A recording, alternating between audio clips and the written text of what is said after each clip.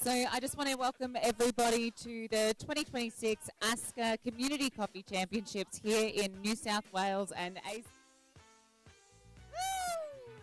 So we've got a big couple of days coming up. So we're going to be having our barista and our brewers on today. So that is the ASCA Brewers Cup competition, as well as the Milk Lab Australian Barista competition as well. So what we'll be doing is starting off with our first competitors shortly.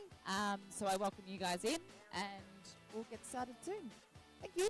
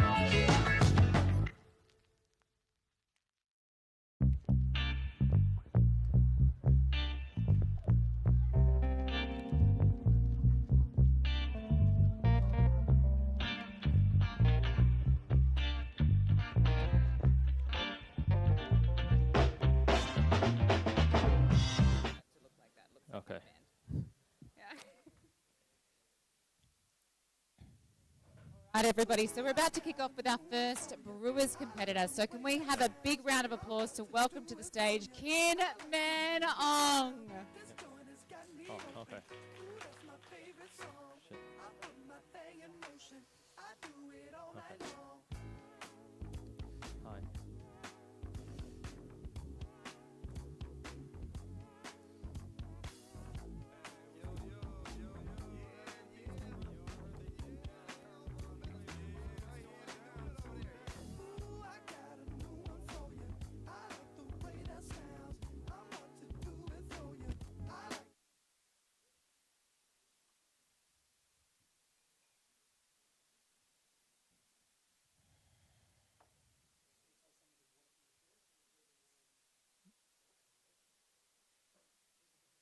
Okay.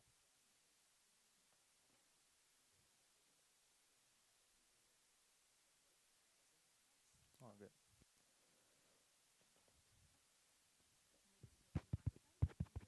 Testing, testing. Yep. Hello? Yeah.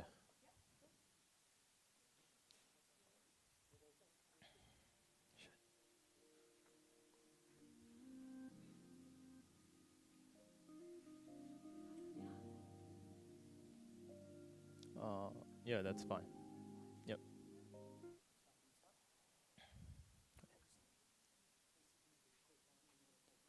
Okay.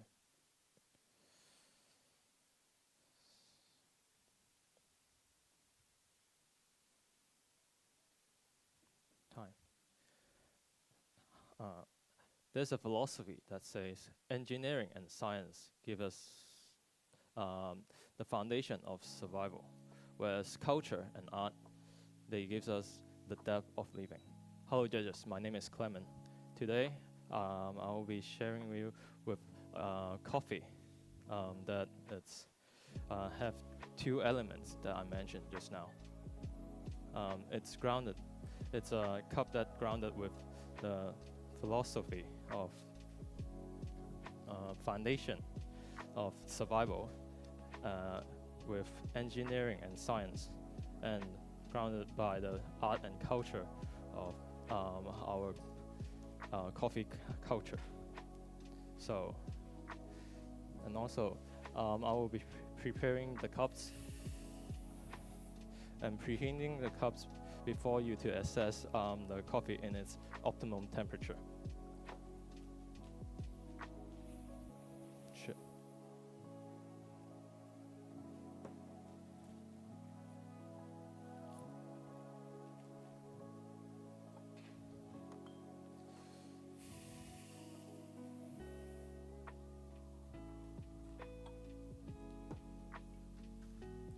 So for the coffee today, I'm using two exceptional Colombian geishas, which blended with which came from the same varietals and same country, but two entirely different philosophy. For the first 60% of the cup, it's made. It's from Finca El Paraíso. It's representing the engineering and science of. It's representing the engineering science. The producer, Alex Bermudez, he uses a double anaerobic fermentation and a thermal shock wash process. So for this coffee, it's have a very rich body and a deep sweetness for that. So for the remaining 40% of the coffee, I blended with a wash geisha, which it's grown at 2,100 meters above the sea level, and it's from it's meat produced by Will Dalaso, and it's from Bella Alejandria in Colombia. So this coffee represents the culture and art, because it highlights the raw terroir of the to provide a very light body and also its delicate floral structure. So science maximizes this cup's creamy fruit potential. Culture, it gives this cup its characteristics and also its floral clarity. If together, they create the perfect harmony.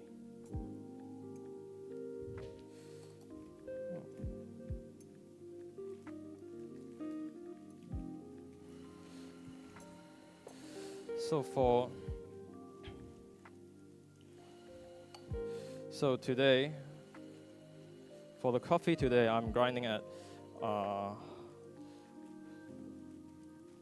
the marking on 8 on this optional lagom with the 102 millimeters Meissen burst. So with a low RPM settings, I managed to retain most of the flavors and aroma of the coffee. And also, I'm doing it with the Haril new dripper. So for this dripper, and also paired with the Meteor filter, this prevents the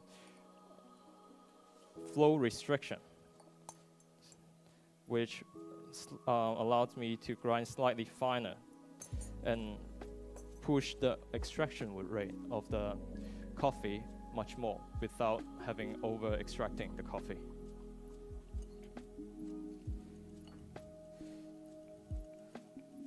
Additionally, when I'm about to show you guys during before the brew, I'll be also using the nucleus blue tone to make a vortex in the coffee for my brew. So by doing so, there's a vortex that matches the shape of the V60. Therefore, it have a better water distribution during the bloom. So for my recipe today, it will be 16 grams of coffee,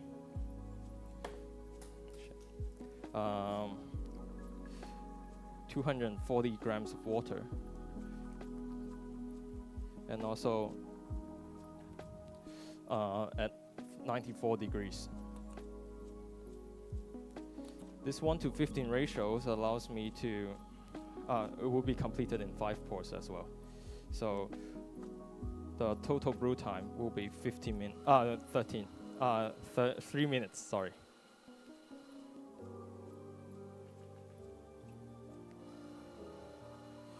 So for the brew, I will be starting 40 grams of bloom, and then 70, 60, 30. So for the character of the cup, it will be, the character of the cup will be created from the first 2 pours, which for the first pour, I will start by doing it in the center of the vortex. I'll be creating it now.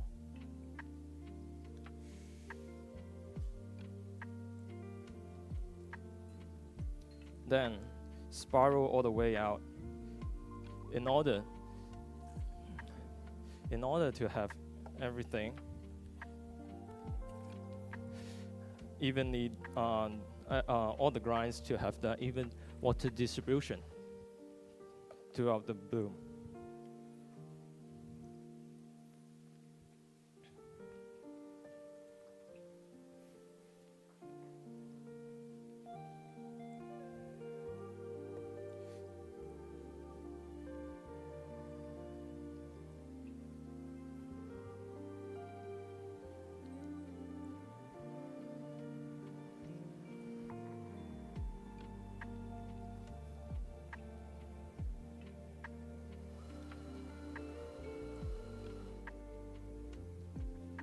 So for the second pour,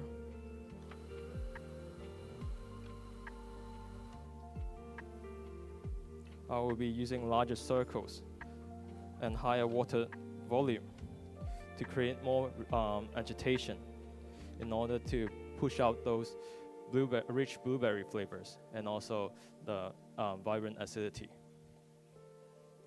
Then for the final 3 pours, I'll be gradually reducing the water volume and pouring it more steadily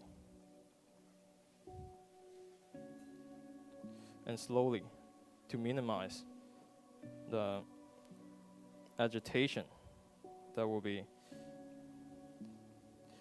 happen during my pour.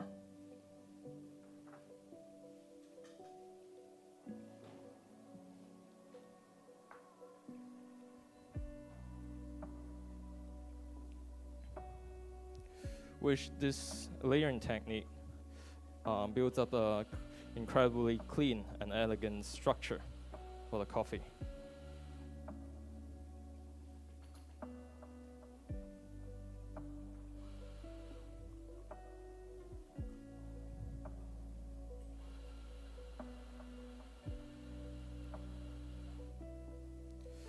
So, judges, please note.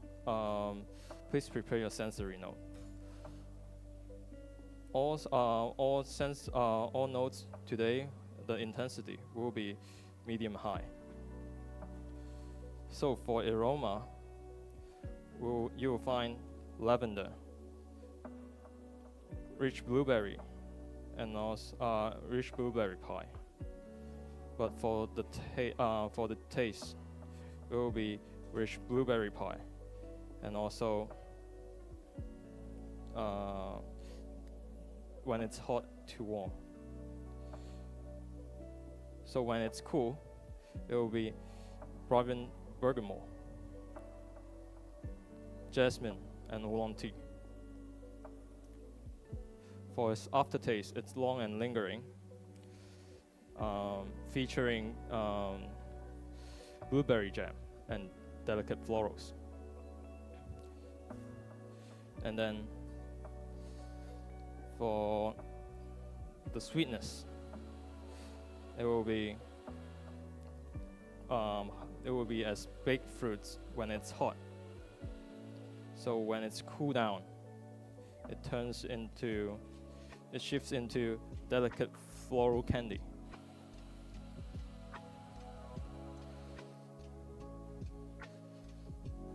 So for its acidity, I forgot to mention that. For its acidity, it will be a vibrant bergamot, citric acid, citric taste, and also it stays sparkling even it's warm, even it's cool. So for the mouthfeel, it's heavy, creamy, and also it's smooth, or it would turn smooth and having a very elegant finish.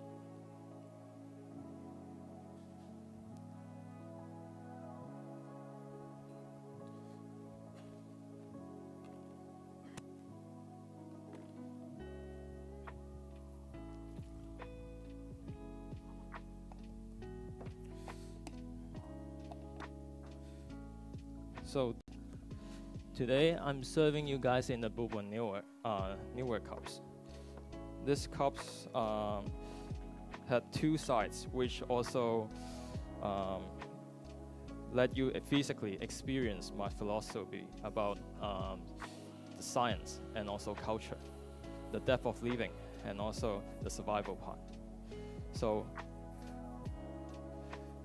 because of its unique design and its narrow opening,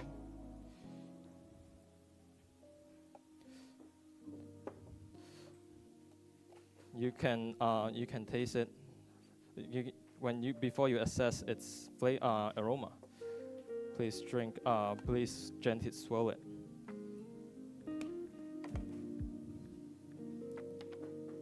So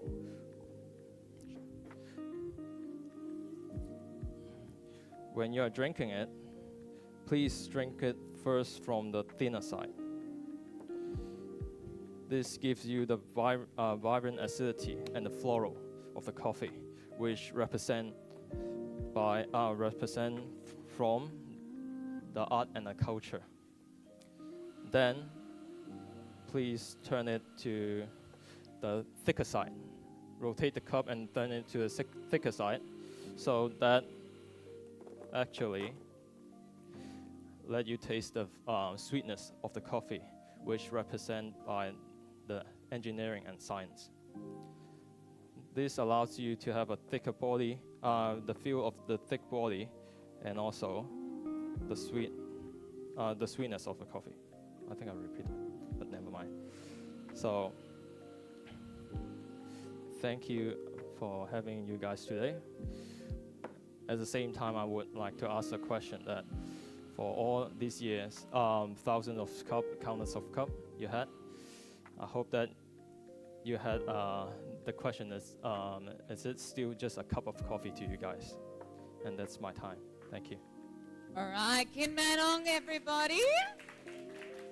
Come over here. Yeah. Shit. Come over here with a quick little chat. Yeah. So tell me a little bit about what you made you want to compete. I just finished my very first year of in this industry.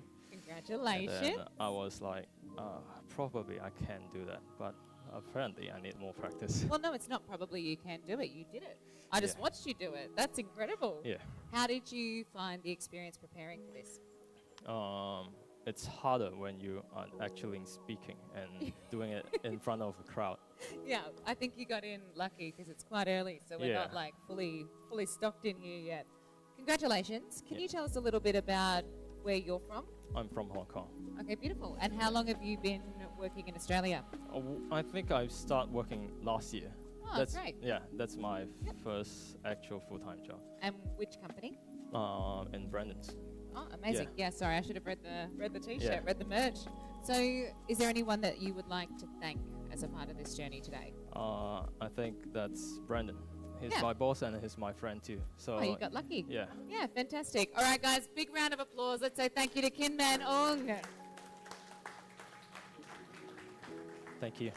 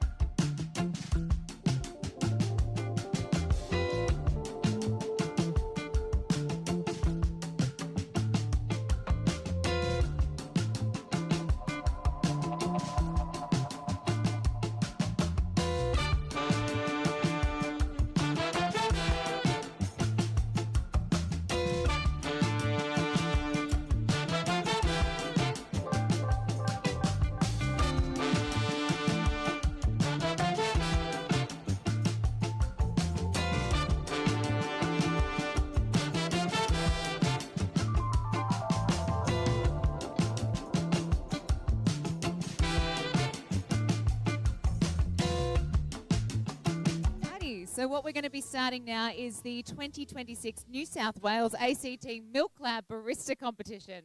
So what that means is that we are welcoming to the stage one of our first competitors, who is Leo Lee. So a big round of applause, everybody.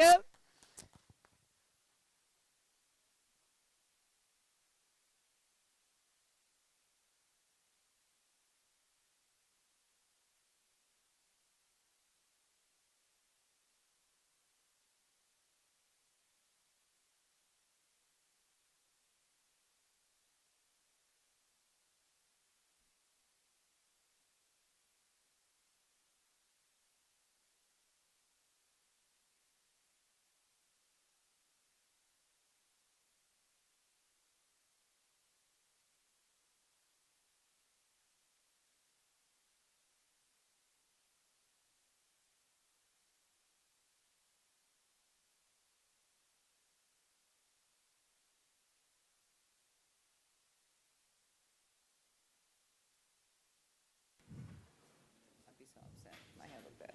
Test? Test. Yep. Ooh, Yep, so we'll turn it it's down not a too little loud. bit. Yep, that's fun. And when you're ready, ask us to test your music and we will for you. I'll make Awesome. that. I promise. Thank you. Hey, good luck. Thank you very much. Could I please test the volume of my music from the middle track of sound 2?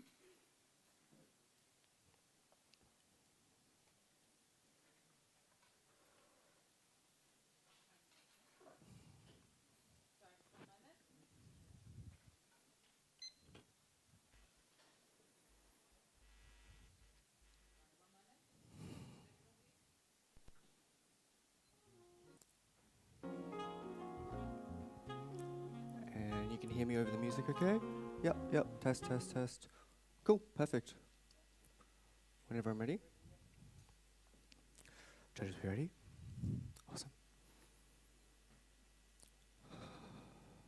And time.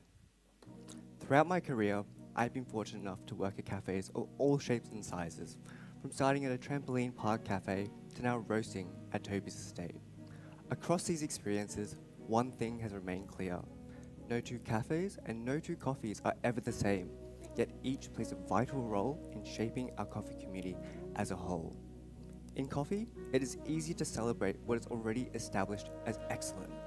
But throughout my time in the industry, I've come to realize that some of the most exciting coffees are not the most celebrated, but the ones that surprise you. So judges, today, let's celebrate coffee through contrast, highlighting both the exceptional and the unconventional. To begin with for our espresso course today, let's start with something familiar and exceptional. Today, I'll be serving you a coffee from Gesher Village. Now, Gesher Village to me represents prestige in coffee production.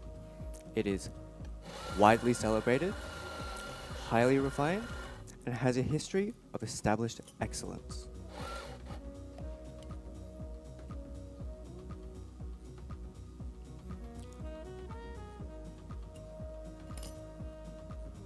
From competition to the bar, there is always a sense of anticipation surrounding what the cup might present.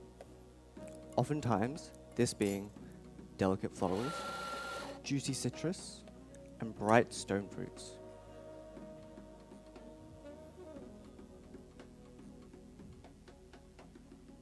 And judges, today, we have just that. The coffee that I'll be serving is from the Omelot, located in the Bench Marji region of Ethiopia. Produced by Adam Overton, it was grown at 2,000 meters above sea level and is a naturally processed Geisha 1931 varietal.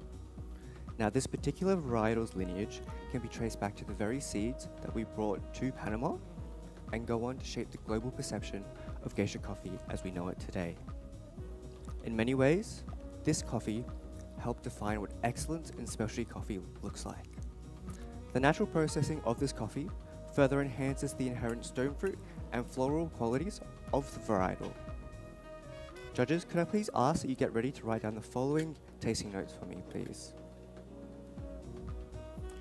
You will experience florals,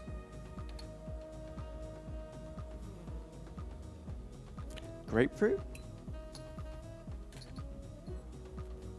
and apricot.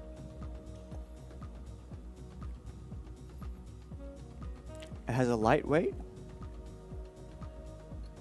and a juicy texture,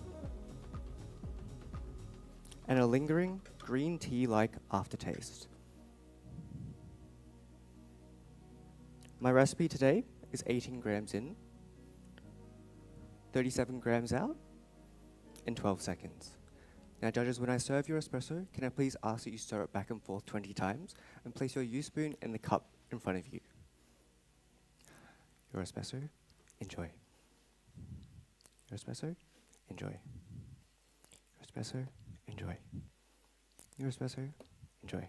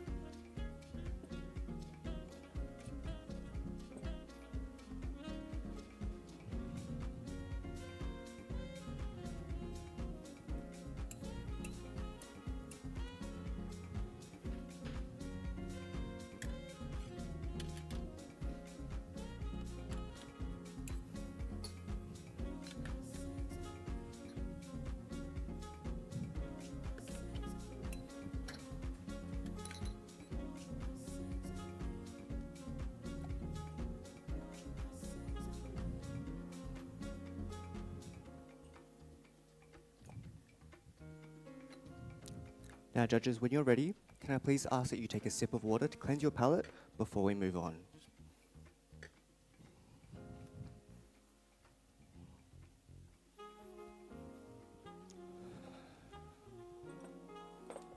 Judges, are we ready? Amazing. For the judges that will be assessing the full cream course, could I please ask that you write down the following tasting notes of cherry, toffee, and milk chocolate. And for the judges assessing the oat milk course, can I please ask that you write down hints of cherry, apple pie, and cheesecake.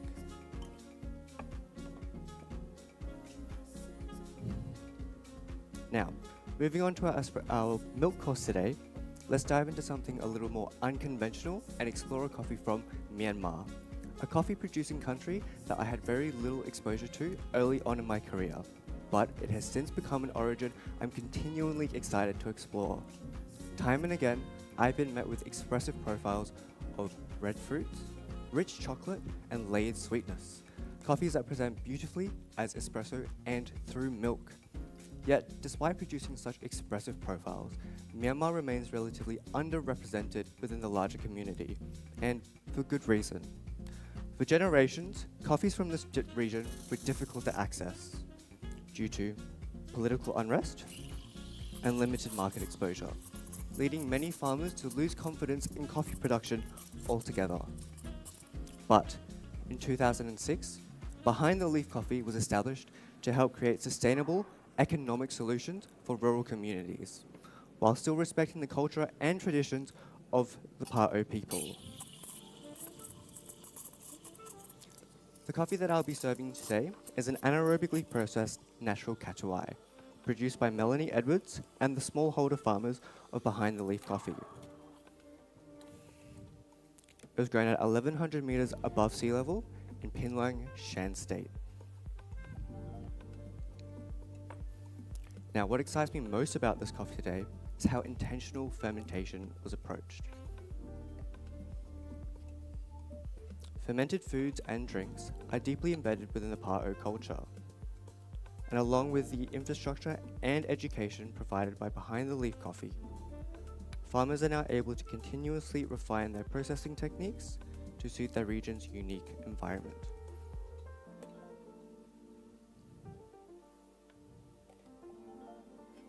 This anaerobic process further intensifies the fruit intensity, the texture, and sweetness of the coffee.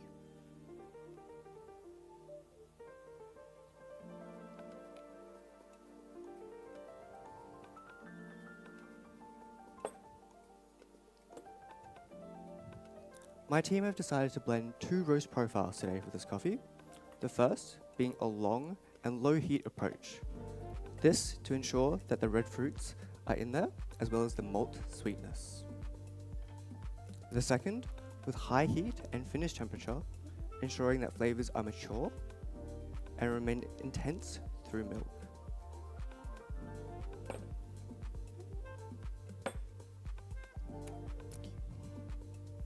My recipe that I'm using today is 18 grams in, 36 grams out, in 12 seconds. Now this coffee to me shows how with innovation and intention, exceptional coffee experiences can be created from places still emerging within specialty coffee.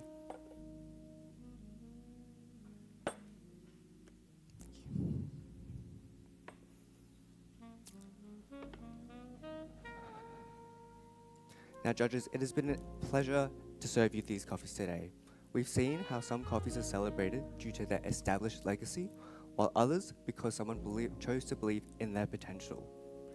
And it is in this way that both refined and unconventional coffees can produce something meaningful. And it is also in this way that these coffees are not in competition, but in conversation. Thank you, and time. Leo Lee, everybody. You get to come and talk to me now. Awesome. Welcome. You can breathe. Yep. Yep. Little breath out. Well done. How many times have you competed? This is the first. Really? Yeah. You seem quite composed. Thank Was you. the experience being on stage what you expected? No. Okay. Tell me a little bit more about that. Um, What did you find different to what you prepared for? I felt less nervous presenting in front of unfamiliar faces than I think people that I work with. You got to make sure that you don't get to know these guys. Exactly. They're distinguished. That's what I'm hearing. Yeah. How did you find the coffee presented today? Are you comfortable with the routine? I'm pretty comfortable with the routine. I didn't actually taste the coffee myself, but I trust my team, and they said it tasted delicious. So, Absolutely. How involved were you with the process of getting the coffee to the table?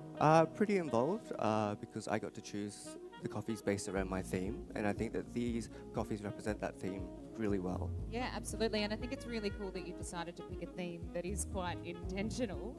So with that theme, how did you get to that outcome? Did you pick the concept first, or did you go with the coffee first? Kind of with the coffee first, because I knew that I would like to present Myanmar. I really haven't seen it much, and I think it's a pretty awesome coffee.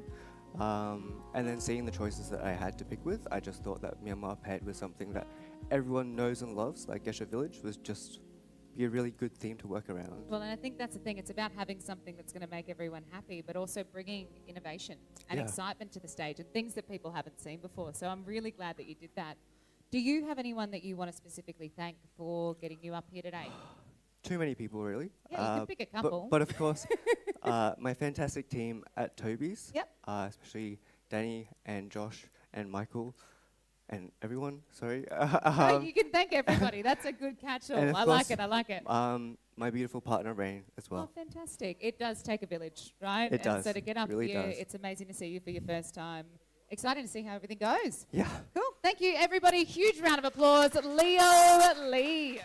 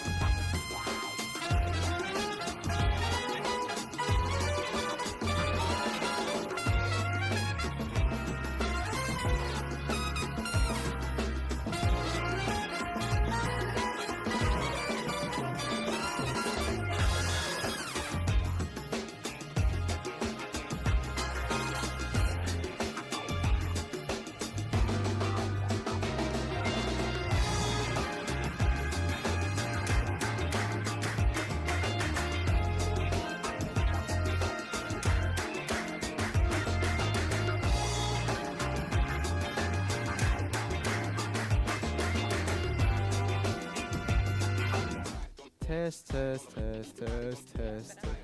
That's better, yep.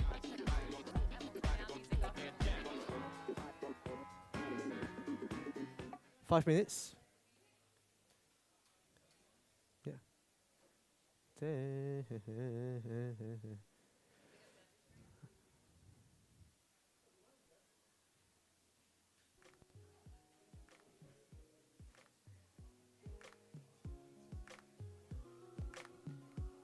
Oh, all good. No. I'll clean it up later on. Yeah. How am I drinking water?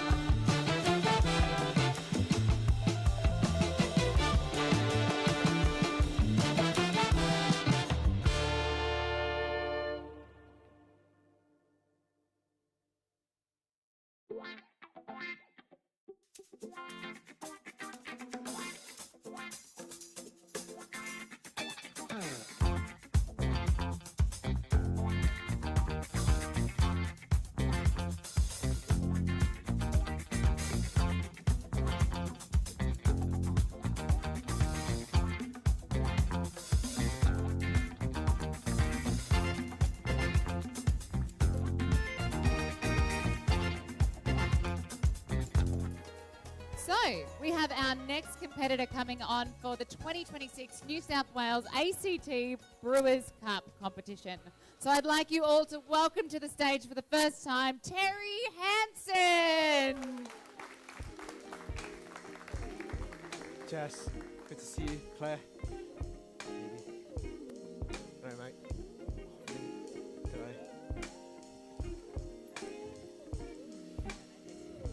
Absolutely. Am I allowed to touch anything else? Only the water? Sample the water. Okay. Yeah. It's both cow.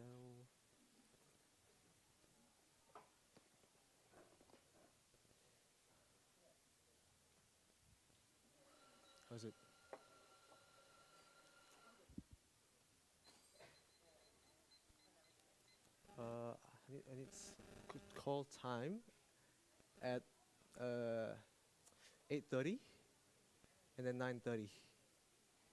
Is it someone helping me to call time or? Yeah, time check. Yeah, 8:30 and 9:30. All right.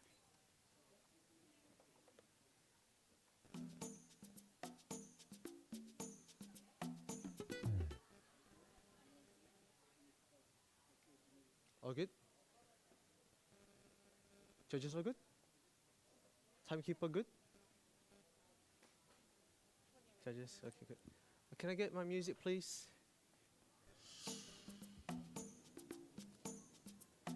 Beauty. All right. Time. Good day, judges. Good to see you today. Sorry for the mess. I'll just clean up a little bit. I'll back to you.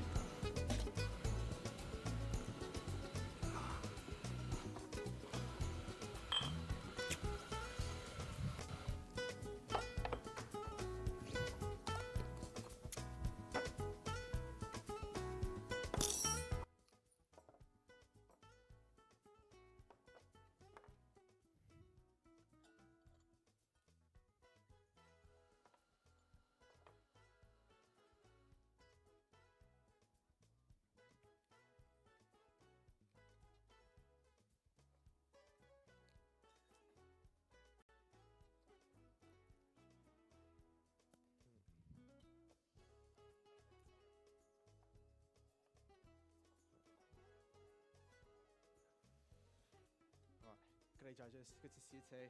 My name is Terry and I'm a business student. And I'm falling in love with project management. And then I'm approaching this coffee as well as a businessman. So in business world, there's a term called a stakeholders.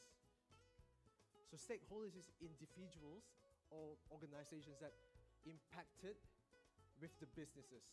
If coffee, there's a producer and then there's a roaster as well. And then the stakeholders, the third one would be baristas, me, and the fourth one, consumer. And as today is you guys. And then I'll be sharing this coffee, but with the story behind it, with the decisions that the producers made, and then the roasters made as well, and my decisions to brew technique to serve you guys the three stakeholders before. So the first one would be the producer. The coffee today that I'm using is Maguta Estate. The producer is David Ngibuini, and his Maguta Estate is located in Nyeri, central Kenya, 118 meters above sea levels. And then the coffee that I'm using today is Kenya carbonic macerations natural process, and then consists of two varieties. The first one will be SL28, and the second one will be SL34. What I love from this coffee is that this coffee provide this vibrant, juicy, and sweetness as well of real fruits, you know. And then for SL28, you know, it provides the sugary fruits, and then SL34 provides the deep sugar and then nice body as well. Sorry, SL28 provide bright acidity. My fault. And then how he processed this coffee. So his coffee was located in red soil, volcanic soil, so it's rich in minerals. And then the way he approached it, red cherries, put it in silt tanks, and then inject it with CO2 to get oxygens out, and then it was left anaerobic for 7 days. This anaerobic is really important because it intensifies the flavors in there, and then it gives more sugar impact into the coffee. And then after the process, it left on a drying stage for 14 days. And then these 14 days is really important for the aftertaste that you guys will taste. And then, as you guys see, how he stack it. And for second stakeholders would be, after the green bean, you need to roast it. For the second stakeholder would be my roaster, Ben Preslin. And we roast it in Sunny Coffee. And I'm getting my understanding of water going back to roasting level. So basically, because when you roast coffee, you need to understand the coffee that impacted the water that impacted the coffee. So what we're doing over here, forced water, low in minerals concentrations of calcium and magnesiums. So the brew going to be light and then acidity. So what my intentions is that we need to brew, we need to get coffee that highly sugar and nice body as well. So Ben, he roasted my coffee in ProBred 5 kilos in a drum roasters. So gentle heats and then longer end temperature, and then more development time. So the development time was at 1 minute and 40 seconds, and then the end temperature is lower at 204 temperature. So it keeps the sugar and the juicy still intact with the coffee. So, and the third will be me. I'm the stakeholders. So shall we start brewing? So my brew recipe today will be 16 grams of coffee,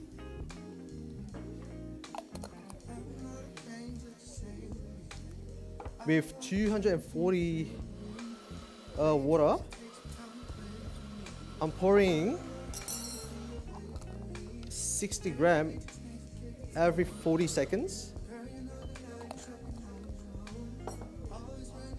And then my temperature, the first 3 pours will be 94. And my last pour, the 4th one, will be at 80.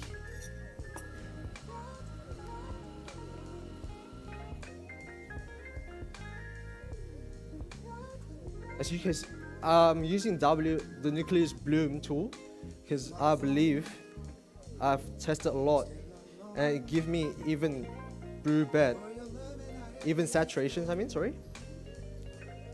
and then less channeling. So it gives me an even uniformity between 3 cups that I'll be serving you guys.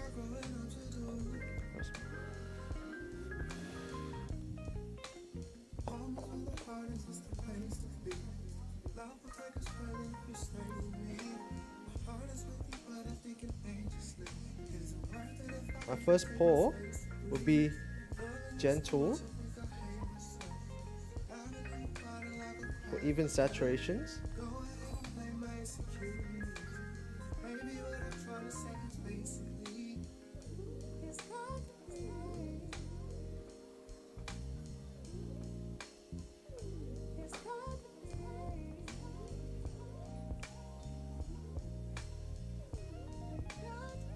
And also, I grind it really, really coarse to keep the vibrant acidity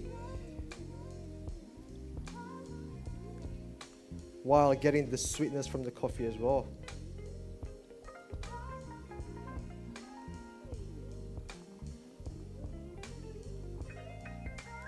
My second and third pour will be putting more agitations in there to get the coffee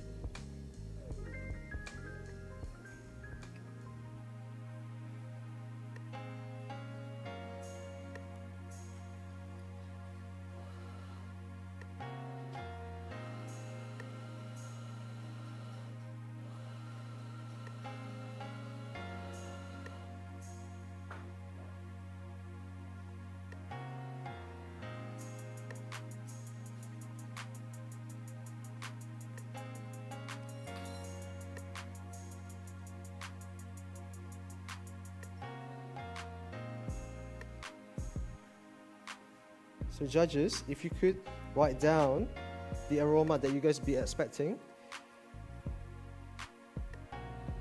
It's medium intensity.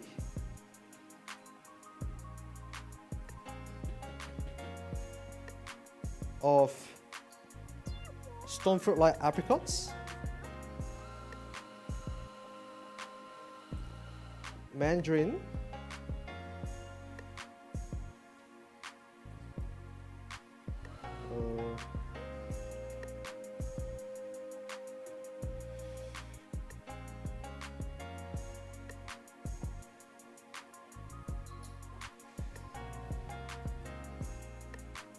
and mustard grape, sorry.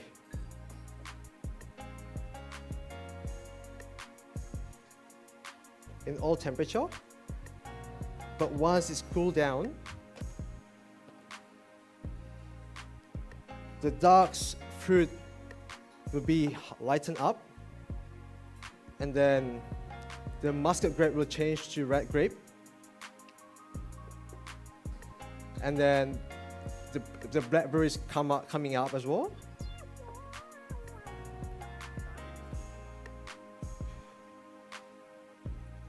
And then the grapefruit's coming up as well.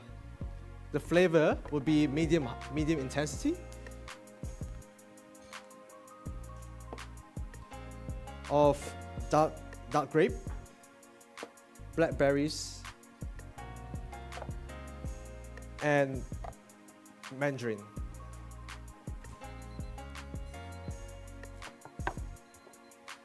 And the aftertaste will be long and lingering. Coating, you will get dark grape, blackberries, and then candied orange. For the acidity, it's medium intensity of blackberries. Sorry, malic like blackberries in all temperature, and citric in all temperature. You will get candied orange, and then tartaric like dark grape in all temperature as well. And sweetness, it will be medium intensity of, you will get dark grape, blackberries, and then candied orange. And for the mouthfeel, it is medium weight of blackberries, dark grape, and the candied orange. When it's cooled down, it will long grapefruit. As it's cooled down, it will taste long grapefruit coating. And then overall, it's a rich, balanced, and vibrant acidity. Now, judges, for the aroma assessment, I'd like you to lift up and swirl 3 times to your nose. And please do three different assessments. Sorry, judges.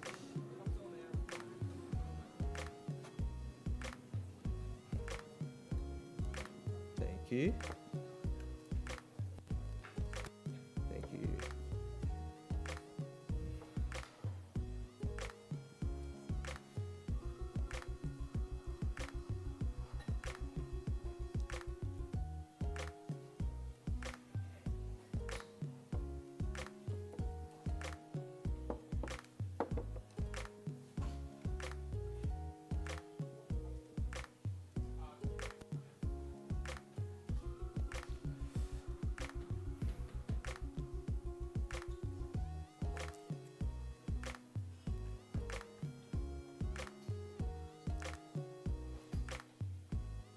Are we good to carry on?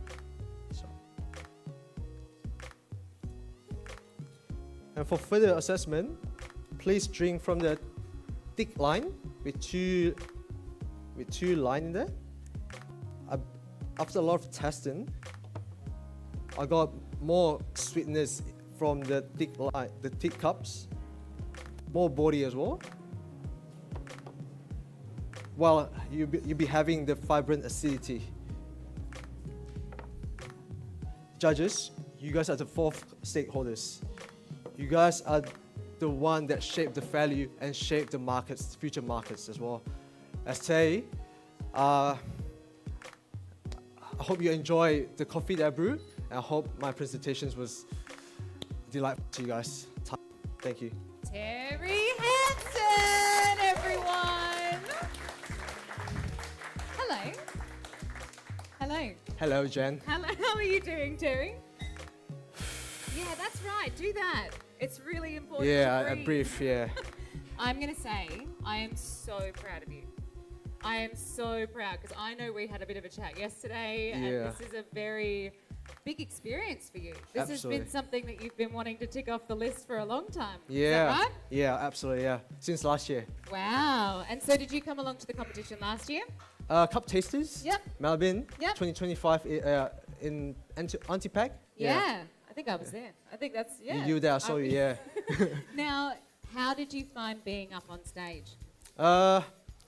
Last year it wasn't a lot of presentations going on, Yeah. and this year, like in front of the viewers, and then the judging in front of me, you know, and then you need to like a lot of script writing, and then brewery a lot of stuff as well. So I guess brewers, you need to prepare more than the cup tasters. I'm not saying that cup taster doesn't need to Oh, prepare, it's a but different level. yeah. It's a different type of preparation as Yeah. well. And I know we were talking about it. Did you learn stuff being up here today, doing this presentation? I guess the one that you told me yesterday, yeah. So you definitely got a lot out of this side of it? I think managing my stress would be up there. Like Yeah. like next year, I think getting those feedbacks. Yeah, and And that's then- the best bit because you'll get your feedback from the judges after this, which is going to be a really interesting process as well. Absolutely. Tell me a bit about your coffee because I think it was actually a really good choice that you picked. Yeah. So I noticed that the water is low in mineral. Oh, thank you, judges. Thank you. So I noticed that forced water, the calcium and magnesium is really low. So I chose this coffee because Kenya. So basically, Absolutely. everyone loves Kenya. Yeah. And its carbonate maceration is natural. It's really amazing coffee, really kicking, you know. And then I got really nice roasters as well. But surprisingly, I didn't execute well today. So No, I think you did a fantastic job. I think that it was like the start, you could tell Yeah. that there was a little bit more nerves and then you leaned into Yeah. it. It was almost like you started to get a lot more comfortable and it But- was really cool to see you come out of your shell. trying to get back to the line again is Yeah. tough, you know. So Yeah, but you did it. I want you to thank some people because I know that there's people that have been on this journey with you. So Yeah. is there anybody that you want to give a shout out to while we're I got Louis right there. Yep. He's Hi, Louis. Project Origin. Yeah. I think you know it. Yeah. He's the one that giving me a lot of advice. Even like 11 p.m. yesterday, he told me go Yeah. to sleep. Are you going to buy him a coffee after this to say thank Yeah. you? Yeah, good. And then I got my friends right there from church. I got Ben right there. Ben, the legend. Yeah. He's really, really good. Yeah, Sunny Okay. Coffee. Sunny Great. Coffee. I got my manager right there as well, Devi. Look at you with Yeah. your little support group. This is Yeah. fantastic. All right, I know we all want to give you another round of applause. So, guys, big round of applause, Terry Hansen. Oh, yeah.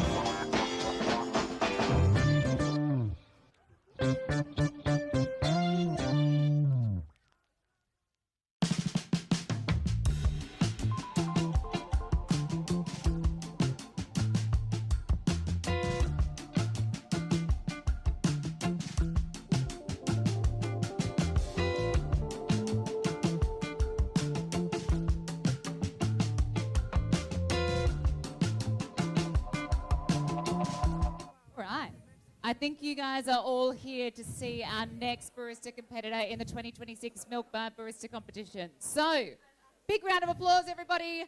Danny Wilson. Good morning. Good morning. How are you going? Good morning. Good morning. Morning. Hi. Good morning. Standing's fine. 1 minute left would be great. Fantastic. Should we get some music going?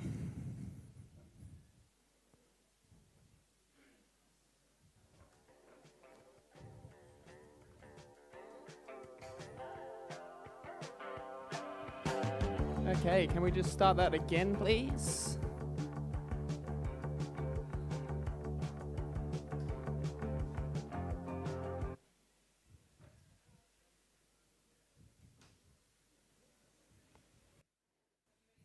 Yeah, start the music.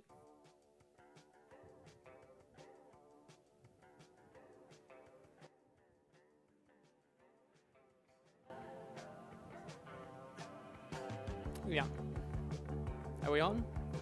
It's playing. Maybe start it again. I think we're been interrupted by a passenger jet.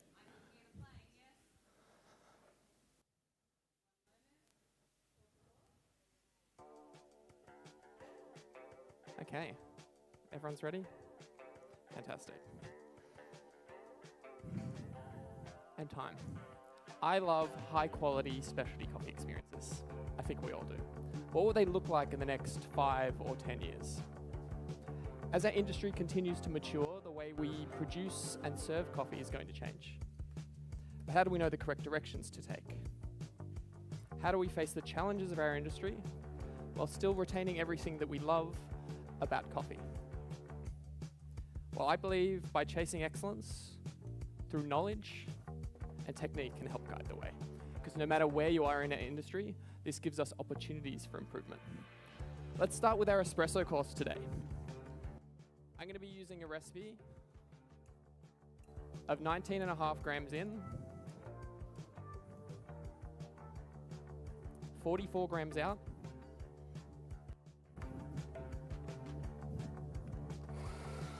this espresso will have notes of orange, of apricot, and of jasmine green tea.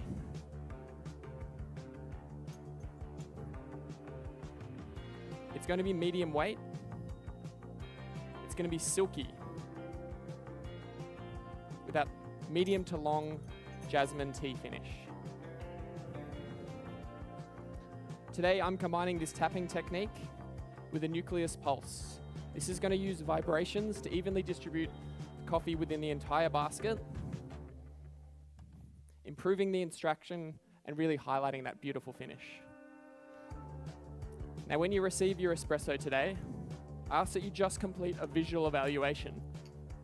Hold off on tasting until instructed. The coffee that I've brought for you today comes from Panama. It comes from Iris Estate, and it's called Terroir.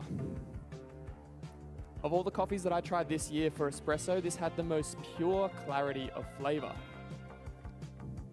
This is because it's been through the process of mechanical mucilage removal. Now, this process we very rarely see on such high quality coffees. It's normally on lower quality, higher volume lots, because it's very efficient with time, space, and water usage. Now, we rarely see it on such high quality coffees because it omits the traditional fermentation step. As we know, many of the acids, aromas created during fermentation we associate with high quality coffee. So again, just your visuals to start. This is why producer Jamison Savage is very, very selective about the lots that he combines with this process. This comes from a portion farm which receives primarily morning light. This affects the development of the fruit and produces a coffee with a much softer acid profile. Now, this acid wouldn't stand up to some of the more extreme fermentations that Jamison's so well known for. But when combined with the process of mechanical mucilage removal, it highlights the natural sweetness and that beautiful long aftertaste of the green tip geisha variety he produces on his farm. It's a great example of Jamison chasing excellence using knowledge and technique. Knowledge of the very specific attributes of the coffees on his farm, combined with a refined technique of mechanical mucilage removal. Unorthodox methods, exceptional results. This is such a beautiful coffee experience, and I can't wait for you to try. I love how that soft acid integrates with that long finish. So now we're ready to enjoy. Take your spoon, stir 10 times. You can place them in these little black glasses. Enjoy this fantastic espresso. Thank you.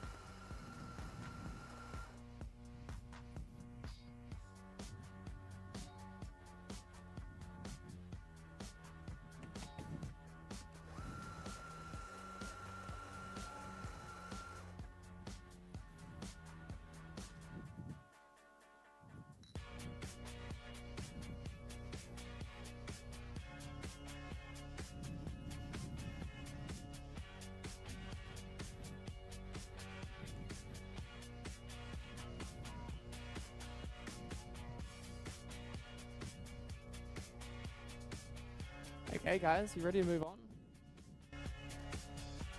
So as a barista, my focus is on customer experience. I'm going to be using knowledge and technique to explore what the milk-based course looks like in 2026. And I'll be using my knowledge and technique to design your experience.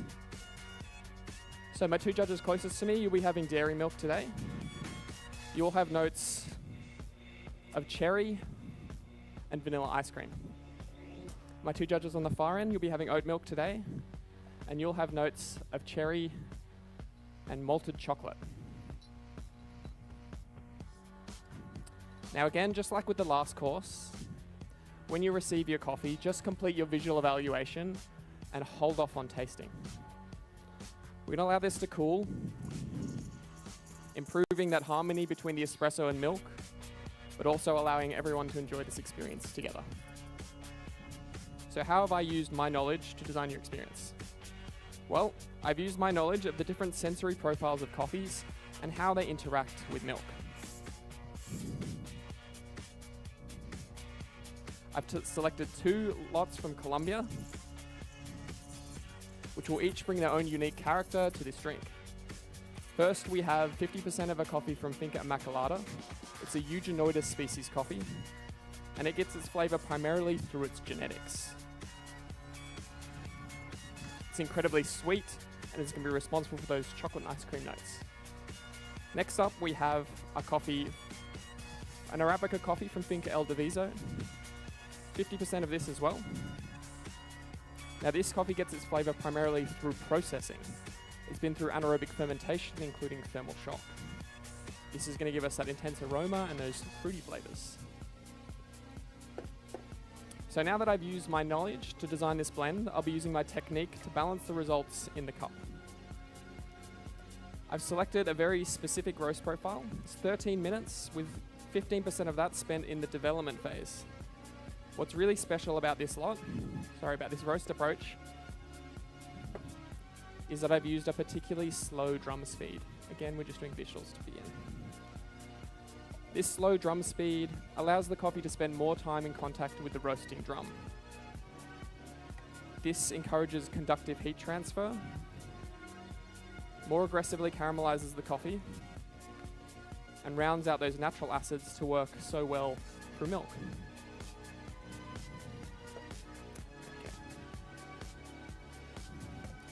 Now I have my roasting profile. Let's talk about the espresso recipe. This is all designed around the size and shape of these cups that we're using today. I've used just 18.7 grams of coffee and extracted 30 grams out. This combines perfectly with 85 grams of milk that I'm adding to each of the cups. Here we go.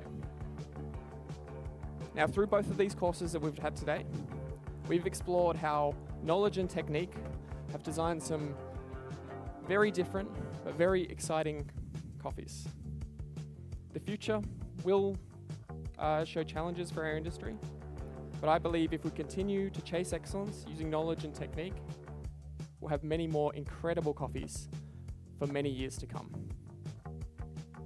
Build your knowledge, refine your technique, and most of all, place great value in excellence. Thank you so much, and please enjoy your final course.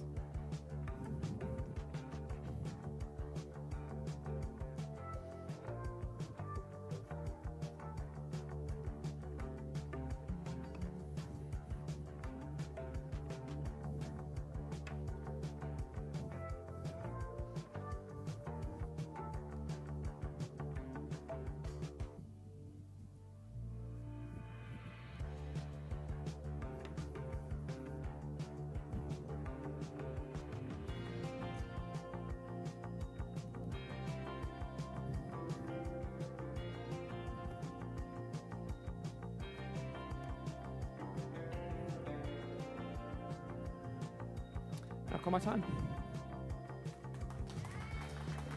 Done. I got half of that, so for those who didn't hear it, Danny Wilson. Thank you. Hello. Hi. How was that? It's good. Yeah, Yeah, no, that was a lot of fun. good. And I mean, you're obviously off the back of some international travel Yeah. from your last competing. So tell us a bit about that. Yeah, so obviously I've been doing Coffee and Good Spirits for a little while. I've been out of the barista game for a short bit, Hot minute. but it was good to get back into it. Like I spent a lot of time obviously roasting coffee, working on different espresso profiles Yep. and thinking about coffee. So it's nice to be able to present it in this format. And this obviously isn't your day job. So can you Yeah. tell us a little bit about what you do 9 to 5, Monday to Friday? whatever you Yeah, wanna so call it? I'm running the roastery out at Honor Coffee. So yeah, lots of time working on different espresso profiles. Actually, a surprisingly high amount of time tasting and making coffee as well. We have a pretty extensive sort of QC program. So Yeah. while maybe I'm not on the bar in the cafe, I do actually spend a good chunk of time making coffee in, I guess, a slightly familiar, unorthodox setting. So like were this. you a part of the selection process, obviously, for this coffee, or were you part of a team? Like, how did that work? So the selection of the espresso actually started when I was choosing my coffees for Geneva. Wow, okay. This was one of the coffees that I shortlisted. It wasn't quite appropriate for that competition. Yep. But I just liked the coffee, so I wanted to come and serve it here And today. it's so important to bring a coffee to the stage that you're passionate about. Thanks. Thank you. Cheers. Thank you. Thanks. Cheers. I think one thing that I always enjoy about your performances is your music is definitely not ambiance. Yep. And I think that the music is a huge part of performance. So you do it differently. I like it. Yeah. That's definitely not a criticism. Yeah, I want to but- have I need a bit of energy as well to Yeah. get me moving too. So. Yeah, and I think a lot of people forget that this is a complete performance. Yeah. It's not just one part. So do you go through a process of selecting that, or how does that work for you? I'm sure if you actually go through my like Spotify most listened songs of the year, it's usually my competition track. So Man, your rap must be so yeah, good. I at the end of usually this. build out a playlist and then I'll start picking songs and then it'll be like, okay, we're gonna find the instrumentals and put them all together. You've and listened to 700 hours of yeah, the yeah, same yeah, song. Yeah. That's very much the case. Oh, amazing. Well, thank you. Thank Thanks you for very joining much. us here on stage. Everybody, let's give a big round of applause for Danny Wilson.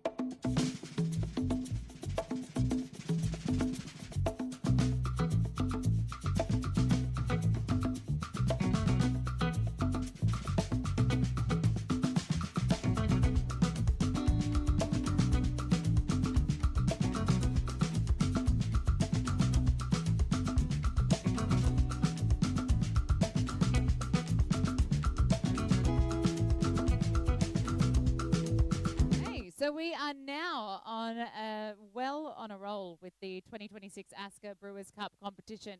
So I'd like you all to welcome to the stage Teddy Kim.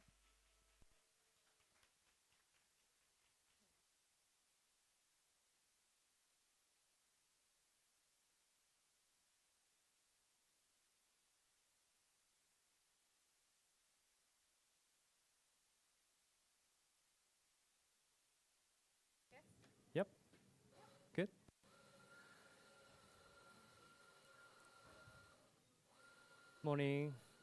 Good morning. Good morning. Morning. Morning. Good, thank you. How are you? Good, thank you.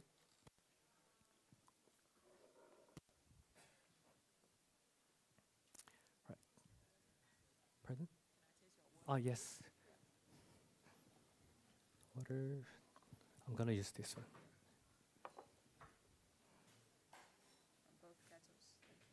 Yes. Yeah. No worries.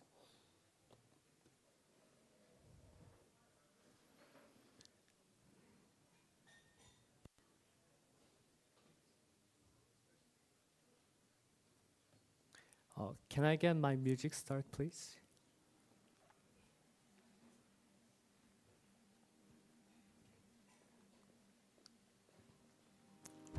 Jazz was for ordinary people. Oh, Jazz yes, please. is ordinary people. 2 minutes, please. It's the music of the young. Every Can, time young a little bit people lower, make music, please. everybody hates it. Yeah, sure.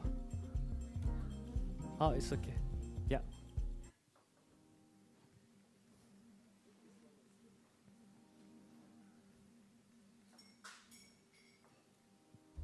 Jazz was for ordinary people. Jazz is ordinary people. Are you ready? It's the music of the young. Are you ready? Good. Every time young people invent music, everybody hates it. Time. Good morning, judges. My name is Teddy. Today, I want to share what sustainable coffee means to me as a barista. For me, sustainable coffee starts with transparency.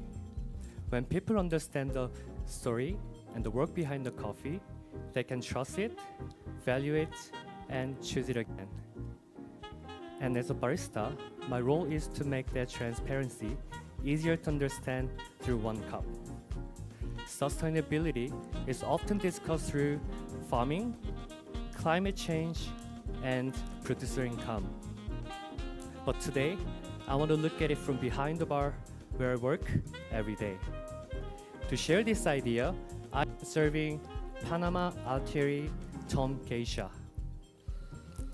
This coffee comes from Mima Estate in Boquete, and it grows between 1,800 and 2,200 meters above sea level near Baru volcano. And this lot is called Tom, named after Eugene Altieri's grandson.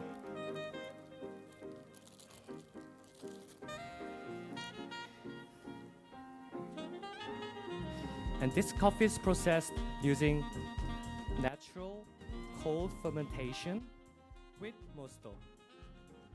The cherries were carefully handpicked and salted by flotation, which removes the lower density cherries and it helps them to make it consistent.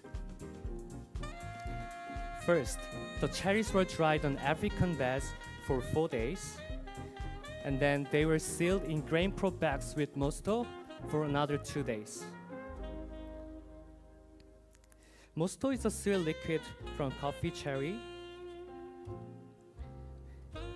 and it helps them to make sweet aroma and more complexity. And after fermentation,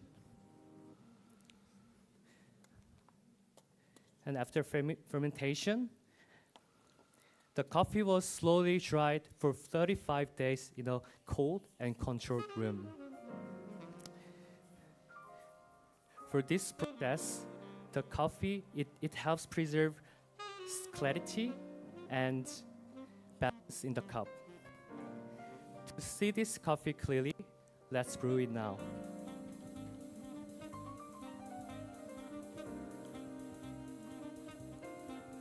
Today, I'm using flower dripper from Cafe, and it helps me to get smooth and fast water flow, which I can extract more sweetness and aroma.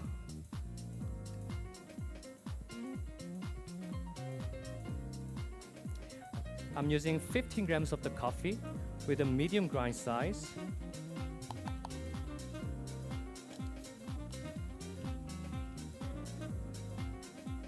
and 225 grams of the water, which is giving me a 1:15 ratio today.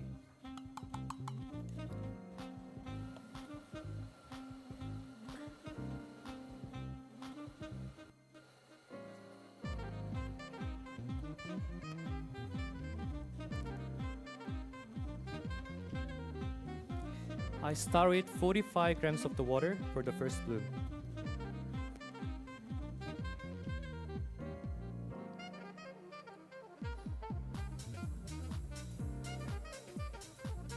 I use a double bloom today, and it helps the coffee open evenly, and it releases more aroma as it degasses.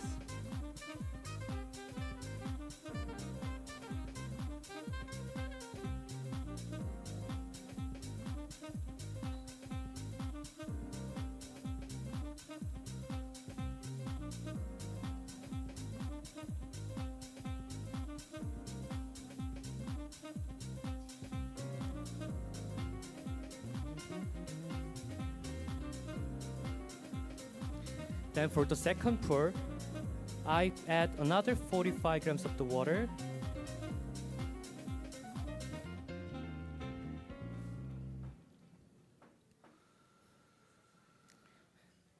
And the first two pours are fast and energetic to fully wet the coffee bed.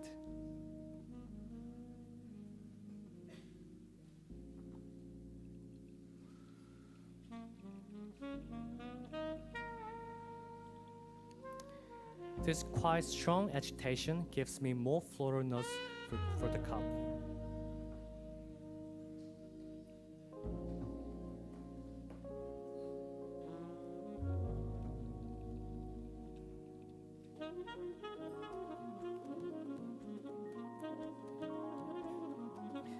Then I finish with one steady and controlled pour up to 225 grams of the water.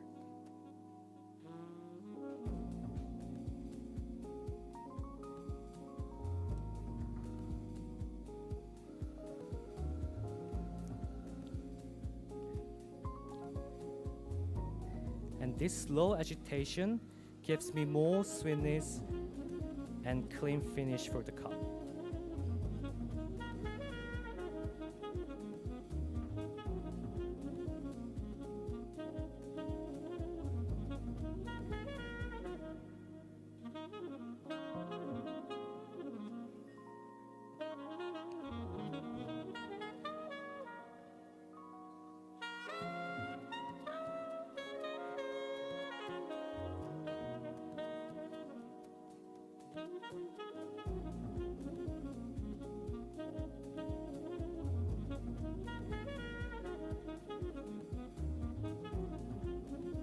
Judges, it's time for descriptors. Please check only the aroma for this section. In the aroma, you will get medium-high intensity of hibiscus, yellow peach, and soft rose-like floral notes at the end.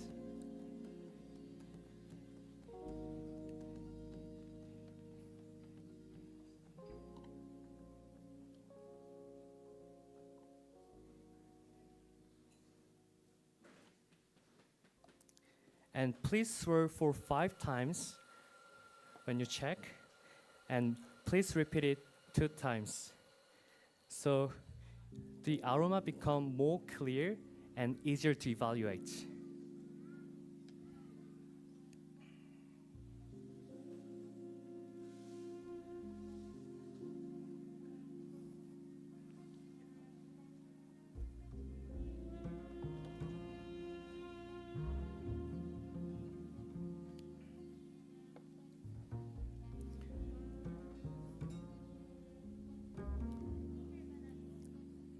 Good. And for the flavor descriptors, when it's hot, you will experience medium-high intensity of yellow peach, hibiscus, and orange.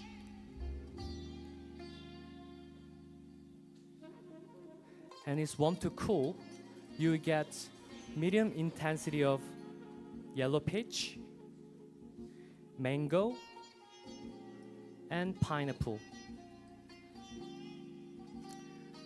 For the aftertaste, it is long, sweet and clean, finishing with soft florals like cherry blossom.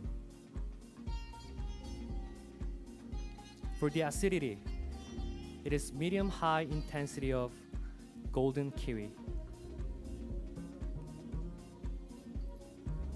For the sweetness, it is medium-high intensity of peach juice and sugar cane.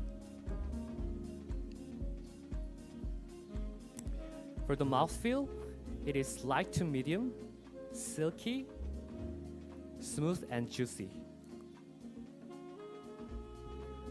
Overall, it has a lot of layers, but still clean and easy to understand. If this cup gives you the reason to choose coffee like this again, then I believe this is one small way that specialty coffee can become sustainable. For me, that is sustainable coffee from the bar. Thank you, judges. Time. Everyone. Thank you. Hi. Hello. How you going? Very good. Yeah, you get to Nervous. have one more official breath out. Go. Yeah. Big breath. How do you feel? This is my first competition in my life. No. Seriously. Nervous. And I decided all of a sudden, like 2 weeks ago, about 3 weeks ago. Yeah. Wow. And so for you, what does competing mean? Because this is obviously not your first day in coffee. So why choose to compete? This is one of my bucket list. Yeah. Aw, Goal of my life. Guys, big round of applause. Bucket list. Yeah. I made it now for today. Good Yeah. job. Was it what you expected standing up on stage? Expecting just finish well that I prepared. That was all. Excellent. Well, Yeah. honestly, you seem quite comfortable and confident up here, which is nice. I Thank you know so that when much. you pick a coffee and you bring it up on stage, you've got such a limited amount of time to fit Yes. everything in that you like about that coffee. So is there anything about the coffee that you didn't get to share in your routine that's interesting?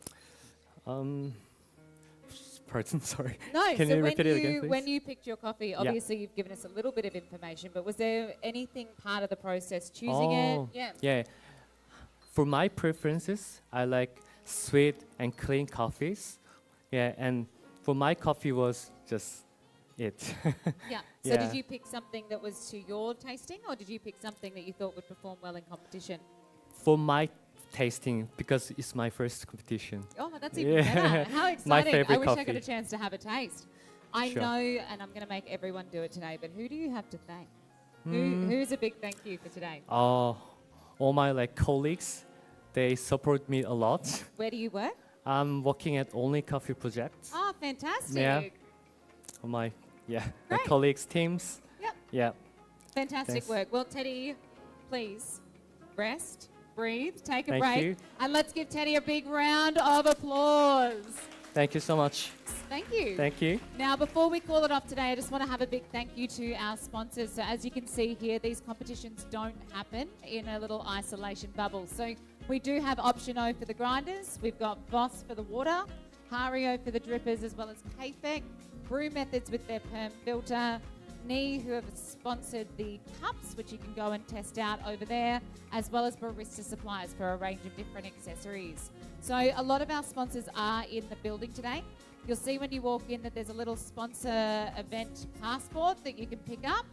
Run around, go and get your stamps from all the sponsors. We've got some little prizes if you get all of your stamps. So I really encourage you guys, get up, get involved, and go and meet everybody. Thank you, Teddy. Thank you for listening to my Thank little you. spiel there No as well. worries. And I'll let you all get back Pleasure. to it. Thank you.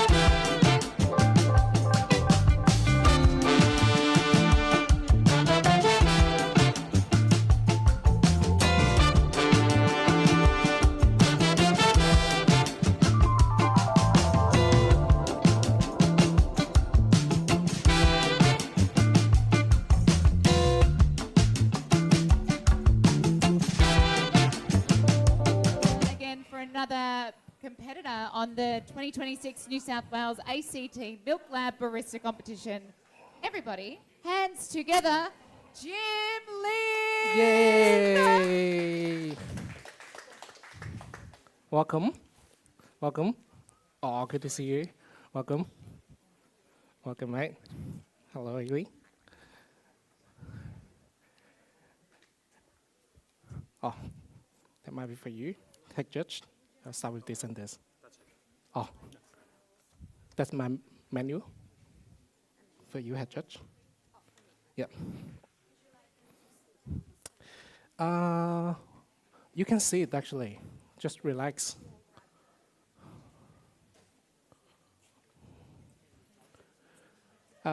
Just 3, 2, 1. Yeah. Yeah. Thank you.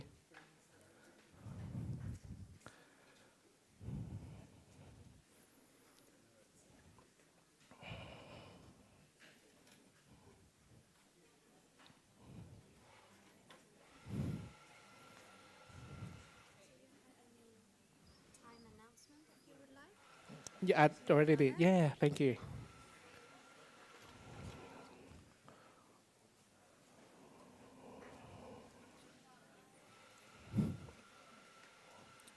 All right, we good to go? You guys good to go? And Tech Judge, you good to go?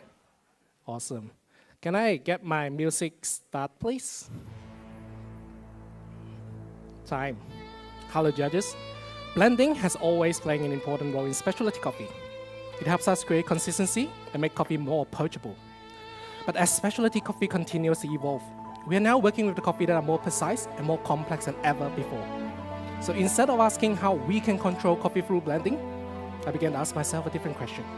How can I use blending to elevate specialty coffee? And today, I would like to introduce my approach, an evolution blending. A blend that I carefully selected the most distinct and expressive coffee from terroir, processing, and species, and by bringing them together to create something even better. So let's begin with our espresso. The foundation of the evolution blend is 60% of Panama Hacienda Barbera, washed geisha. This coffee represents how terroir can elevate coffee quality. Panama near Volcán Brewery. It has rich potassium and magnesium, allowing the coffee enhancing sweetness during development. Growing in 1,700 meters above sea level, the slow maturations allowing more flavor to develop. And with the wash processing, it minimizes the fermentation influence. It giving you a silky texture, long lingering floral finish.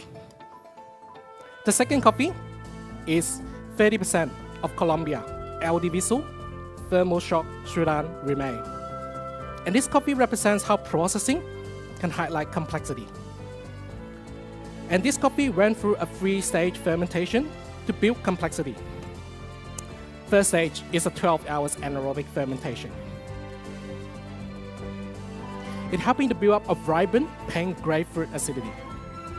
The second stage is oxidization controlled anaerobic fermentation. Submerged with moisture recirculation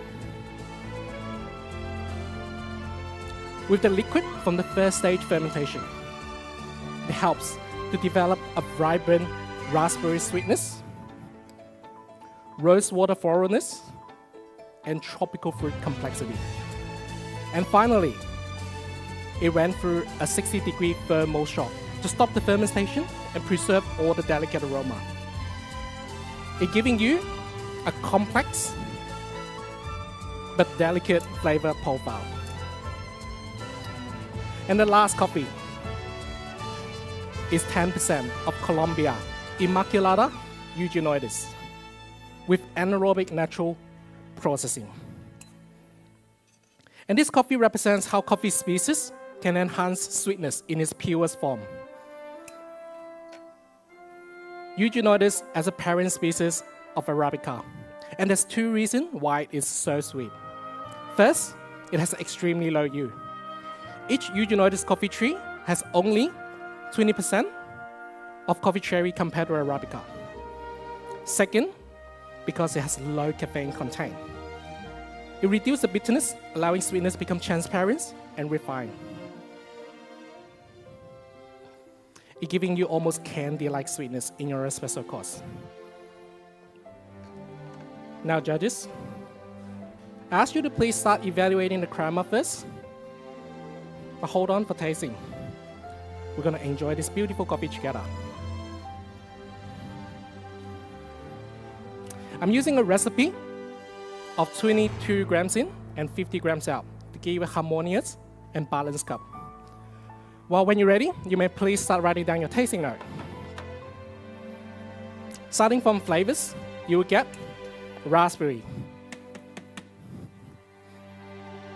pink grapefruit,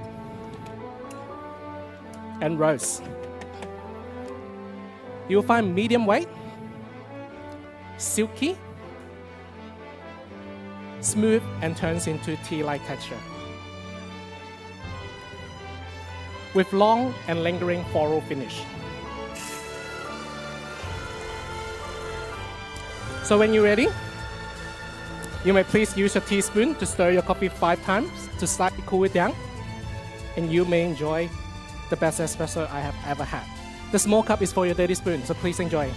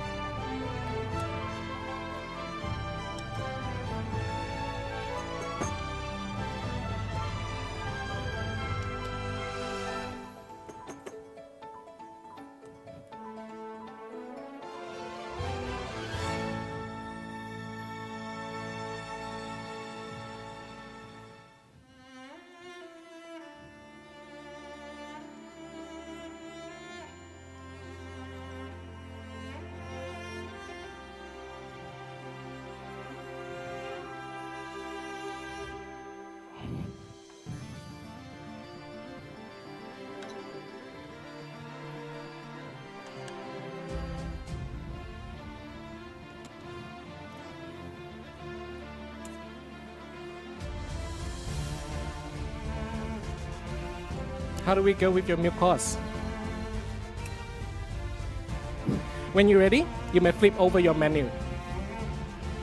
In my milk course, I'll continue with my concept of evolution blending by selecting the most distinct and expressive coffee from terroir, processing, and species once again. So when you're ready, you may please start writing down the tasting note for your milk course. And starting from full cream milk, you will find strawberry, vanilla ice cream, and rose.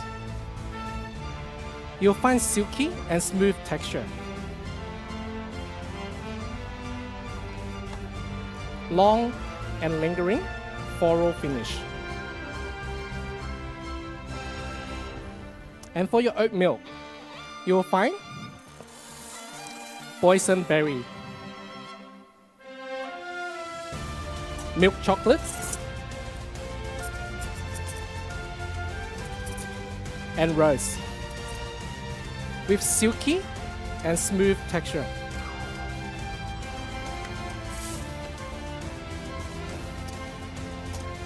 So the foundation of my milk course is 60% of Panama, Jensen Estate natural geisha. As we all know, in the high altitude and cool microclimate, allowing the flavor to shine.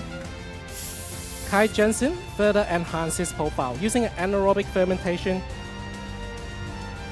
for 48 hours, followed by slow drying to giving you almost strawberry-like sweetness in your milk course. So I ask you to please evaluate the crema first, but hold on for tasting.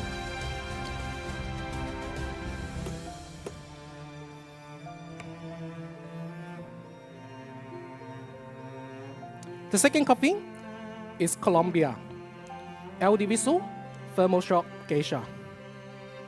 As we all enjoy the complexity, please enjoy. So when you're ready, you may flip over your menu as well. You can find that thoroughness, even lingering floral finish. And the last coffee is from Indonesia, Moisture Wash Liberica. This coffee represents how species can enhance your texture. Liberica naturally have a denser fruit, larger leaves, and giving you a creamier mouthfeel in our milk course.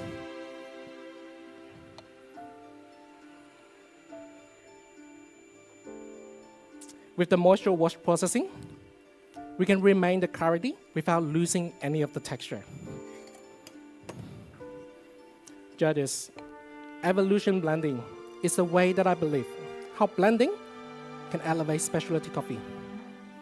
Instead of using it just for consistency, we can create something memorable, consistent, and expressive.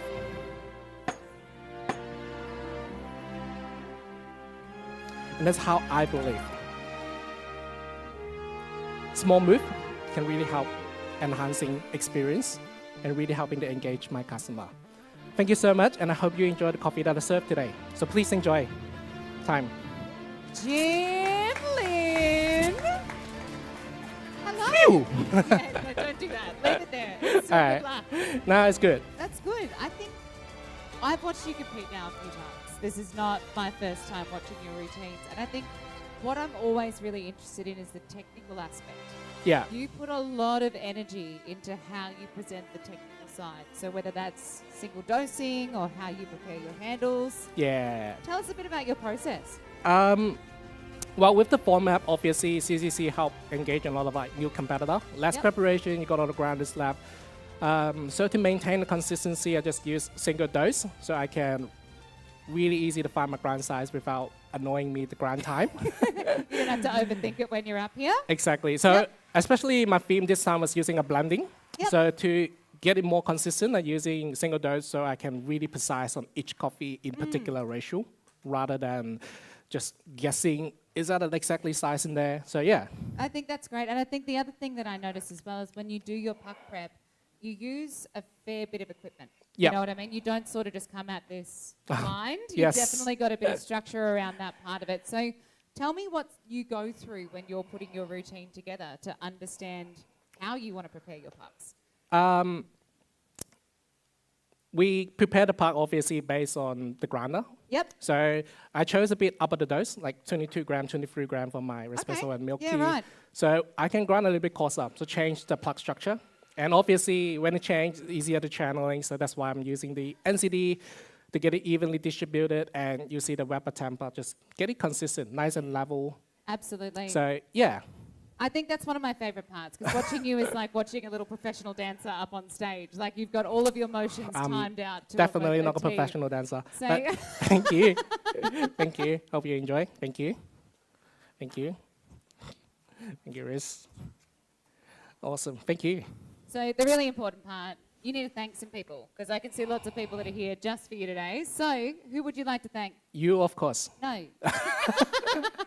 No, Lot- okay, brownie points, Jim. Well done. Lot like I think just everyone in the industry. Because last time I went to the barista workshop, I met some new people like Caramel and Lewis was just helping me on the prep time. Just randomly jumps in, tasting some coffee, but it's good. But a lot like my family, they wasn't here today. Just they traveled overseas at the moment. Ah, timing. But it's all good. Like I believe they were watching the live. So Yeah. yeah, everyone just supporting all the way along, and you guys were watching. That's amazing. Like that's what makes it happen.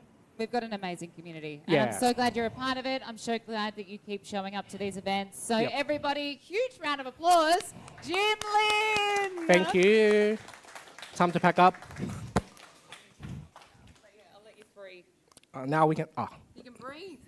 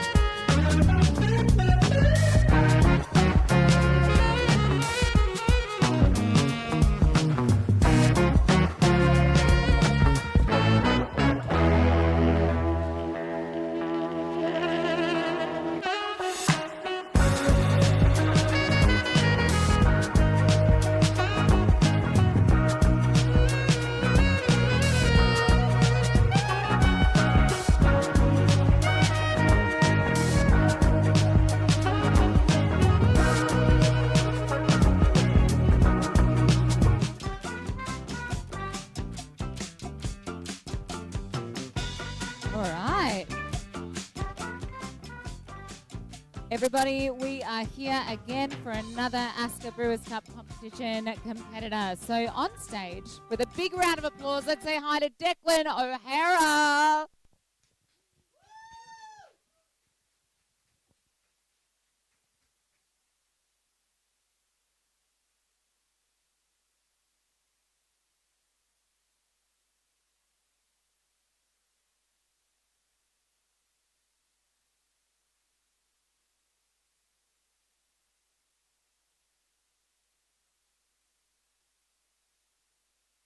I think I just flicked a switch. There we go. Cool. Awesome. Do you want to test your music? Yes, please.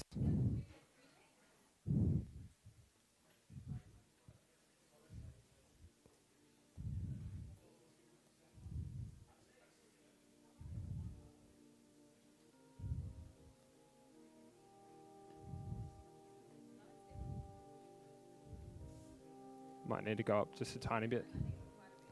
Yeah. It is quite quiet, but maybe just a little bit.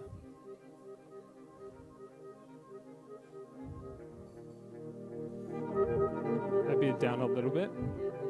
That's probably maybe just up a smidge from there, and that's good. Yep. Awesome. All right.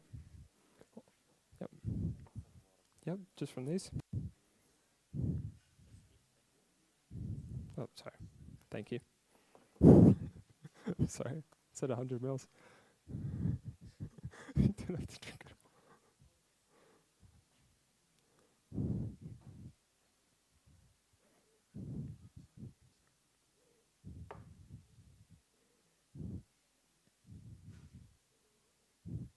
all. All right. Can I please have my music? Time. Welcome, judges, and firstly, thank you for being here today. I want you to consider something. What would happen if I served this coffee for you right now, with no context and no build-up?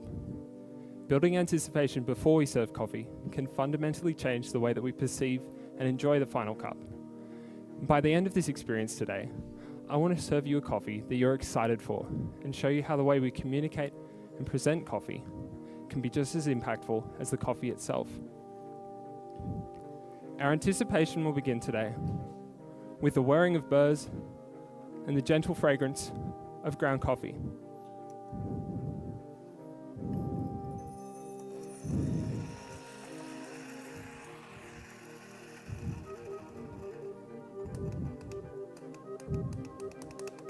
I'm grinding fresh for you today. Not just to avoid staling, but to also build the first sparks of anticipation for you.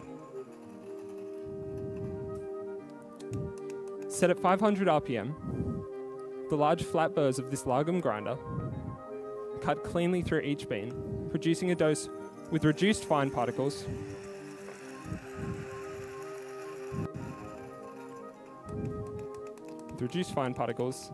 and clear flavors.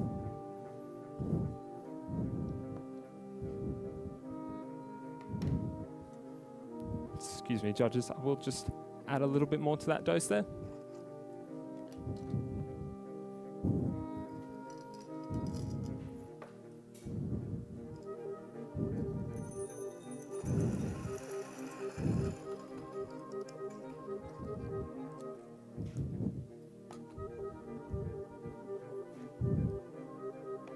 Grinding is always the first step when we brew coffee. But before that, let's go back to the beans themselves. Today, you'll be tasting a Tabi cultivar. Tabi was first created in 2002 by Colombian coffee researchers Senicafe. They crossed Typica, Bourbon, and Timor varietals. And their research not only led to a coffee with greater resistance to leaf rust, but a coffee with complex and flavorful profiles that I'll be showcasing for you today.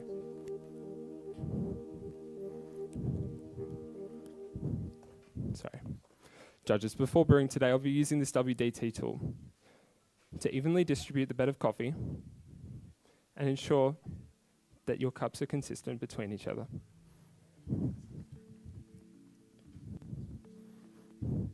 These beans in particular were grown and processed by Joan and Diego Vergara of Finca Las Flores.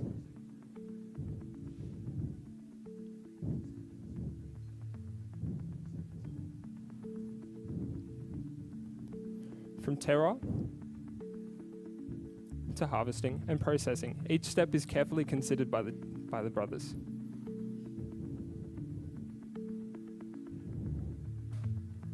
Grown at 1,700 metres above sea level, the beans are naturally dense due to slow maturation, ensuring an even more complex flavour from this amazing Tabi varietal.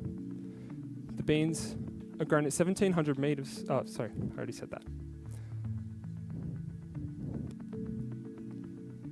Excuse me, judges. The beans are harvested before fully ripening to control the flavours of the cup. They are floated and washed, where they will ferment for 36 hours. During fermentation, thermal shocks are applied to the beans. 50-degree water opens up the bean's cell structure and allows in the fermented compounds.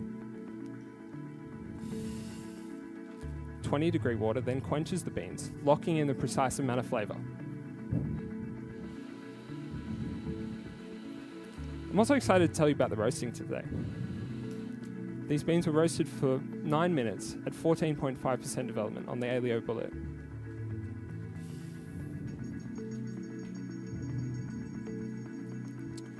This roast profile perfectly bridges the gap between beans and Voss water.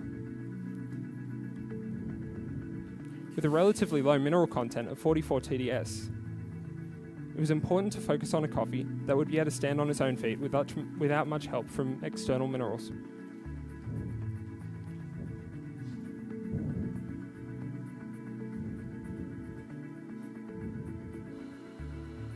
This coffee has been aged for 2 weeks, which in combination with the roast profile will draw out rich flavours that I'll dive more into shortly.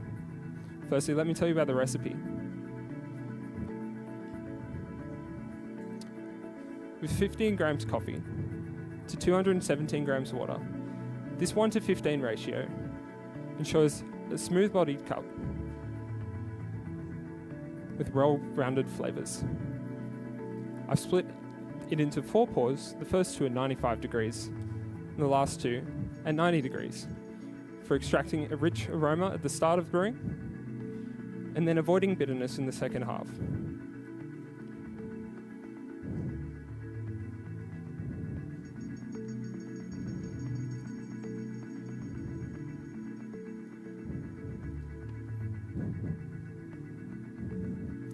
Judges, let me tell you about what sensations and flavours you'll be experiencing today in the cup. For the aroma, it will be of a medium intensity, with notes of black currant, cherry, and dark chocolate. Before continuing with the rest of the senses, judges, I'll serve you your beverages for you to assess the aroma and further build your anticipation.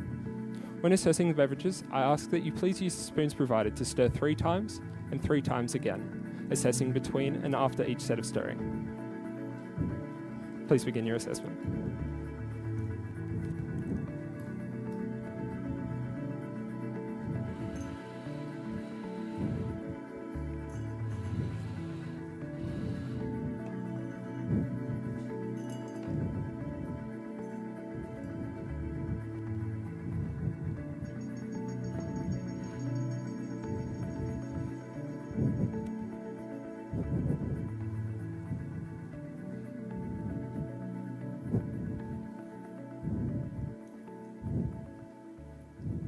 Ready to continue? Sorry. You ready to continue? Yep. Awesome. All right, judges. For the rest of the flavors, the flavor will be at a medium plus intensity, with notes of black plum, apricot, and black currant. When warm and cool, the black plum will develop further into red plum.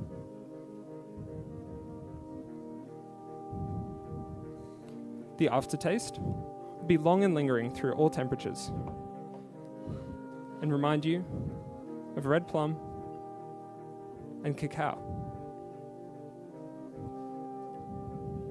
The acidity will be citric and malic at a medium plus intensity, with notes reminding you of grapefruit and yellow peach.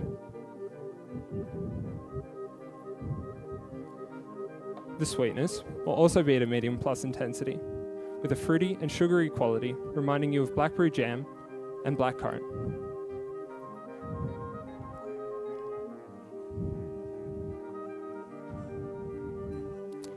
Finally, judges, the mouthfeel of the coffee will be medium intensity with a juicy quality and a smooth and glossy texture.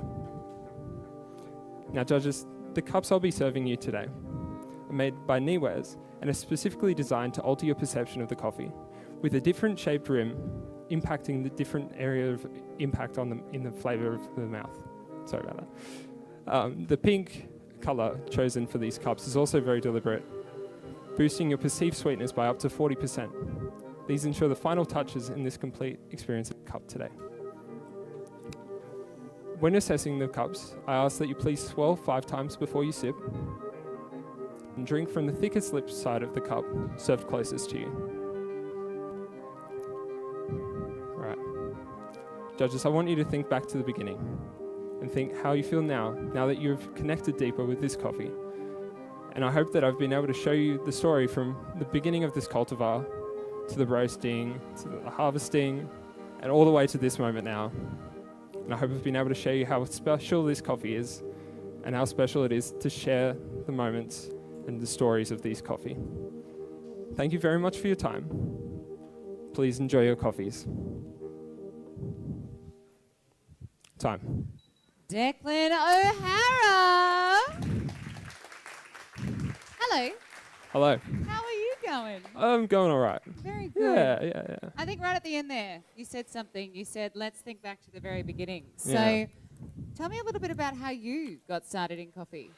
Well, at first had a little bit of exposure working at Macca's. That'll do it. Yep. Shout out to everybody who did their time. Man, franchise unite. Yeah, lots of caramel lattes. Yeah. Lots of syrup. Yep, lots of whipped cream. Yep. Yep. And then moved back to Coffs Harbour, where I'm from originally, and started working with Artisti just in the Amazing. warehouse. Yeah. And been working there for about 1.5 years now, and just really interested in coffee and brewing and this sort of experience. And yeah. And so obviously being in a specialty roastery Yeah. and working around that kind of stuff, Yeah, led you lots to of make exposure. the decision. Yeah. And I was lucky enough to work with Jim, who competed before. Yep. And he was like a big inspiration for trying this out. And Amazing. yeah, really interesting to see the full journey of the And competition this is and your stuff. First competition. Wow. Yeah. Wow. What made you feel like you were ready to jump in? I think it's just good to go in and give it a go. And then I'll try and be back next year. And I think it's just good to get the ball rolling. Yeah. Yeah. And did you feel a little bit different being on stage than you expected? Thank you. Yes, definitely. Yeah. Yeah. Well, Yeah. I'm really glad that you showed up today. I'm glad that you've come out and put your best coffee on the table. So super, super appreciate it. Who do you want to say thank you to? Thank you to my amazing wife, Lauren, for Yeah, supporting Lauren. me. My parents, all the people back at Artisti, Yeah. Luke and Ben, Amazing. and all the rest of the team. Thank you very much for your help and your support. Great. Yeah. Cool. All right. Awesome. Well, thank you so much, everyone. Another big hand, Declan O'Hara. Thank you.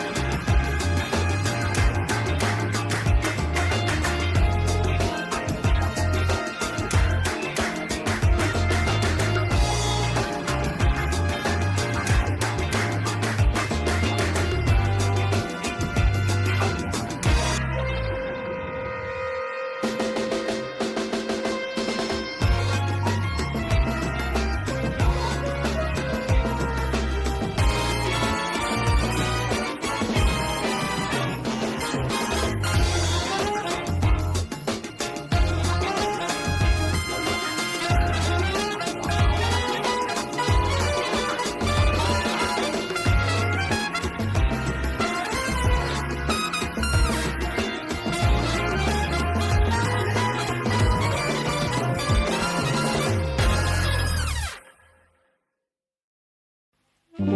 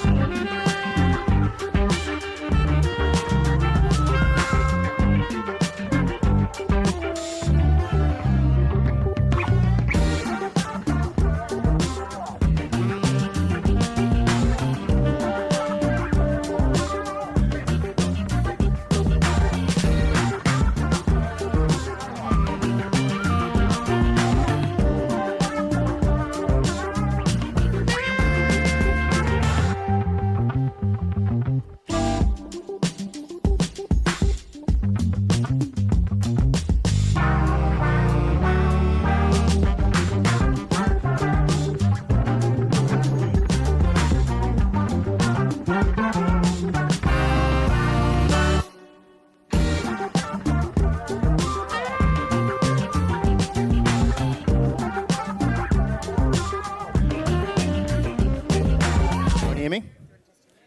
Test, test. Yeah. Who said that? Yeah. Music test, please. Incoming.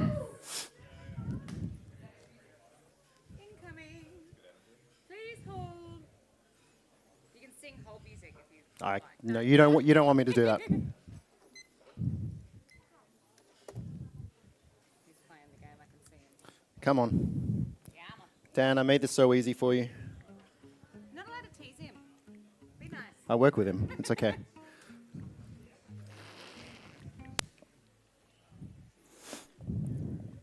All right, so while we wait to test the music, let's have a big round of applause and welcome to the stage, Jay Kim. No Where are you, way. Jay? That's embarrassing.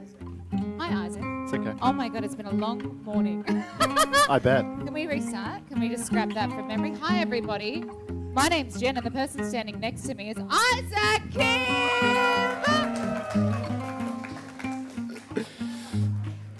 Yep, that's good. ATC. Hey. Hello. Thank you. Thank you. Great.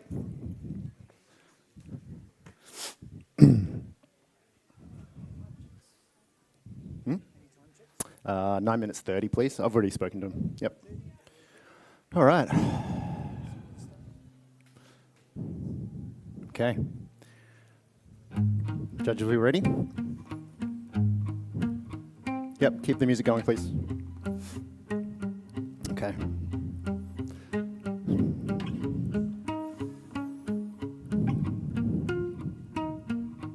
Okay. Time. Hi, judges, welcome. Before we start, let's take a deep breath together. In and out. Did you know that 78% of the air we just breathed in is nitrogen? Did you also know that nitrogen in soil is an essential building block for coffee production? Because it impacts coffee tree health, production yields, and cup profiles. Now, I didn't realize how important nitrogen was to coffee production until recently, when I had a gardening experience that taught me at home. Let me explain. This is my front door, and on either sides in pots, I planted camellias, one with yellow flowers and one with pink flowers. These also happen to represent the flavor profiles you experience in your espressos and your milk course today. Now, for 2 years, they thrived. They were green and lush, and they bloomed multiple times a year. But one day, I noticed that the flowers are starting to turn bronze. and the buds were dropping off before they had a chance to bloom. Now, I'm not a great gardener, and I had to do a bit of research to find out what was the problem. And I realized this was nitrogen deficiency. See, we have an abundance of nitrogen in the atmosphere, but hardly any of it is available in a format that plants can access. So, in an enclosed space, like the soil in my pots, where there's no natural source of nitrogen, we need to supplement with fertilizer in order to keep the plants healthy. Now, we have a bit of a problem, a crisis in the coffee industry. With all the conflicts happening around the world and supply chains being disrupted, there's a shortage of fertilizer. Supply is low, and that means prices are high. So, if you're a coffee producer that's relying on steady supply of fertilizer for soil health, you're facing a really high fertilizer bill, or you risk reduced yields. Now, I knew there had to be a better long-term solution for this, one that relied less on fertilizer and more on ecological systems for soil management. And I found no better example of this than Jamison Savage and Iris Estate in Panama. Now, Jamison believes that if the soil is healthy, then the quality will follow. And this philosophy is reflected in the way that Iris Estate was established, how the farm is managed, and the quality of the profiles that he produces. We're going to talk more about this beautiful farm in just a moment, but for now, please write down some tasting notes for your espressos. For your espressos, you'll get orange and apricot.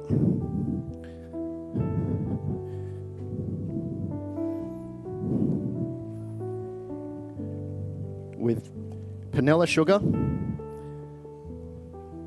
and bergamot.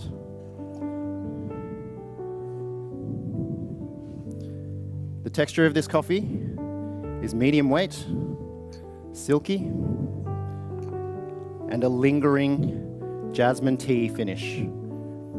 Now, when I serve your espressos, please hold off on tasting until further instructions. Now, Iris Estate is located on the western side of Panama, on Volcan Baru, and surrounded by slopes on all sides. This shelters the farm from the elements, allowing the trees to grow deep roots and thrive at elevations up to 2,300 meters above sea level. This develops more density and flavor complexity. Now, Iris Estate is also established in virgin forest, and that means that the land was never cleared for farming. So the trees are planted in amongst the rainforest, with plenty of shade trees, ground cover, and a thriving ecosystem of microorganisms, which all contribute directly to coffee tree health. And the trees on the farm, the effect of this is visible on the farm. So the most important shade tree found on Iris Estate is Inga. Inga is a leguminous tree which is related to peas and beans, and they harbor nitrogen-fixing bacteria in its roots. So they draw nitrogen from the atmosphere and deposit it in a bioavailable format into the soil, which the coffee trees directly feed off.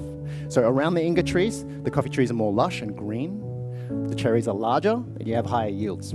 All of this contributes to more sweetness. Now, the lot I've chosen for your espressos today is washed coffee to best highlight the beautiful characteristics of the green tip geisha.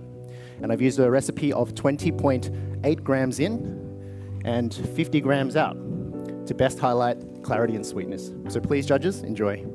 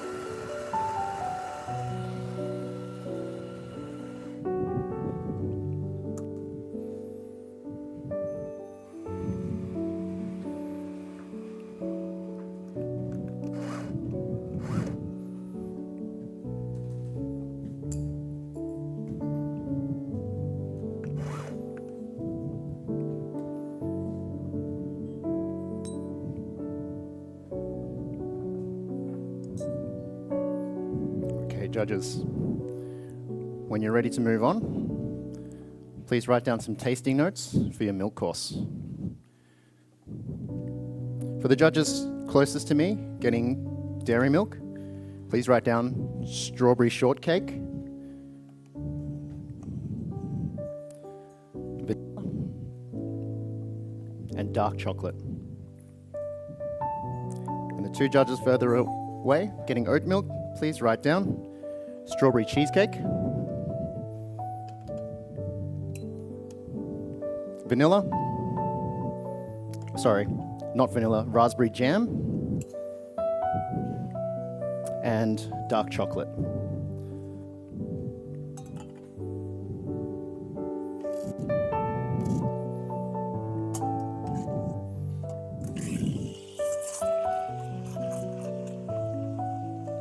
The recipe of this coffee is 19.5 grams in and 28 grams out.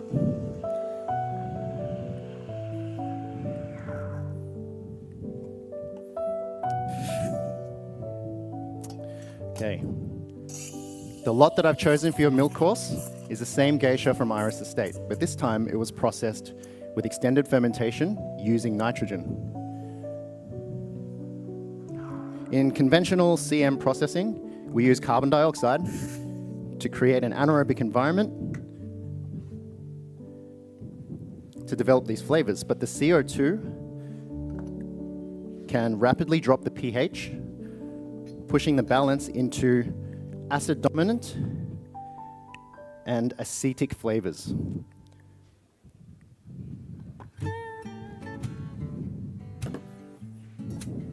By using nitrogen, Jamison found that he could push the fermentation up to 6 days while maintaining clarity of acid.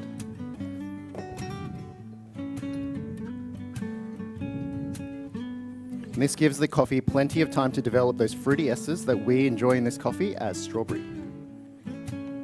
Now, I was inspired by the use of nitrogen in extending the fermentation and creating the flavors. Please hold off on tasting until further instructions. I was inspired by the use of nitrogen, and I use this nitrogen to age this coffee post-roast. I put 150 grams of coffee roasted into 200 gram bags and flushed with nitrogen. This allowed me to extend the aging of this coffee to 6 weeks, because at this 6-week point, I found that those beautiful strawberry notes turned into the strawberry cheesecake and developed that raspberry jam flavor that we are going to experience today. Now, this fertilizer crisis is not just affecting coffee farmers, but also all industries in agriculture. But I believe that if we are to share our knowledge and techniques about sustainable soil management techniques, we can develop a better future for coffee. Better for flavor, better for the environment. So thank you, judges. I hope you really enjoy these coffees. That's my time. All right, everybody. Isaac, Kim. Hello. Hi, How are ya? I'm all right. That's great. Great routine. Thank you for coming on. I think it was really interesting to see you using nitrogen flush, which is something that's a bit of like a what is old is new again. So Kind of. yeah, I mean they used to use it a lot in capsules and things. They like still do, Yeah, right? absolutely. Tell me a little bit about why that, what process it took to R&D that. Well, I think we know the benefits of using nitrogen in coffee aging, like coffee that goes into grocery stores. They're all nitrogen flushed to try and extend that shelf life. And I guess when I was thinking about nitrogen and what effect it had on coffee in production and processing, it kind of made me think about, well, how else do we use nitrogen? Because it is a very cheap gas to access compared to some of the other gases that are being used in coffee in various facets of the industry. And a nice tie into the agricultural side of using nitrogen as well. Yeah. So I did actually Sort of hold made on sense. to that. I Yep. really enjoyed that part of it as well. So do you do a lot of stuff agriculturally at home? Do you have a little No. As I said in my speech, I'm not a great gardener. No. These camellias, actually, they're not looking that healthy right now. That's okay. You've been busy getting Have been this busy, ready. yes. Cool. Anyone that you'd like to say thank you to that's out there in the audience or maybe at home? Yeah, definitely at home. My wife has given so much sacrifice to help support my time. I've tried to be as present at home as possible, but with 2 kids it's a bit hard. So yeah, my entire family has been very, Nice, very big supportive. round of applause for his wife. Come Thanks, on. Bruno. Thank you. Thank you. Thank you. Thank you. Thank you. Thank you. Anyone else you'd like to say thank you to? My team. It's been really great to, train with Danny again. It's been a while since we've competed at the same time in the same discipline as well. Absolutely. So that's been really awesome. And then, all the people that are around to help taste the coffee. Sash has been really great help in trying to develop this concept and, and I guess deliver what's in the cup. Yeah, So- shout out to everyone at Honor. So I'd love you guys to give a big round of applause again here to Isaac. Thank you. Thank you.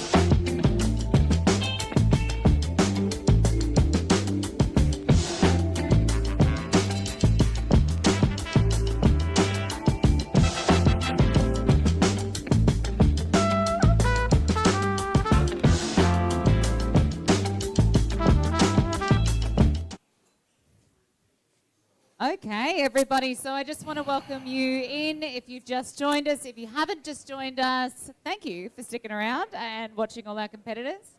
We've got another one up in the ASCA 2026 Brewers Cup competition here in New South Wales, ACT.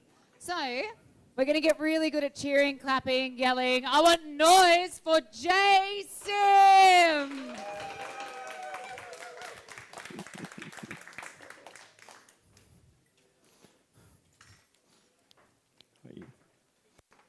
How are you? How are you guys? Good?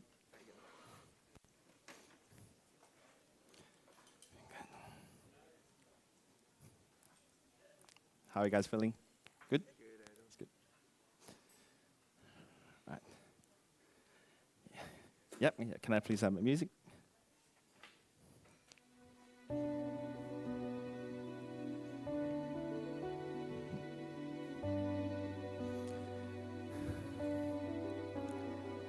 Time. After 8 years as a barista, I began a new chapter as a coffee roaster. Becoming a roaster made me realize that the most memorable coffee experiences are not created by just accident, but instead they come from clear intention of the terroir, the producer, roaster, and brewer. Today, I want to serve you a coffee that you can clearly experience those intentions, coming all the way from the origin to you. It's Geisha from Irish Estate in Panama, produced by Jamison Savage. Jamison is a producer who applies many different processing methods to express unique flavors of each coffee, but also he appreciates and respects the terroir. This coffee has gone through his signature processing called Odyssey. Odyssey means a long journey of adventures, but for me, it also reflects a journey of intention, which is one of the reasons why I chose this coffee. Jamison's intention with this coffee was to bring out refined sweetness without overpowering the terroir. And this is done through his carefully designed fermentation method. He places perfectly ripe cherries in the fermentation tank and uses nitrogen flushing to replace oxygen in the fermentation tank. This means that he has better control of the microbes by creating stable fermentation environment. I chose this coffee because of the distinct yet refined red grape and cherry notes perfectly balanced with the citrus and floral qualities of the terroir. And this Jamison's intention now passes on to the roaster, which is myself. Once I realized what the intention of this coffee is, my job was to respect and highlight those intentions into roast beans. Before I tell you how I roasted this coffee, please write down some tasting notes. For the aroma, it has medium intensity. And you'll find orange blossom, red grape, and cherry. Flavor has medium in intensities all throughout 3 stages. And when coffee is hot, you'll again enjoy orange blossom, cherry, and red grape. As the coffee gets warm, you will start tasting hibiscus, strawberry, and cherry. When cool, you can still taste that hibiscus, but you will start tasting pink lady apple and orange. Aftertaste, it has medium in intensity, medium in length, but it's clean and elegant. And you'll enjoy the aftertaste of red grapes when hot. Hibiscus as it cools. Acidity, it's medium intensity again. And it's malic, which reminds you of cherry. It becomes dominant in citric, which reminds you of orange. For sweetness, it has medium intensity again. And please think of ripe fruit sweetness all the way from hot to cold. But when hot, it will remind you of cherry. When cool, it will remind you of orange. Mouthfeel, medium intensity again. And it's silky and juicy all the way from hot to cold. You guys got the acidity as well? Good. Are we good to move on? Now, let me tell you how I roasted this coffee. I used the roaster that I can combine use of hot air, halogen, and drum heat to highlight different aspects of this coffee. Hot air helped me bring out those delicate red grape and cherry notes. Gentle halogen lifted the flowers of orange blossom and hibiscus, and a small amount of drum heat added depth to those ripe fruit sweetness. And this roaster's intention now moves on to the brewer, which is myself again. My role as a brewer is to understand how the coffee is roasted and work out the best recipe for expressing Jamison's intention. What I learned after becoming a roaster is that roasting is never just about time and temperature. It's about how beans interact with heat. And I realized it's actually the same for brewing. It's never just about recipes, it's about how beans interact with water, and especially that very first moment when water first meets the coffee. I was inspired by vibration techniques when making espressos, so I created my own vibration stand for drippers. My intention for vibrating drippers is to minimize micro air pockets in the coffee bed, which means less channels and boom. If you're curious, just press the red button and play the flavor. The recipe that I'll be using today is 16 grams of coffee, 240 grams of water, which is 1:15 ratio for the perfect flavor balance. And I'll be splitting the pours into 4 pours with clear intention for each. For the first pour, I'm using slow and gentle circle pour of 50 grams to make sure of even saturation of the coffee bed. For the second pour, I'll be using center pour for the first 45 grams to create strong turbulence all the way to the bottom of the dripper, and then use circle pour of another 45 grams to keep the extraction even horizontally. My intention for this pouring technique is to bring out those delicate red grape and cherry notes as much as possible in the early extraction phase. For the last 2 pours, I'll be going back to slow and gentle circle pour of 50 grams again to continue the extraction without disturbing the coffee bed too much, which will give you a clean and elegant aftertaste. The water temperature that I'm using is 93 degrees for the first 2 pours and 85 degrees for the last 2. This sudden drop of water temperature will really highlight the beautiful malic and citric acidity, which will remind you of that cherry and orange. The water that I'm using for brewing is Voss water. Based on my research, it's soft water with low magnesium and calcium content, which contributes to acidity and body of filter coffee. Based on this, I chose to grind the coffees finer than my normal, which is at 900 microns with high RPM setting to compensate the absence of minerals. This then links to my choice of dripper and paper filter, which are Haria Neo and Capec. The combination of these two allows me to use fine grind size without any over extraction, as they allow water to drain faster. My role as a brewer is not only to express those intentions, but also preserve it in the cup until you taste it. As you might have noticed, I had these cups frozen using dry ice. And by brewing directly into these frozen cups, I can preserve the delicate volatile compounds by extract chilling and also avoid unnecessary aeration from decanting. But even after I finish my brew, those volatile compounds will continue to escape due to the hot temperature. And after all these efforts we made, I don't want this to happen. So I'm going to put this frozen lid on the top just until the moment I serve the coffees. And by doing this, it will rapidly chill the head space above the coffee and release the volatile compounds. Now, before I serve you the coffees, please, I'd like to tell you that please assess the aroma after I call my time. And when you do, please only gently swirl the cup at least 3 times and raise it to a nose. And before I serve you the coffees, I would like to give the drinking instruction for this coffee, which is another intention.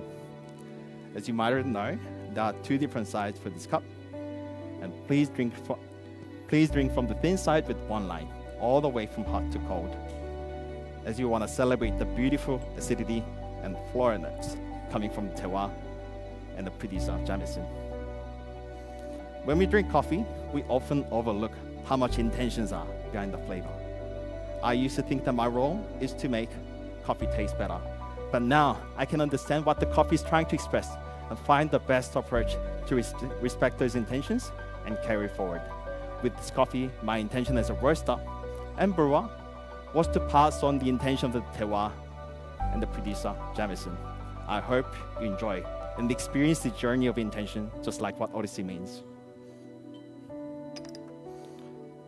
Just a reminder to assess the aroma after I got my time. Thank you.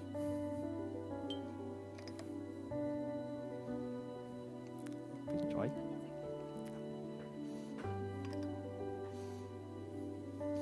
Please enjoy.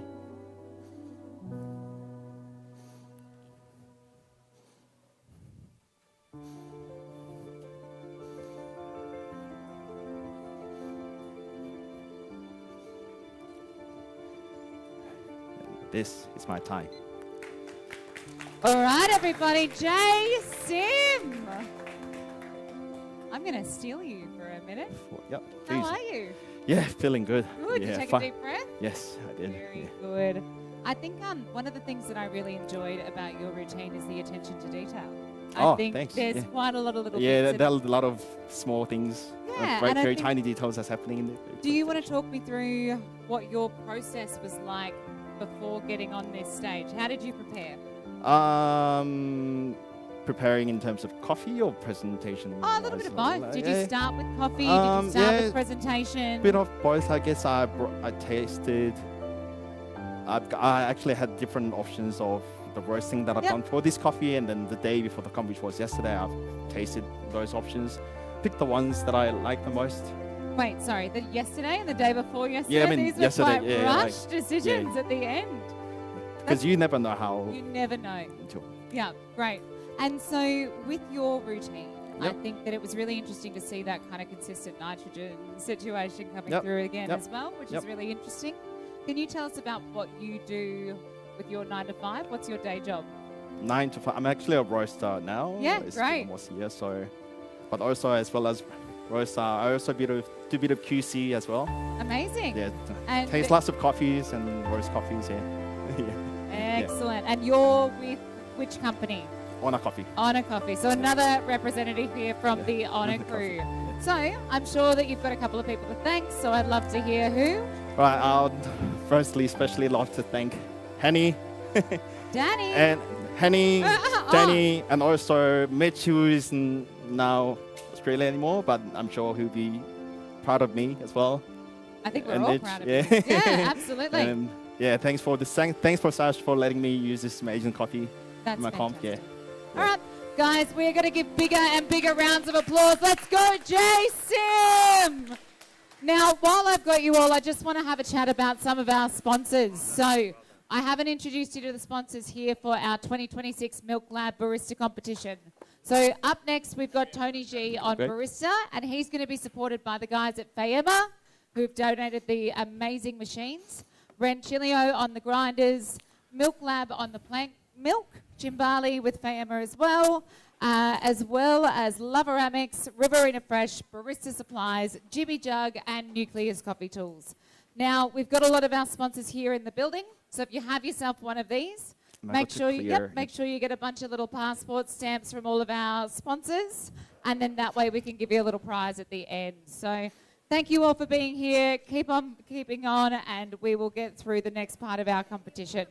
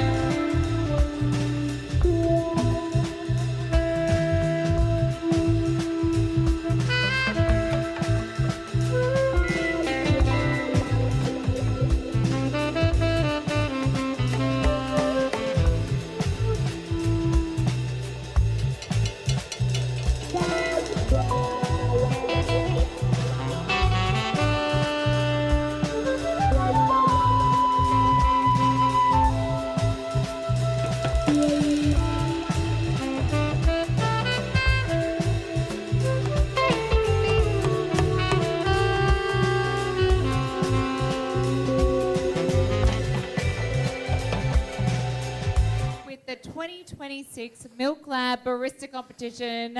Now, I want you guys to give a big round of applause for our seasoned competitor, Tony G.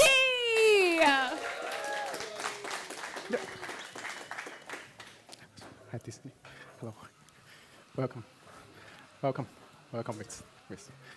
Yeah. Okay, Emily. I'm good. Yes. Please grab a seat. Just when 1 minute 30 seconds left. 1 minute 30 seconds. Yes. All right, judges all sit down, relax. Yep. Can I have my music, please? Ready?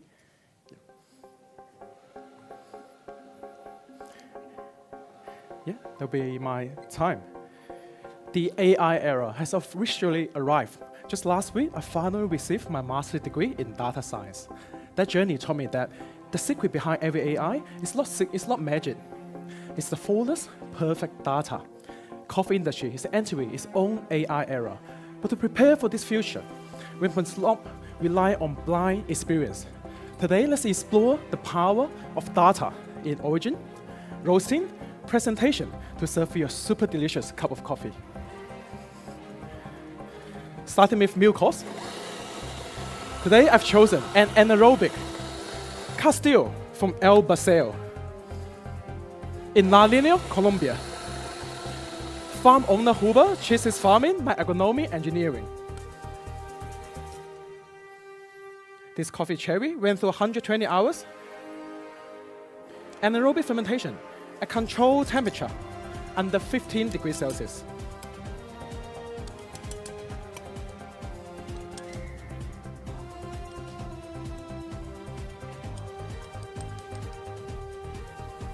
By keeping temperature at that low, Huber was able to prevent over-fermentation.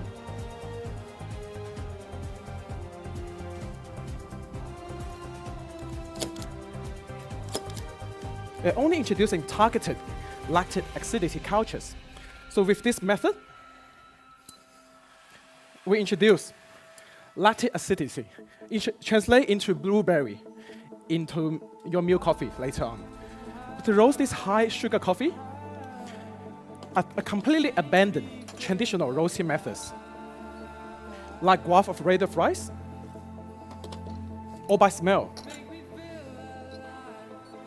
Instead, I utilized a new device called OmniFlux I helped co-develop during my degree. Please refer to your right-hand photo.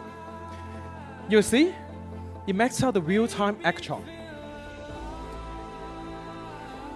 So every time I was able to achieve the exact action I wanted. Today, this coffee is at action 55, with 2-minute development time after first crack. Enough caramelization can introduce milk chocolate in your coffee. Today, use 21 grams in, 35 grams up, with 80 grams of milk. For my 2 judges having full cream, you will experience blueberry, vanilla, and milk chocolate. Creamy texture. For my 2 judges having oatmeal, you will experience blueberry, dark chocolate, and malt. Creamy texture. Please use the teaspoon on your right-hand side. Insert to the bottom of the cup. Stir the milk coffee for 10 times clockwise. Use teaspoon can be returned in the white little cup right in front of you.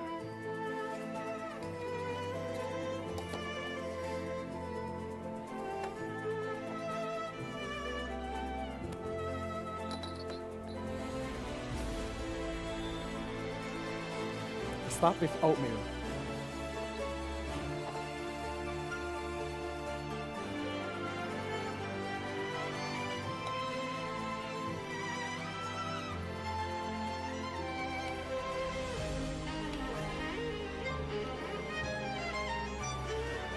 Is it dry?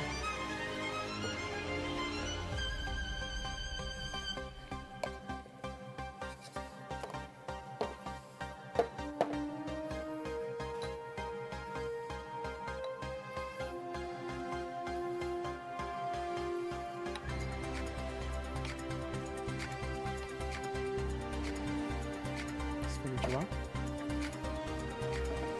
Just enjoy.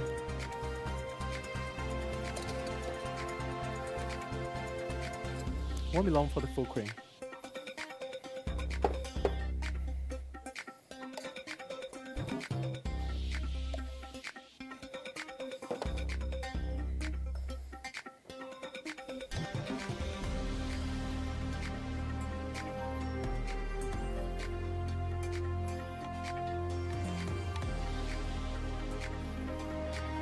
Just enjoy.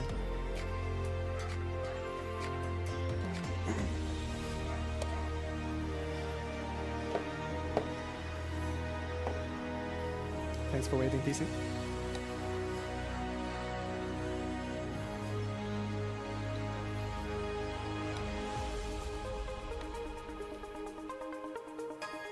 This for you. Thank you.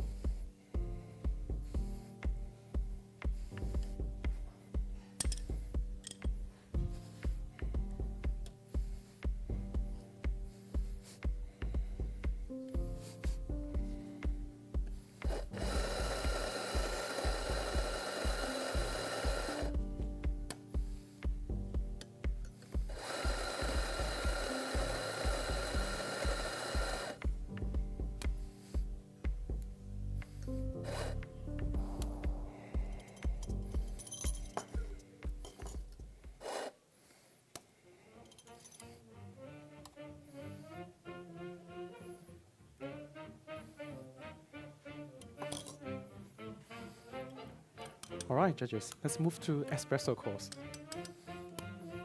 For espresso course, I'm so excited to serve you a natural geisha from Finca Debra, an innovation lot called Apocalypse. Coffee cherry was salted twice, then placed in a sealed tank. With koji inoculation added.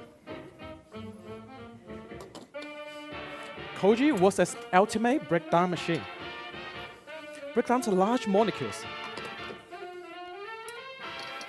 in coffee cherry into rich and simple sugar to enhance sweetness of geisha, to balance with the citric acidity in geisha variety. To roast this coffee, I roast it on the Gießen for 12 minutes. By guiding with OmniFlux, I was able to achieve action at 68, which can highlight the juicy texture. Today I use 20 grams in, 45 grams out. You will experience blood orange,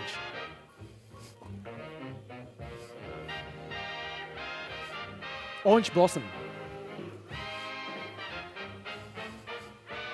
raspberry, medium low weight, juicy texture, with long lingering finish. In the past, data ends at extraction, but today it flows with you all the way to your first sip. I'm so excited to introduce another device I co-developed called the Moment Thermometer. Now judges, please access the creamer but hold off on drinking.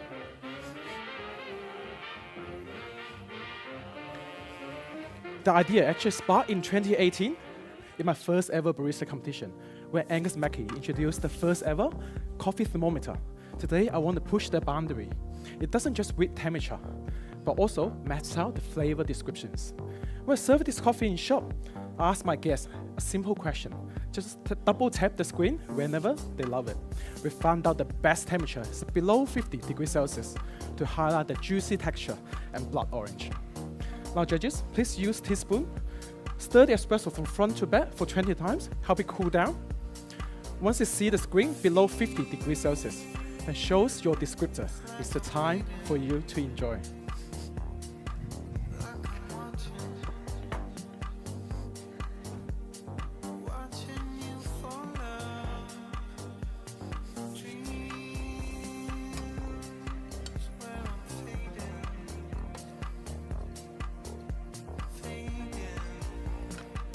That'll be my time.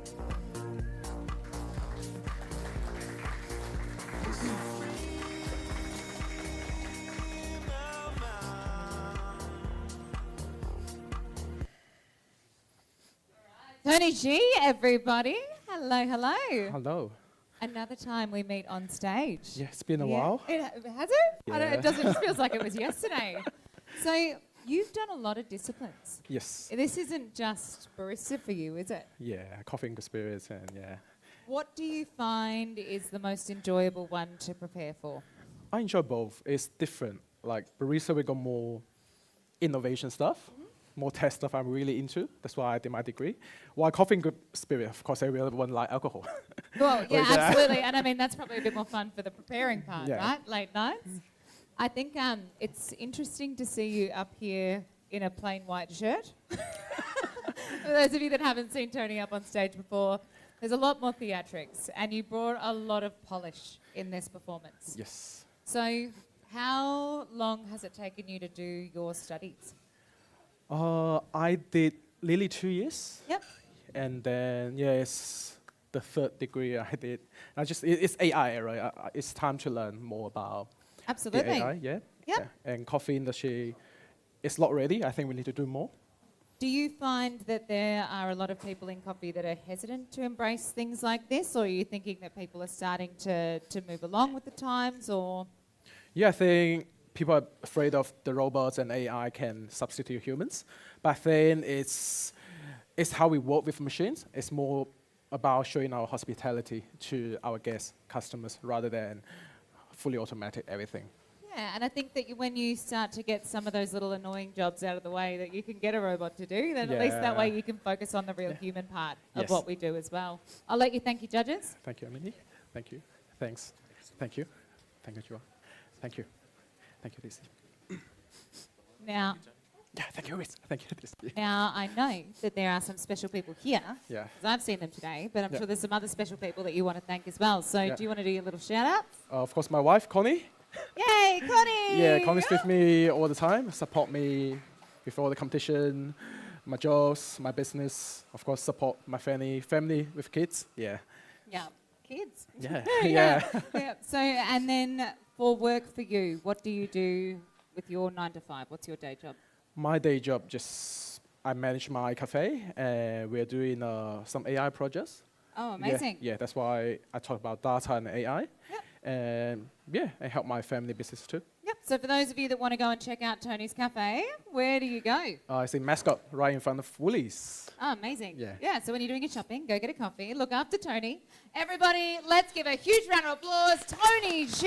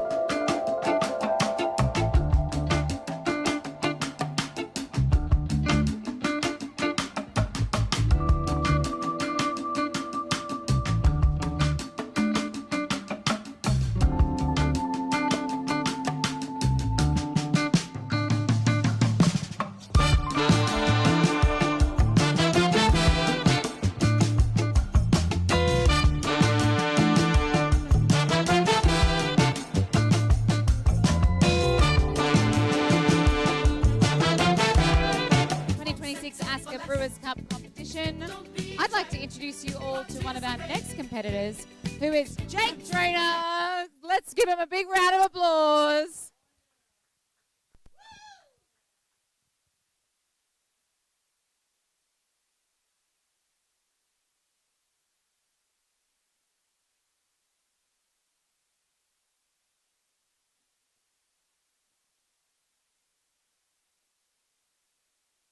Hello, hello, hello. Oh, there you are. Hello. Yeah, you're good. And we'll test your music if you'd like. Yes, please. Can we test our music?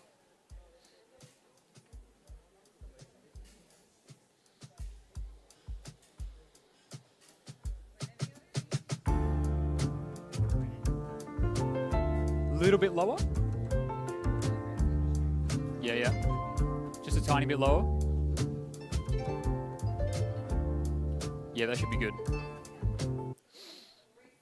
Thanks, Nuno. Hi, good to meet you. Good to meet you. Cheers. Hi. You too. Hey, man, how you going? Yep. Can I put this down? Can I put this down?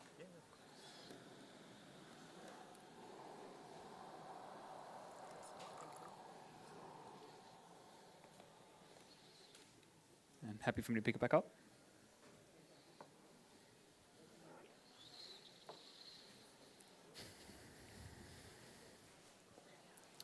All right. Everybody ready? All right. Can we get the music, please?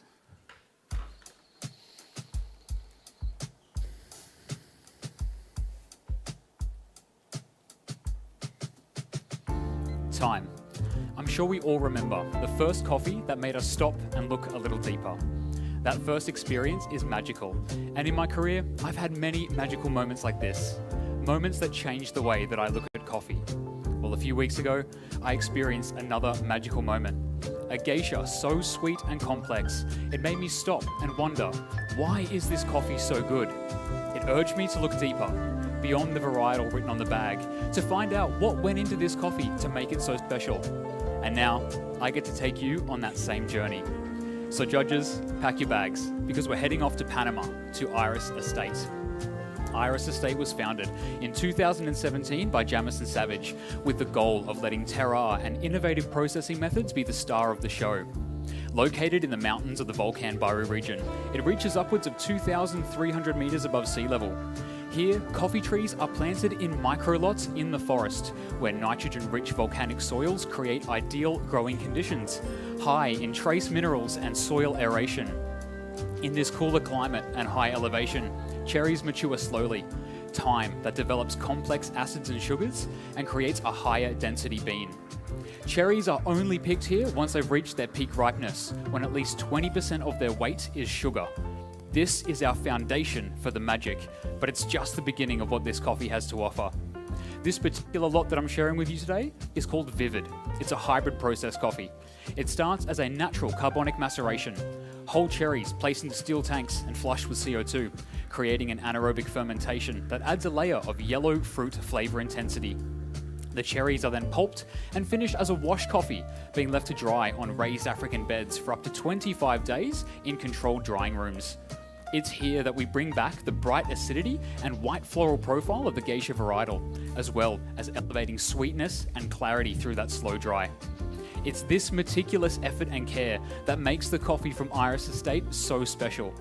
But of course, that's just one part of the journey, and it's now up to me to be meticulous in how I roast and brew this coffee. Now for me, the magic started when I tasted this brown sugar sweetness on the cupping table, and I knew that I could elevate that through roasting. So for roasting this coffee, I used a link roaster, using a profile with an extended Maillard phase and shorter development time. Total roast was 10 minutes and 10 seconds with an 8% development. This turned that brown sugar into caramel and also mellowed out acidity, creating a beautiful balance of citric and malic qualities in the cup. I then aged the coffee for 17 days post-roast for that full flavor expression. Now this roast profile, however, did make my coffee more soluble. So to compensate, I'm starting with a coarse grind size of 900 microns. I wanted to elevate sweetness and intensity through mouthfeel. And due to our water's lower ppm of 44, I had to make two choices to get me there. Firstly, I utilized the Option O's RPM setting of 9 to introduce some fines into my grounds. I'm also using a shorter brew ratio of 1 to 15. This helped to create a concentrated brew, elevating that intensity and mouthfeel. I'm using the nucleus bloom to distribute my coffee bed, not only for a more even extraction, but to elevate ripe fruit sweetness that you'll taste in the cool stage.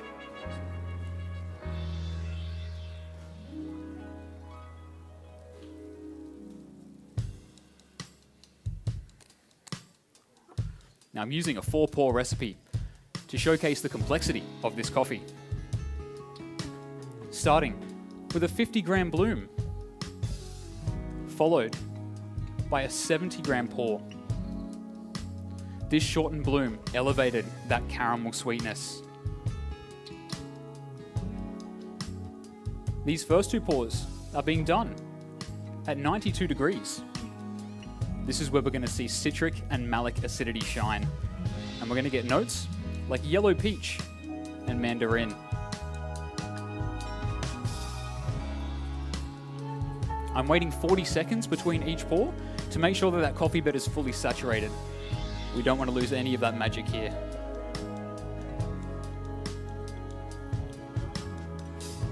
My last 2 pours will be 60-gram pulses at 87 degrees.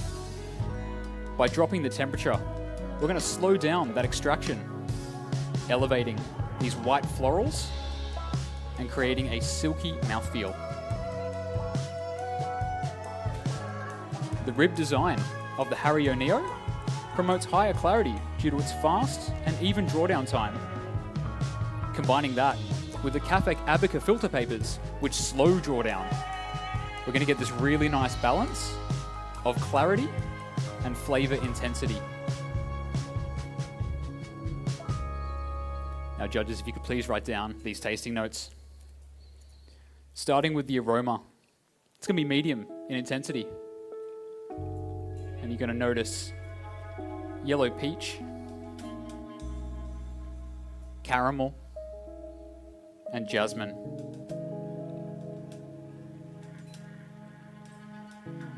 Flavor intensity, medium from hot to cold.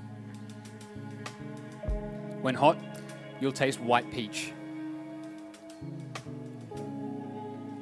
caramel, and orange blossom. When warm, mandarin, brown sugar, and jasmine.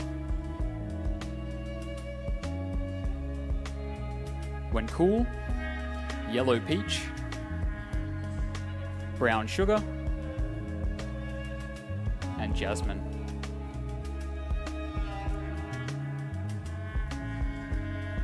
Aftertaste, long and lingering.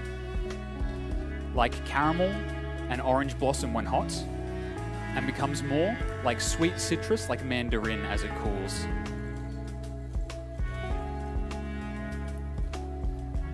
Acidity, medium from hot to cold. When hot, it's more malic, supported by citric, like white peach. As it cools, it's more citric, supported by malic, like mandarin.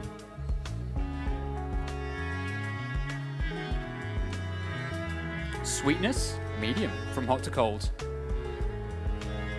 When hot, it's more like caramel and brown sugar. And as it cools, we see that ripe fruit sweetness.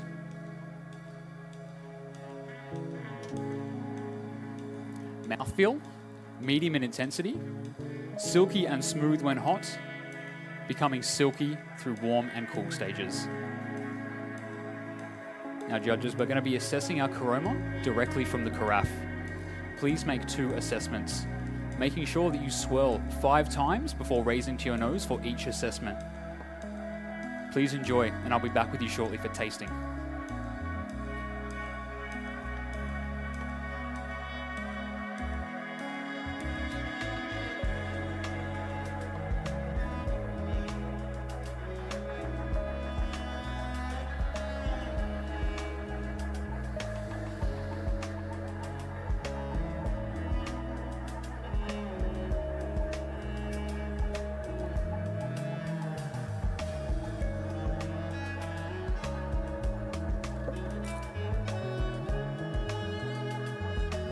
How are we feeling, guys? We're doing okay? Okay. Amazing. I can't wait for you to try this coffee. For all tasting, please drink directly from the cups, making sure that you're only drinking from the thin side. This is going to accentuate those beautiful malic and citric qualities and those elegant white florals. After tasting this coffee, I found that magic happens well before brewing. It comes from origin and terroir and can be amplified through innovative processing methods like those at Iris Estate. Vivid was a magical coffee moment for me. It changed the way that I looked at coffee. I'm so honored to be sharing that magic with you all today. Please enjoy. Now, judges, sadly, this is where our journey together ends, but I'm already so excited for the next one. Thank you so much for your time. My name is Jake, and that is my time. Jake Trainer, everybody.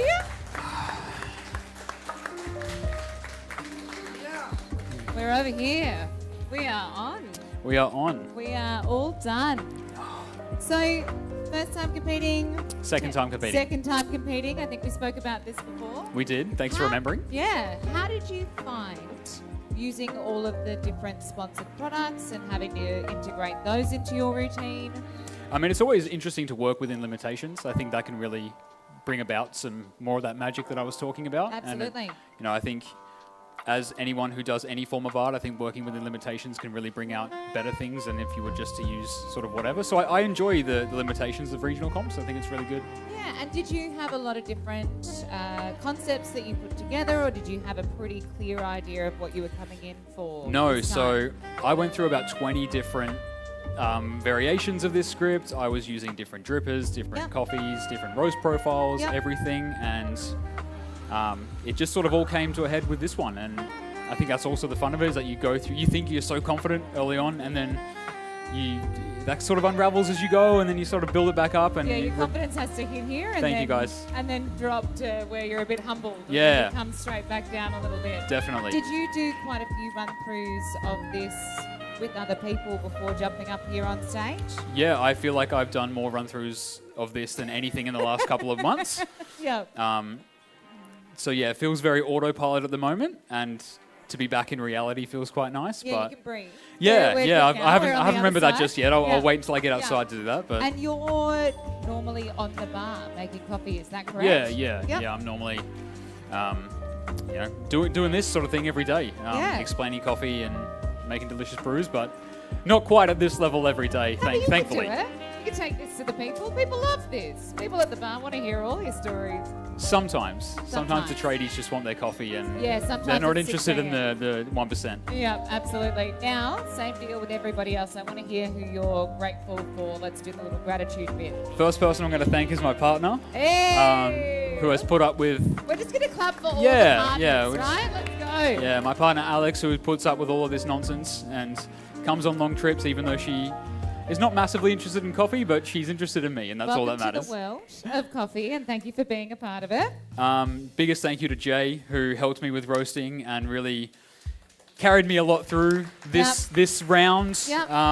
He's none of this success is my own, especially Mr. Hanny over there, who helped me with prep time, helped me with confidence.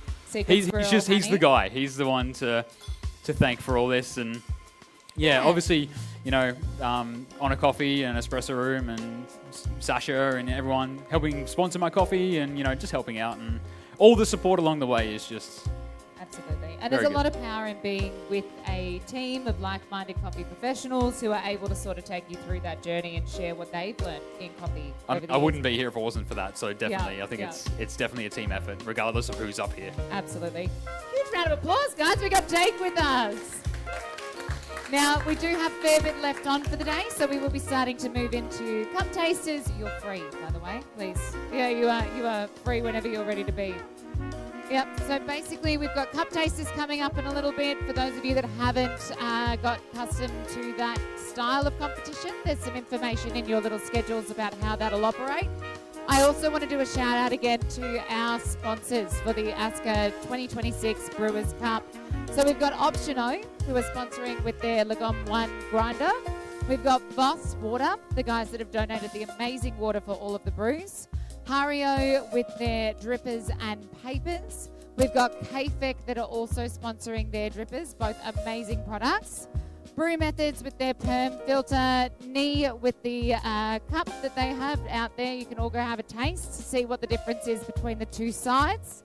And we've got Barista Supplies for a range of accessories and tools. Stay with us and we'll be back on with our next competitor shortly.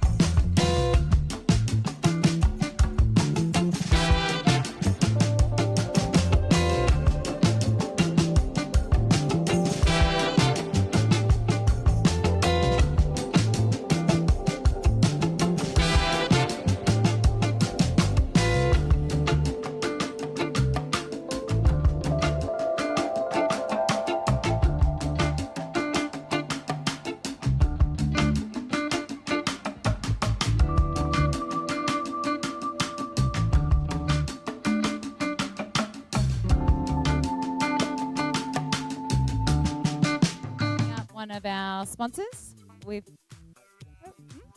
this one here. I think we're over there. Can you see us on the magic screen? So I want to bring up one of our sponsors and introduce you to Curtis from Coffee Tools. So Curtis has been a supporter of the Community Coffee Champs this year for 2 products. Can you tell us a little bit about what you've got on offer?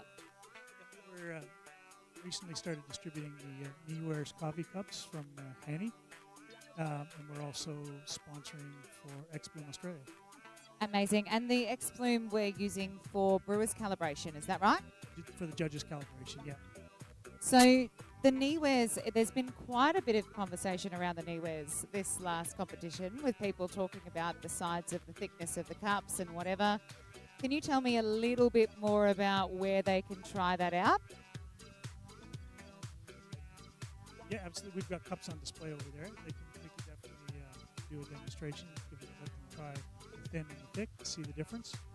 So as far as I know, you get a completely different flavour profile from one side to the other. So in our little sponsor passport, there's something in there for them to work out which is which, so I'm not going to give too much away. Where are you based? Where's your company based? We're based in Brisbane. We distribute, we're a wholesale distributor, so we distribute to retailers all over Australia. Amazing. And if somebody wants to reach out to you in terms of getting supply, do they reach out to you directly or?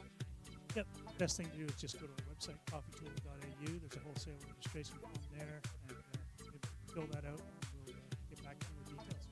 Amazing. All right, guys, we're going to continue on with the rest of our competition. So we're going to get on with brewers as well as barista, and then moving into cup tasters. So Curtis, thank you, and everyone can find him over at the little stand over there. So big round of applause for Curtis, one of our sponsors.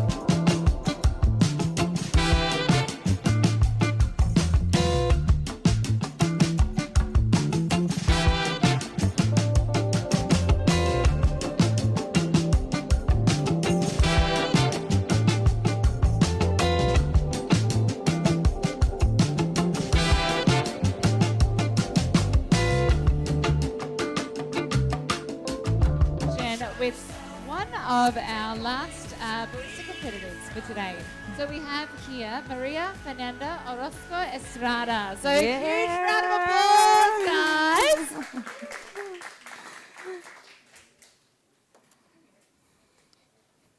Hi. Yep. How are you? How are you? Thank you. Thank you. How are you? Hi. How are you? Nice to meet you. Hi. Nice to meet you. Sure. Instructions? Are you happy for them to sit down? Yeah. Oh, good. Yeah. Sure, sure. Do you need any time information? Normally, which time do you do? It's like a... 2 minutes to go, 1 minute to go, 30 seconds to go? Sure. Yeah, 1 minute to go. Is that okay? Yes. 1 minute to go? Sure. Yes, please. Can I listen to my music? Yeah, go team. Sure.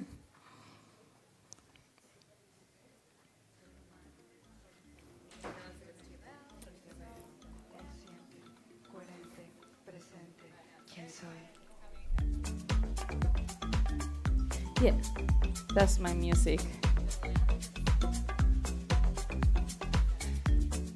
I think so. A little bit down? Sure. Because I hear super well here, but I don't know what happened with the public. Sure. Sure. Yes, please. I say like start music first, and I ask for my time. Yeah? Sure. Thank you very much. Hi, judges. How are you? Can I put my music, please? Soy humano, soy insecto, soy violento, soy severo. Are you ready, judges? Because I am. Time. Judges, many of us had our first experience with coffee, not in a high-end cafe, but at home. For me, it was with my grandma. It was a daily ritual of relaxation. The aroma, the warmth of the cup, and that first sip, always often with a little bit of sugar. In today's fast-paced world, coffee is often a commodity consumed in a rush. We lost that time to reflect. Today, I want to take you back to that core memory, because coffee is more than a drink. It's an experience that creates emotions, and at the heart of that experience is sweetness. By understanding the science from origins to extraction, we can move away from adding sugars and instead reveals the natural sweetness already present in it. To recreate this sense of comfort, I'm using coffee from Colombia, produced by Finca El Embrujo. This coffee is a micro lot with Colombia and Castillo varieties. The coffee is underwent 180 hours of natural carbonic fermentation in Sil's oxygen-free time. This extended fermentation doesn't just add flavor, it enhances sugar development at a molecular levels, creating a structure and an expressive cup with remarkable clarity. This is what really drew me to this coffee. For my espresso today, I'm using 18 grams in, for to extract 42 grams out.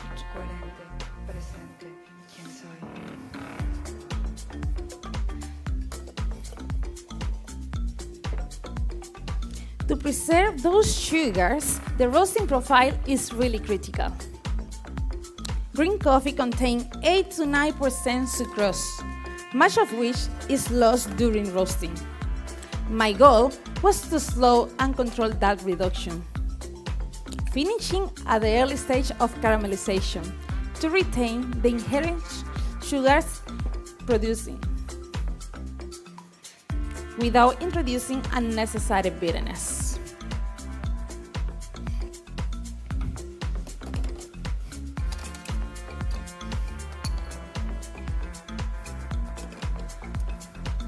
For my espresso today, I'm using fast extraction.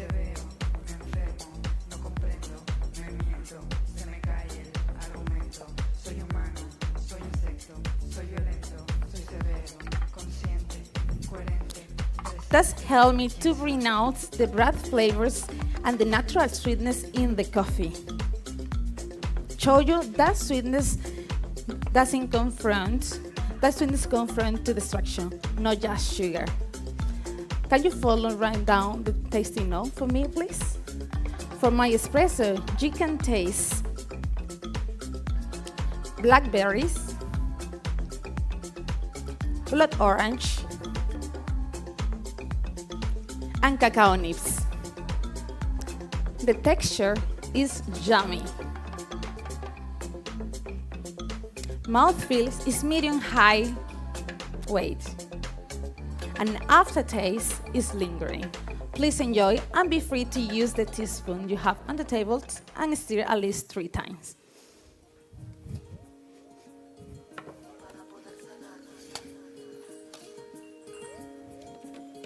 Sueño contigo y se refleja en el recuerdo.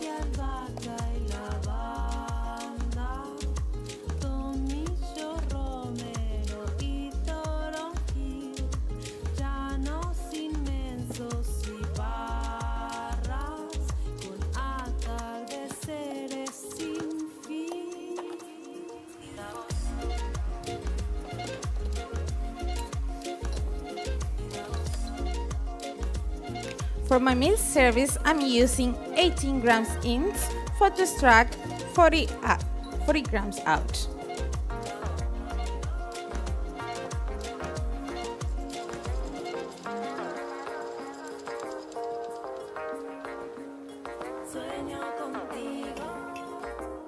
For my meal service, I chosen to use a longer extractions. That's helped me to create a deeper sweetness and more texture.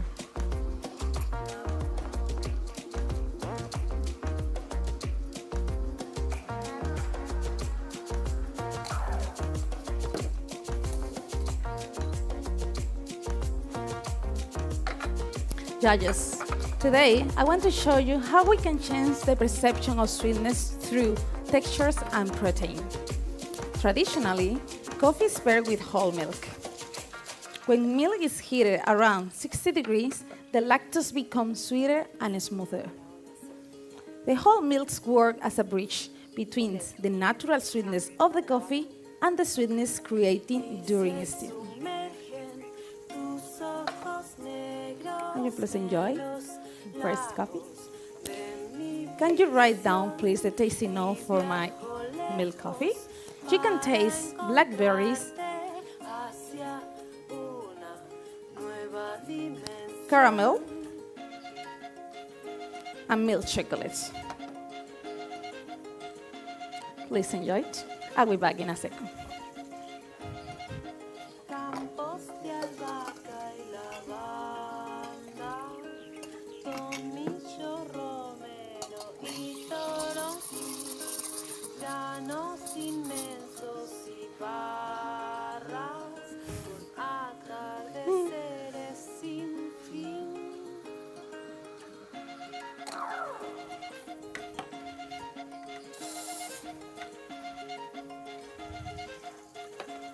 However, as a coffee ambassador, we also need to represent coffee culture.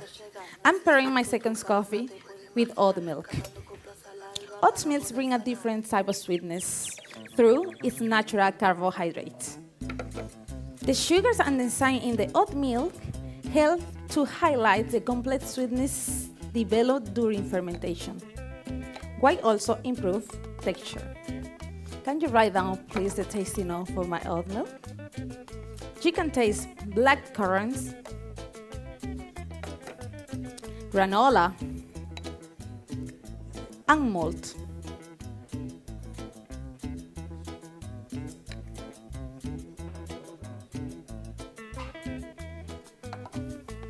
Can you do it, please?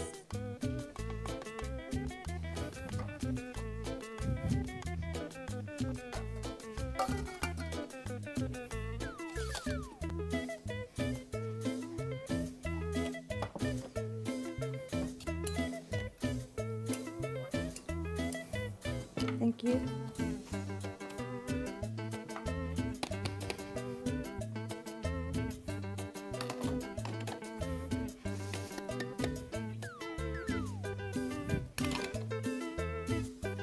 Judges, today through this coffee, I have shown you that sweetness doesn't come from adding sugars. It's come from the coffee itself. Through fermentations, roastings, and precise extraction, we can unlock and enhance the natural sweetness already present in the beans. For me, that's coffee milk super special because a simple seeds can create that feeling. That sweetness can feel super good. It reminds me the first cup of coffee I shared with my grandma many years ago. Because at the end, coffee is more than a flavor. It's about connection, time. Fernanda, everybody! Oh my God.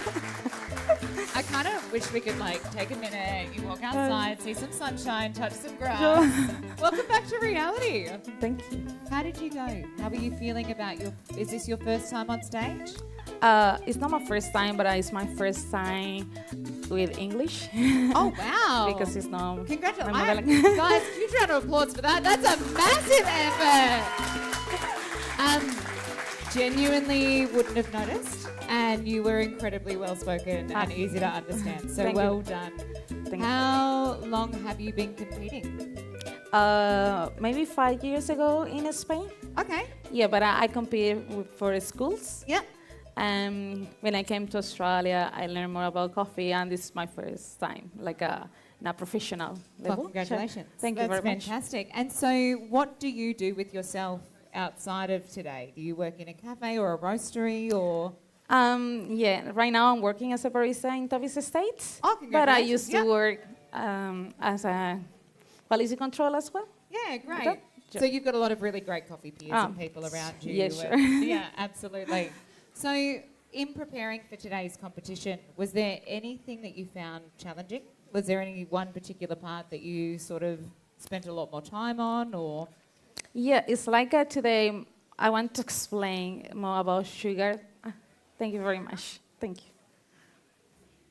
Thank you. Thank you very much. Thank you. So sugars? Yes. I want to explain more about sugar. What's the challenge? It's looking information to make sure it's everything is a match with the coffee, the roastings, the tasty note, everything. That was the challenge. I think it's really interesting because sometimes you've got to do research outside of coffee to make the coffee part make a bit more sense as well. Sure. So it's good that you did a bit of a deep dive into that theory. Is there anyone you'd like to thank? Because I see lots of smileys out there looking at you in the crowd. Sure. There's a little cheer squad. I love it. It's just a Latin community. Yeah, I love it. 10 out of 10. Sure. Who would you like to thank?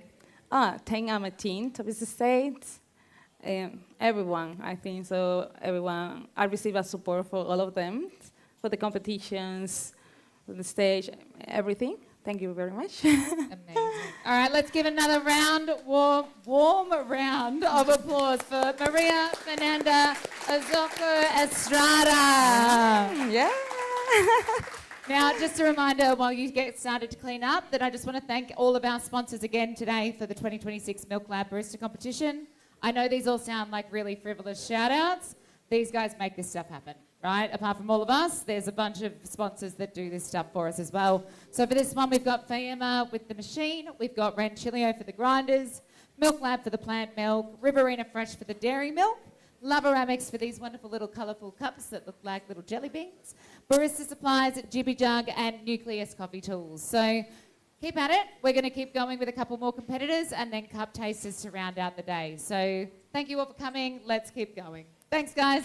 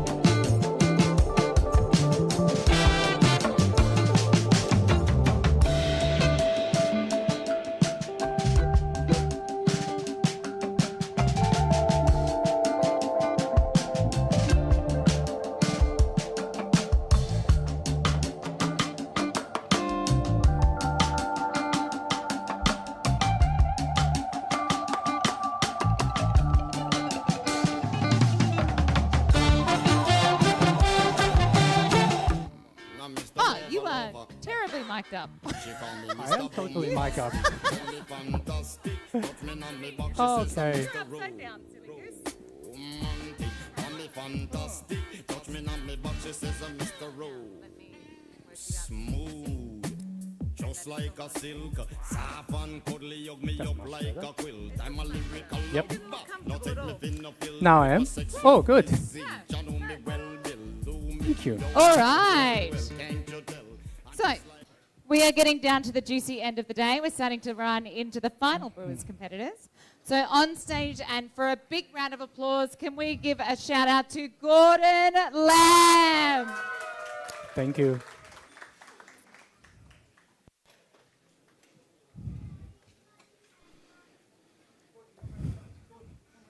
Oh. Nice to meet you.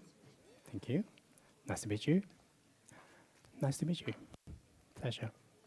Nice to meet you, man. Nice to meet you.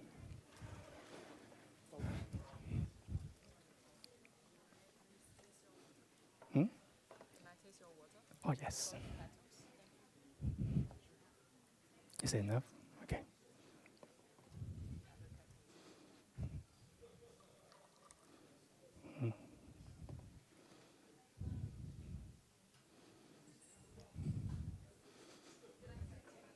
Hmm. The music. Thank you.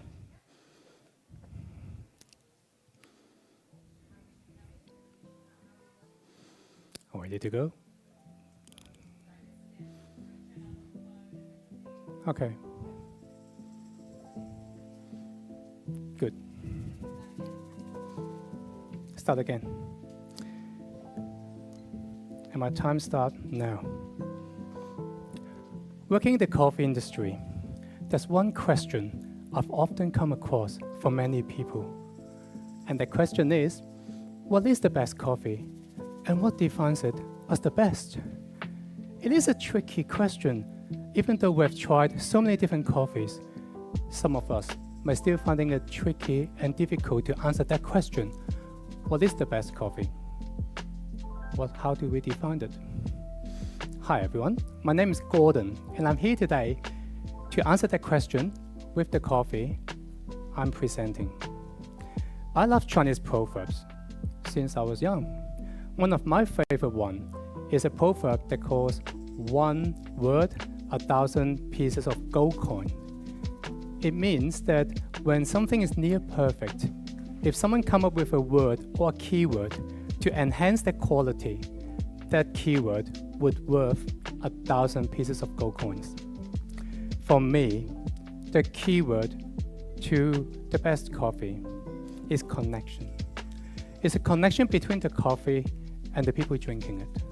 We can have amazing skill sets. We can make delicious coffees. However, without that connection, something is still missing. Connection, that's the keyword. And this is why I'm presenting this coffee here today. This coffee has a profile that can connect with everyone. There are 3 distinctive flavors behind this coffee: chocolate, vanilla, berries. And we combine them together, it forms hundreds of different things that can connect with everyone. For me, when I was young, I loved the classical Neapolitan ice cream. I remember when I was a child, use a spoon, scoop the 3 flavors, chocolate, vanilla, strawberry, put it in my mouth, let it melt. That flavor is sensational. That childhood memory connection, that experience, that excitement is unforgettable. This will be the coffee experience today. So there were 2 coffees in this blend. Both of them are from Colombia with a high altitude of 1,700 meters above sea level. The first one is called El Encanto Gansito. It is a Caturra Churroso processed coffee with a natural process and 60 hours of anaerobic fermentation, followed by yeast, inoculation, and thermal shock. A lot of things going on in there. So the farmer has cultivated, with all these processes, a rich chocolate, vanilla, and cherry notes in there. and we roasted this coffee. 12% development time on the ProBat 5 to enrich those profiles. The second coffee, also from Colombia, is the structural coffee with 65% of this blend. This coffee is from Jefferson Adrian Motta. It is also a natural processed coffee with bourbon varietal with a fermentation that cultivated an amazing complex fruitiness, and we roasted at 10.5% development time to capture the strawberry and the raspberry.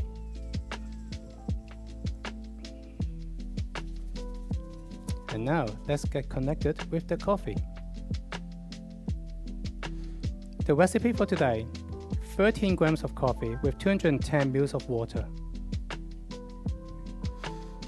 There will be 3 pours in total. The first one, 70 ml of water at 85 degrees Celsius of water. At this lower temperature, we are creating a clarity during the extraction so that we are getting the coffee bed prepared for the next one so that we can create a better balance.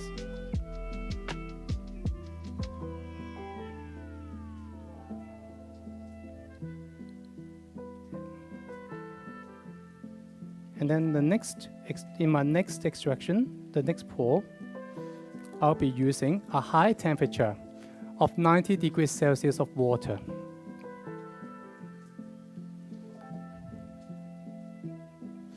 I would like to give a little punch into the intensity of the flavor. And by connecting that little punch of intensity with the clarity, we are creating a harmony between a profound sweetness and the soft acidity in the coffee. And this is also why we grounded this coffee slightly finer at 8.0 in the option O grinder.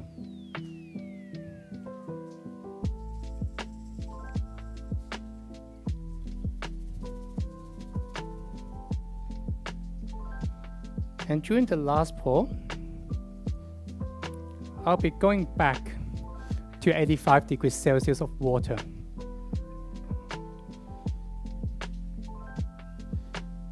With this water, we are creating a delicate finishing into the extraction to create a balance between the 3 flavors. We don't want any of them overpowering each other. And this is why we picked the Harville Neo 2 dripper. This creates a consistency and a balance between the 3 flavors. And judges, please drop down the flavor note. In aroma, we get medium-high intensity, chocolate, vanilla, cherries, and berries. The flavor when it is hot. Medium to high intensity of chocolate, vanilla, raspberry, ripe cherry. The flavor when it is warm to cold. Medium intensity of dark chocolate, vanilla, strawberry, and raspberry. Aftertaste. It is going to be a medium intensity of a delicate chocolate and a smooth vanilla. Acidity, medium intensity of mixed berries and cherries. Sweetness. It reminds me of a chocolate dessert with vanilla cream and strawberry jam. Mouthfeel, medium-high intensity of buttery, creamy, and jammy. And judges, as we are going to assess the aroma, please kindly swirl the server 3 times to combine all the flavors together. And as you're doing it, try to connect it with something sweet that you love. Give me a signal when you're done. Thank you.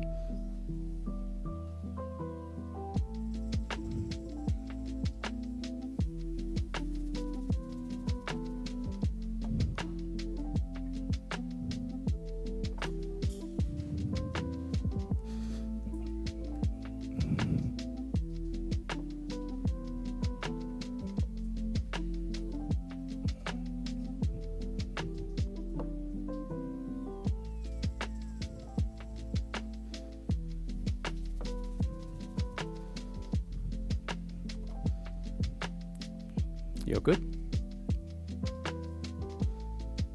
Thank you. When the Neapolitan ice cream first released, it became so popular. It's not just an ice cream, not just a dessert. It becomes a social ritual that brings joy to everyone. And it is my pleasure today here to serve you this coffee with the same profile that connected me with joy during my childhood. Please enjoy the coffee, and when you drink it, please use the thicker end of the cup for a better body balance. Enjoy, and this is my time. Good and Lamb!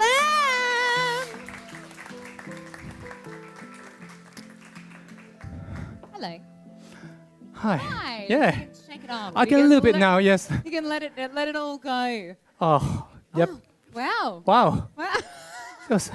So, Yep. must have been a bit of a journey to get you up on stage this time. It is quite a bit of journey, yeah. What did you start with when you decided, hey, I'm going to compete? What was your first thing that you were like, let's start here? Okay, so first thing I said, asked my wife, can I do it?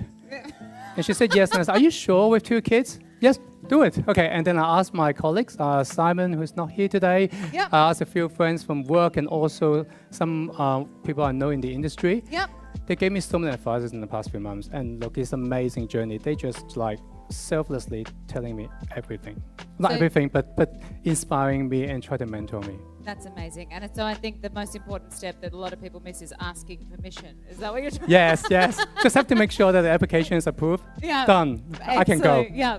I think one thing that I really noticed with your routines is that you're really good at playing with the judges. You make sure that they've got exactly what they need to do, how they need to drink, and you give them time and space. Yep. Is that something that you're doing intentionally within your routine? Yeah, so I practice the flow every day. Yep. And when I practice, I'm not just in front of people. I actually sometimes, because my job I have to drive around Sydney, I practice in the car. And driving in Sydney is a bit chaotic sometimes. So I didn't notice. You guys drive great here. So I just have to multitask, think about what I'm saying, imagine the situation when the people are looking at me, mentally what I have to do, give them space, but also create the efficiency. It takes a Absolutely. while to do that. Yeah, and I think that's something that a lot of competitors forget when they're up on stage. They forget that there's a lot going on the judges' side that they've got to take in and record, and you've done that quite well. Thank you. You're welcome. Is there anyone that you'd like to thank quickly? My wife, my kids, they're there. Yeah! Yay! They really want to see me today, and initially I said no, but thank you, I love you guys. Thank you for listening on my pitches in the past 4 months. Thank you for all my friends. Thank you for Vicky, who's my coffee coach today. Thank you for Keith, my friends who is here. You guys always support me, and there are more people like Simon from work. And obviously, I have to say thank you to the place where I work, Zest Coffee. They have been supporting me from the first day as well. Amazing. And the sponsors, everything that I do today, it is like the equipment is sensational. Good. It's nice to have a bit of gratitude, guys. We are going to give another round of applause for Gordon Lamb. Thank you. Now, all of my friends who are sitting on chairs.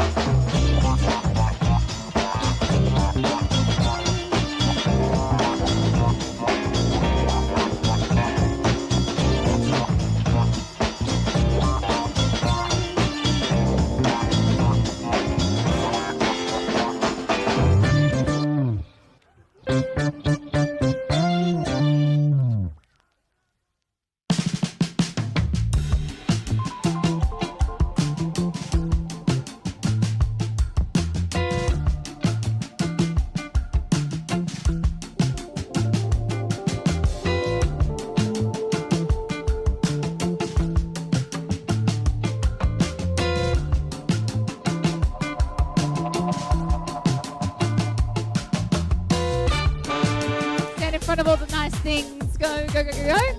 And then that way we can get started when you're ready.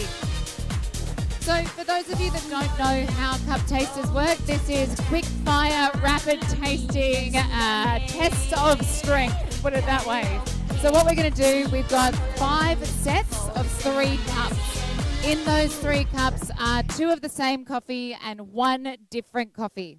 What that means is that the guys have to pick it up and move it across the line. Once it's across the line, that's considered locked and loaded. No more touching, no more thinking. So, all very fast. This is not the time to be quiet. This is fun, high energy, make some noise, make sure people feel supported, and that way we can get started with our comp.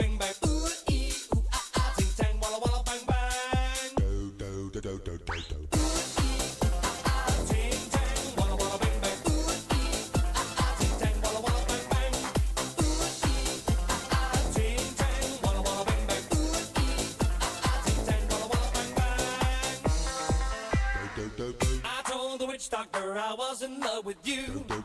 I told the witch doctor I was in love with you. And then the witch doctor, he told me what to do. He told me, ting tang, walla walla bang bang. Ting tang, walla walla bang bang. Ting tang, walla walla bang bang. Ting tang, walla walla bang bang.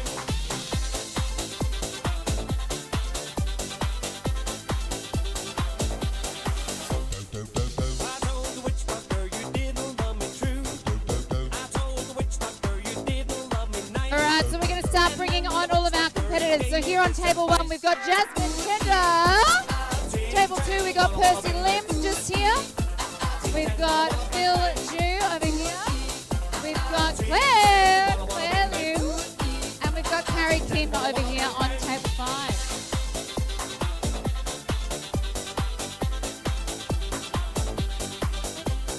And if you are a timekeeper, can I get you to stand to this end of the table? Yep, or behind. You can keep your love for me just like you were a miser, and I'll admit it wasn't very smart. So I went out to find Have I got all my timekeepers, all my friends? 1, 2, that's into the other one. Like off to the side a little bit. Good. Yep. Everybody in? All right, I'm going to count us down. When I count to the end of my numbers, I want you all to yell. So we're going to go 3, 2, 1, and go! Cup Chasers, round 1 underway. So the big goal here is to spot the odd cup out. We're looking for the one that doesn't match the rest that are in there. It sounds easy, but I swear when you're under pressure and you've got all the eyes on you, it's a lot harder than you think. Now, our Cup Chasers competition is sponsored by a couple of people this year. So we've got Boema, who have put in for their amazing drip brewers. We've also got the guys at G4 Green.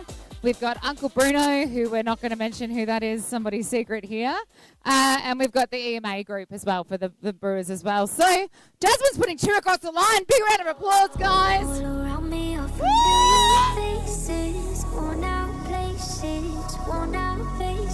Now, it's not just about speed. We have to be accurate because you can get as many as you want, as fast as you want, but they've got to be right.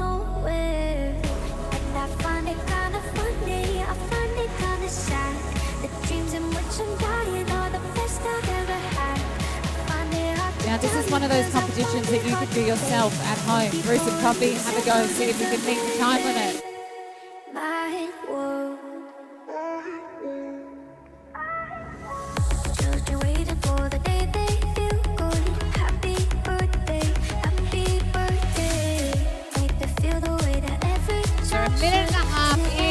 We're going to do 3.5 more minutes to get that all knocked over. It's not as easy as it looks, guys.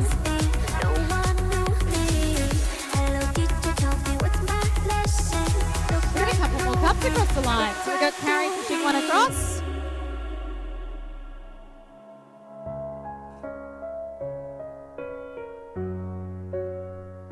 A bit of a piano slowdown break over here. Oh, that wasn't planned. Sorry.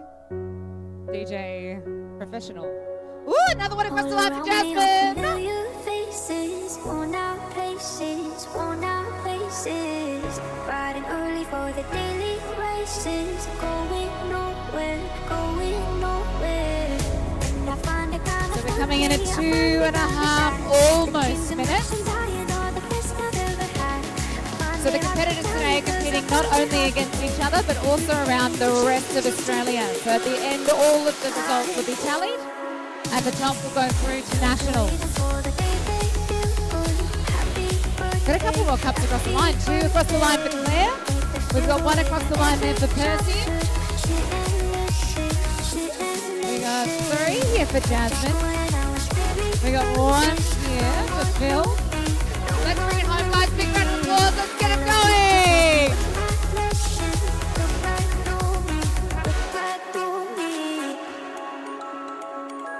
Claire, 4 cups, 1 left. Another 1 across the line here for Percy. 3 for Jasmine. 2 for Phil. And 3 down the end. Who let the dogs out? I'm scared of this playlist. Sorry, everybody.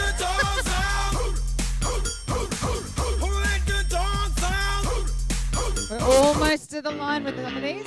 Thank you, Dan. I appreciate you more than you know.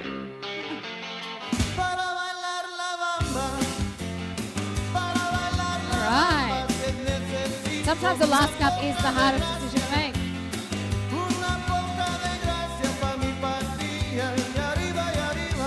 Another 1 across the line there for Carrie.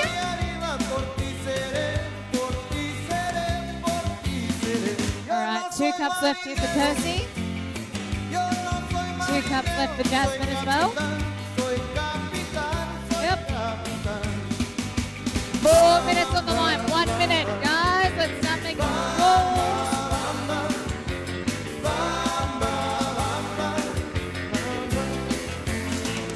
Almost there, almost there.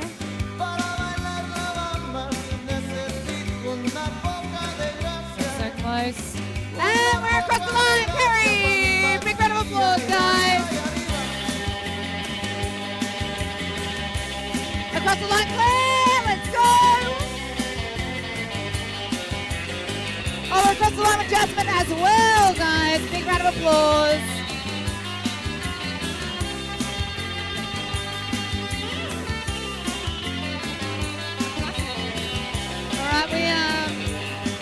And done, everybody. Big round of applause for all competitors.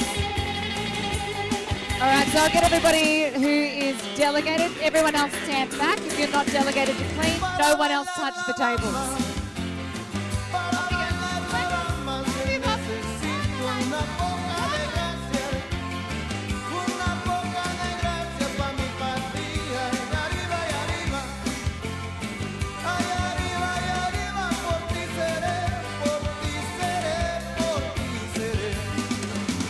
Got a time, can you come over and tell me what it is and we'll...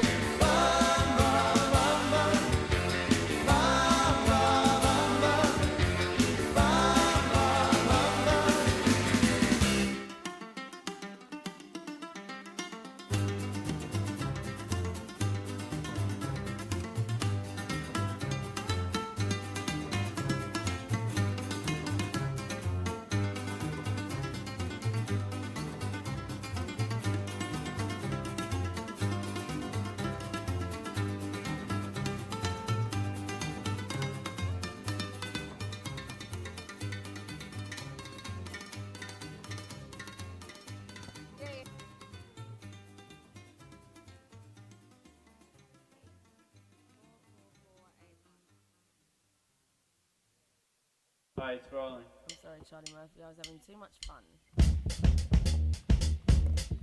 Now remember, guys, it's not just about speed. It's also about accuracy, which is where the next little part comes in.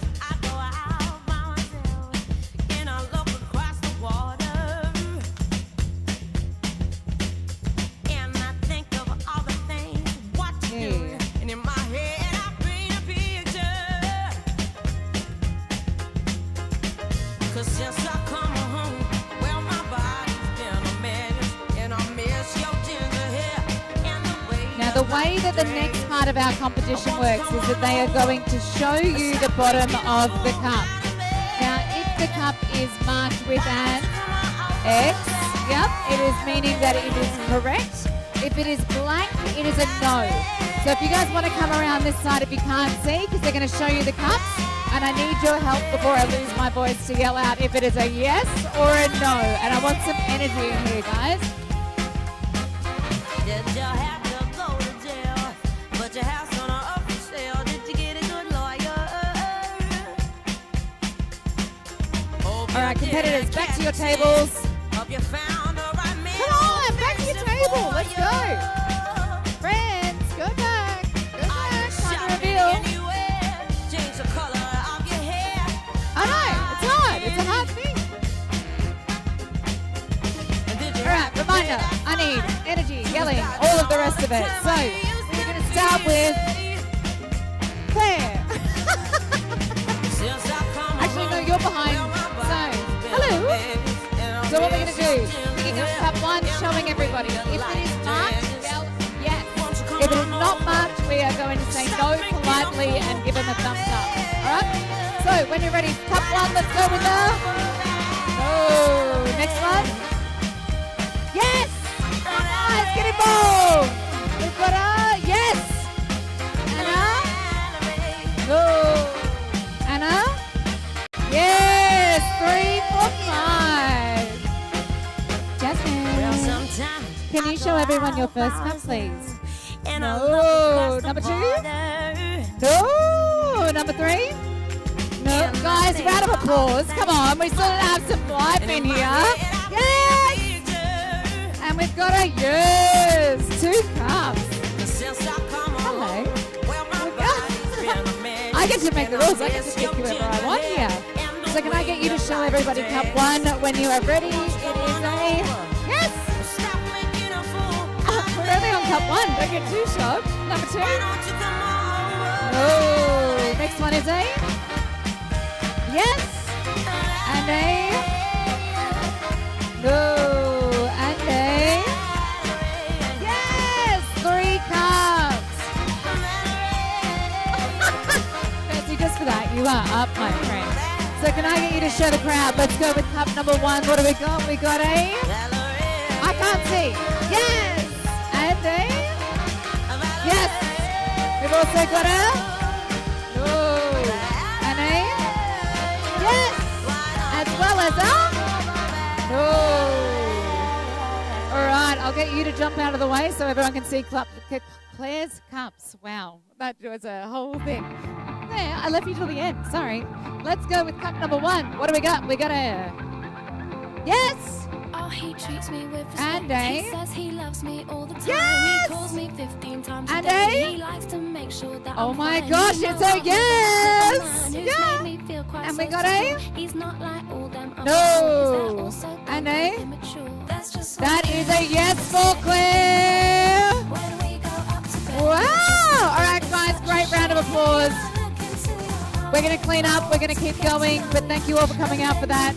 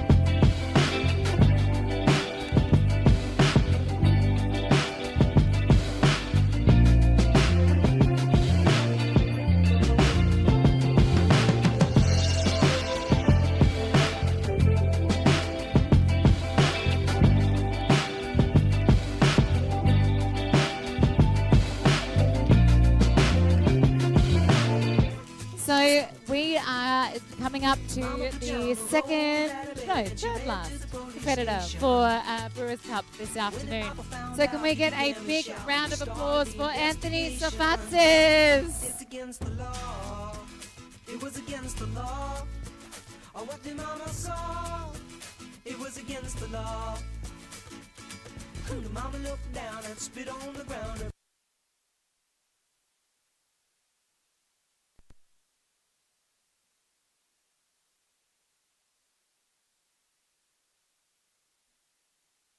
Check.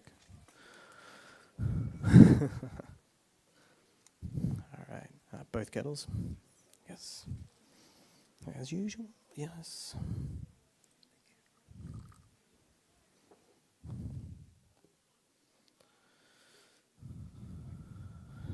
Check. Yes, please. Check. Music.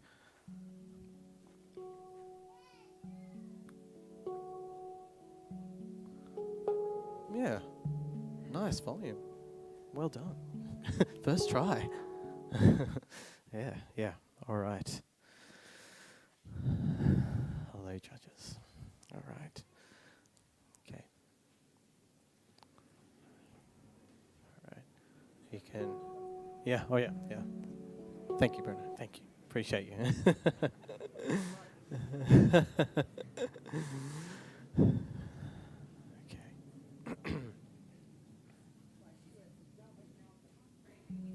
Ready for music?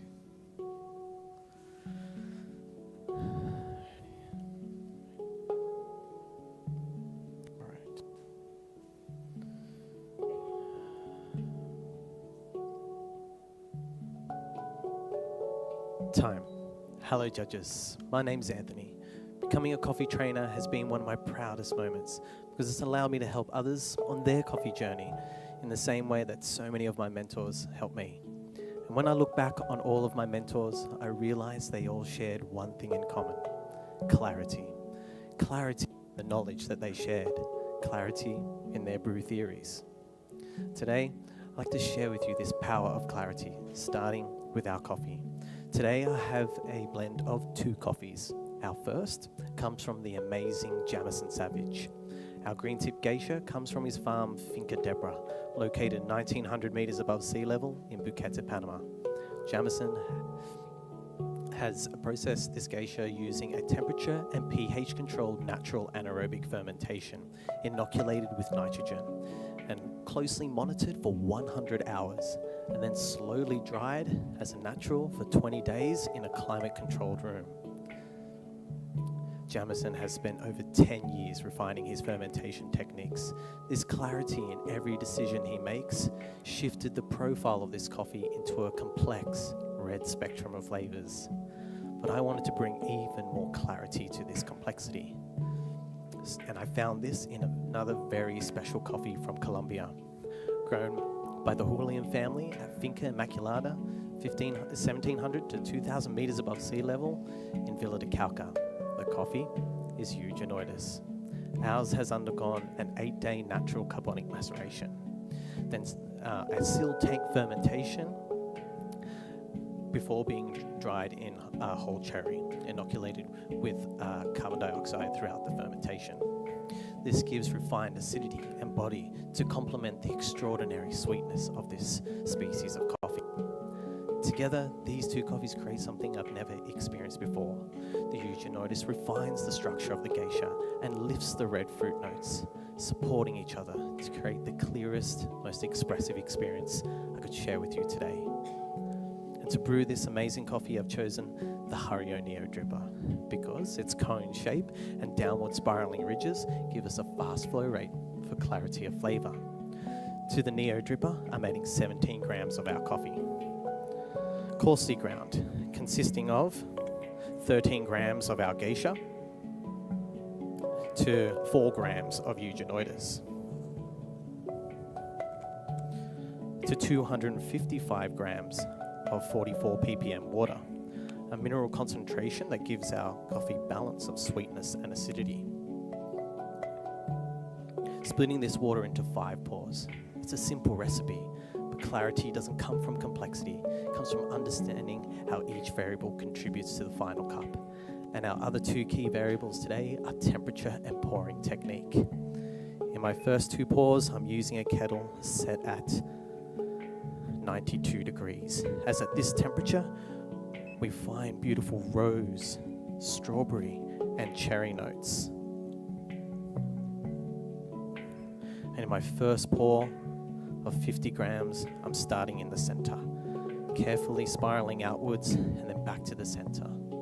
This ensures all grounds get wet in our 35-second bloom phase.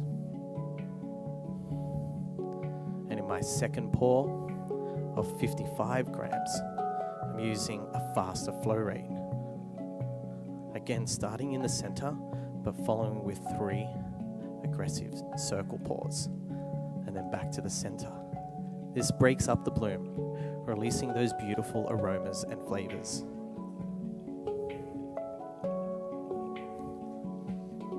And in my remaining 3 pours of 50 grams each, I'm using a kettle set at 87 degrees, following the same pouring structure as my second pour, but at a slower flow rate.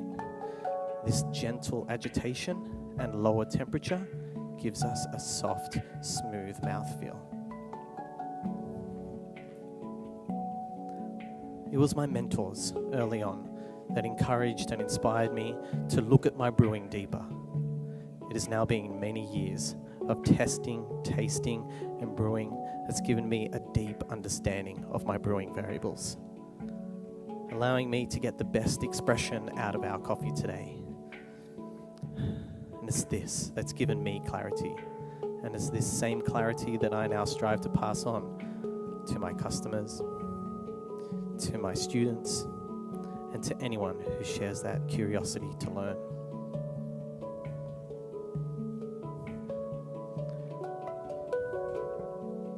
But now, the moment you've been waiting for. Let's enjoy this beautiful coffee. Starting with aroma. When I present the carafe to you, please swirl 3 times, then hold to your nose and breathe in deeply. The conical shape of the carafe will give you that full aromatic experience. Repeat this process 2 times.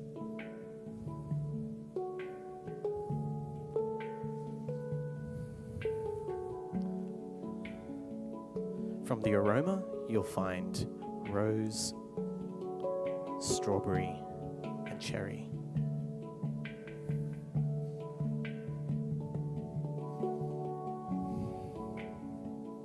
Ready?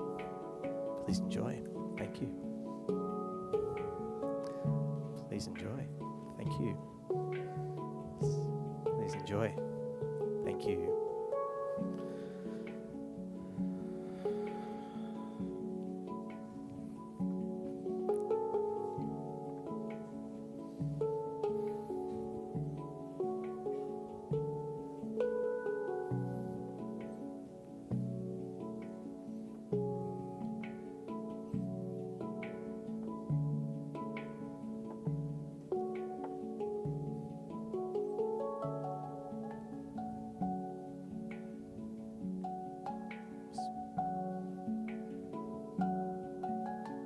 Thank you, judges. Please write down for me. When the coffee is hot, you'll find rose, strawberry, and cherry, and pink guava. When the coffee is warm, you'll find rose, strawberry, jam, and black cherry. When the coffee is warm, you'll find milk chocolate, strawberry jam, a cherry candy, and blackberry.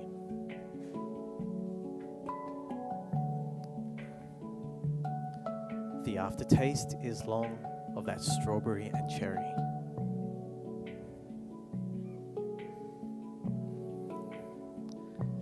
The acidity is medium intensity when hot, like tartaric red grape-like acidity, turning to medium plus intensity, citrus pink grapefruit-like acidity through warm and cool.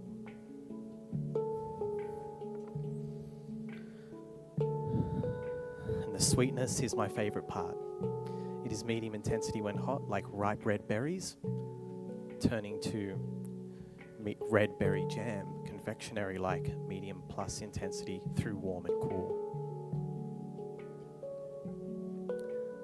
The mouthfeel of this coffee is medium minus in intensity when hot, turning to medium intensity through warm and cool.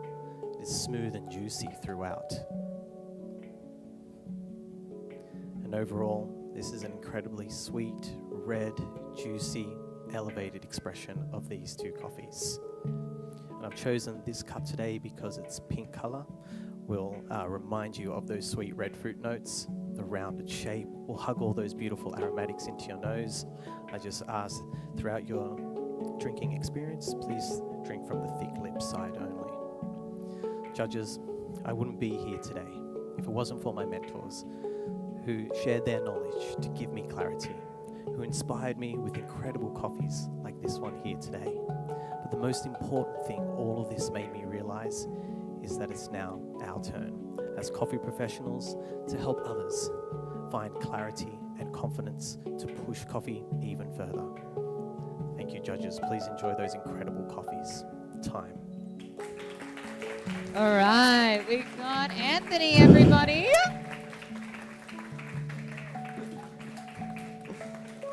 Hello. Hello. How are you going? Everyone heard the big sigh. I'm doing yeah. great now. Yeah, we got new microphones, so you can all hear the breathing now. So it's a lot clearer. Yeah, I felt like it made me sound more like a robot as well. Ah, Yeah, I is don't that know a bad why. thing? No, it's good. No, not That's good. necessarily. Yeah, we're all about AI these days, right? Absolutely. Not your first time on stage. I've done it a few times, yes. Absolutely. How are you finding adapting to the CCC format and kind of doing a little bit of a different style to what you were doing a couple of years ago? Yeah, no, it's I like it that I don't need to bring as much equipment. It's good. Yeah, that's Yeah. great. And it kind of puts everybody almost on a similar level playing field. Yep. You're always wondering, well, this was me early on, thinking about what everybody else was doing. Now I just like try to keep my own little bubble. But you're always wondering, what is the next crazy thing that everybody's going to do? But like with CCC, everybody's kind of using the same equipment. Totally. It's all about you and the coffee that you bring and the story that you bring. And it's also great competitions and great performances all have a little bit of innovation in them, right? You're bringing something different to the stage, something unique to the stage. Yeah. And I think that that's still what you managed to do, even given the constraint. I tried my best. Yeah, very good. And your 9 to 5, you do a lot of training, don't you? Yep. Yep. Do a coffee trainer and on the bar as well, making coffees for everyone. Yeah. Yeah, amazing. Yeah, but I love it. It's training side of things has just helped me find like my purpose in what I want to do. Yeah. And I think it also speaks to the routine and regimen that you've got here when you are putting something up and following a procedure. So it's great. When I put it all together, it all kind of like made sense. It just felt really easy to present this year because I was, saying what I believe in right now. Yeah. Good. And I think that's the thing. Everybody should get up here and get excited. I find it really interesting when people start their routines and they're a bit nervous and then they talk about their coffee. Oh, yeah. And the passion kicks in, man. Yeah. You feel it. People start getting excited about that coffee that they've brought up on stage. It never gets easier. Like even me in my first few moments, I'm just like, what's my speech again? All right. Now the best bit. Who would you like to thank? Oh. So you got to pick someone. I'm glad you asked that question because many years I forgot. No, I'm not going to even say it. I'm not going to even say it. I'm not going to even speak it into existence, even though it has existed. But I'd like to thank my wife and and my daughter over there. We're going to give the biggest round of applause to all the support partners. She's clapping. That little princess over there. Yeah. Yeah. She is my world. But also love to thank the Honour team as well. They've always giving me loads of encouragement and supporting me through these competitions. Like if I'm feeling like I'm unsure, like one day I come into work and everybody is just like, "How's everything going?" I'm sure it's awesome, and they taste something that I brew and they're just like, "Oh my God, what is this?" And I was like, oh, "Thank you." Sharing your passion is the coolest thing you can possibly do in this industry. So, yeah. All right, Thank you. everybody, big round of applause, Anthony Safatsis. Thank you. Thank you.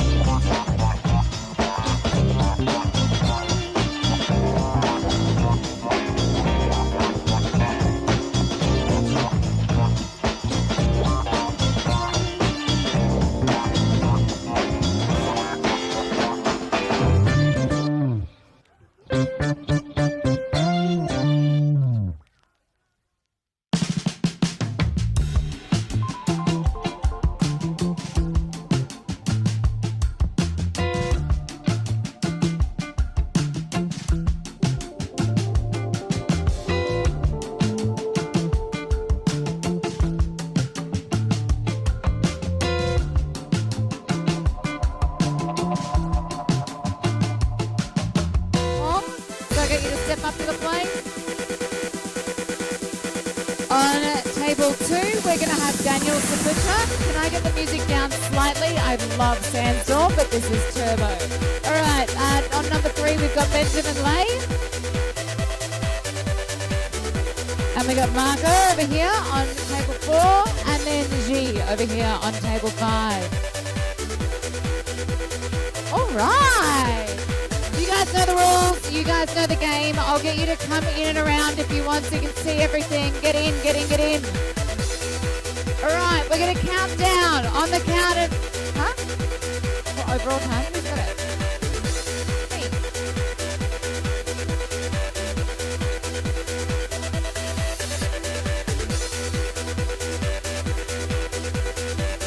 On the count of 3, we are going to get into our Cup Tasters comp. So, 3, 2, 1, and start!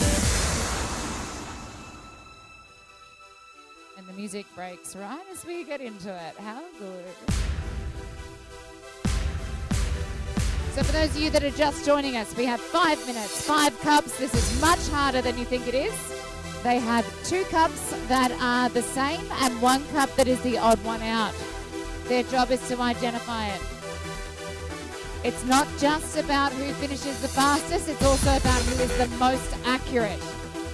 So we're 30 seconds in and nothing across the table yet, but that is fair and reasonable. Oh, wait, hang on. Sorry, there were some hidden cups. We got 2 over the back here for Marco.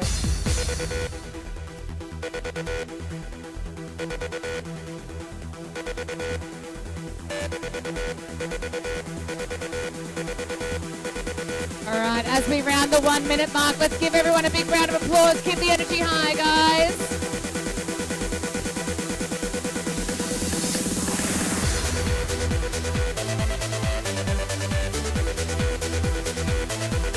All right, so we got 1 across the line over there for Benjamin.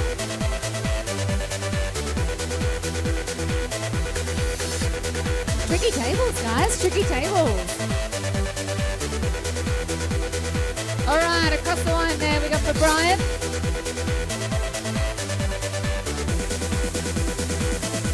So these have all been brewed on a Bohema Drippolator, which is a very consistent little brewer and one of our sponsors for the event, using G4 Green Coffee and sponsored by Uncle Bruno. 1 across the line there for Daniel Saputra.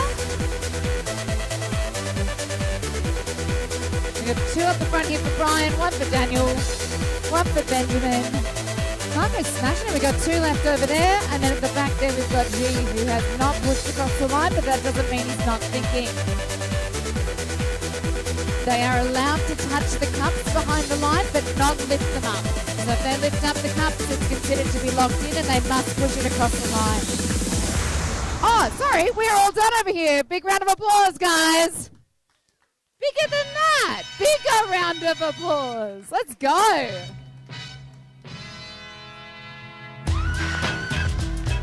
So we got 3 up the front here for Brian. We've got 3 there for Daniel. We've got 2 in for Ben. We are done. We are done and dusted, home and hosed over here. And G just working out the strategy. There is no right or wrong way to do this competition. We are rounding out the 3 minute mark with 2 minutes to go. So let's cheer them on as we get down to the last cup.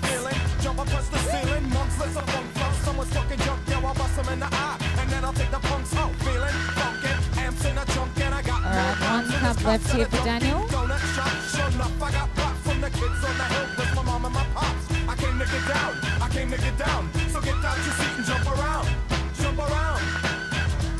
Oh, we got where Daniel is across the line, guys. Big round of applause.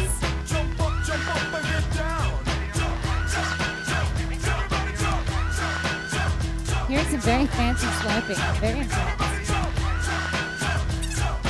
I'll serve your ass like John McEnroe. If your girl steps up, I'm smacking the hoe.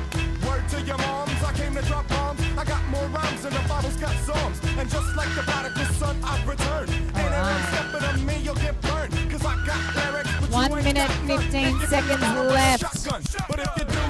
Starting to lock in those cups. Trying to step to me, you take your last breath. I got the skill. Come get your fill, 'cause when I shoot the gift, I shoot the kill. We are almost across the line with those tables, and then G's got a little strategy. Cups moved around, everything kind of labelled out. Tricky. Jump up and get down. I really encourage you guys, if you are at home and have some extra coffee, have a go at a triangulation like this. It is a challenge. Woo! We got across the line here for Brian. 30 seconds to go, guys. Once you're done, step back from your table so we can start clearing around you. And we're down there with Daniel, Brian Benjamin. Woo!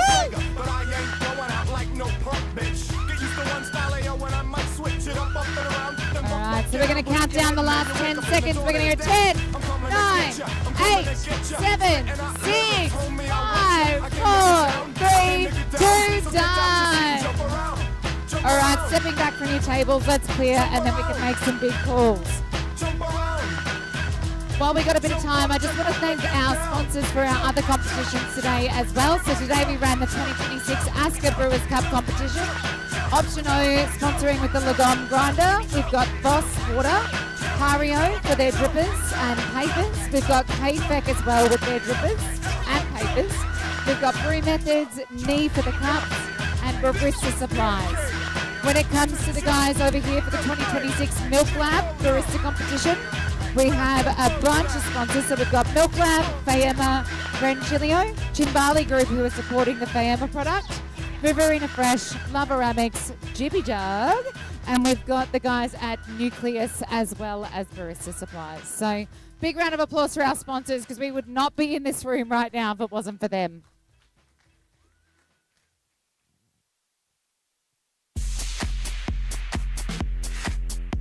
This playlist is doing something. It's not bad. I should probably do my job, yeah. But I didn't bring a pen, so we'll work that out in a minute. Do you want to find me a pen, somebody? Jess, stop dancing and find me a pen.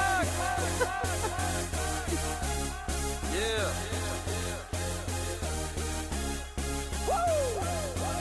All right, so you guys know the routine, but what's going to happen? Come around this way so that when the cups get shown, you guys can yell with me whether it's a yes or a no.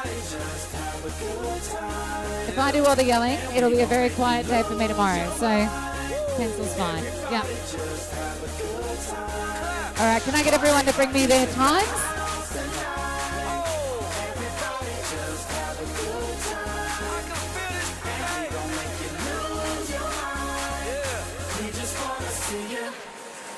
Shake that. Timekeepers, can I get you all to bring me your times? Who? 1, 2, 3.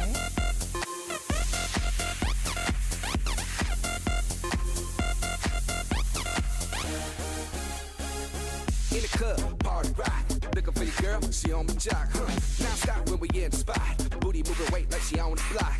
With a drink, I got to know. Top jeans tattoo, cause I'm rock. Half black, half white, diamond now. Gang Got one scorekeeper left, who was the one that was on Mark. We know who was Mark's scorekeeper. Timekeeper. Alright, we'll get a letter.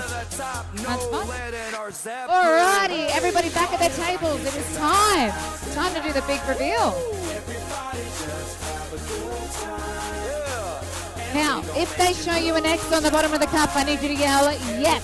If they don't, I need you to be supportive and say no, and then just give them a happy little wave. Alright, let's begin.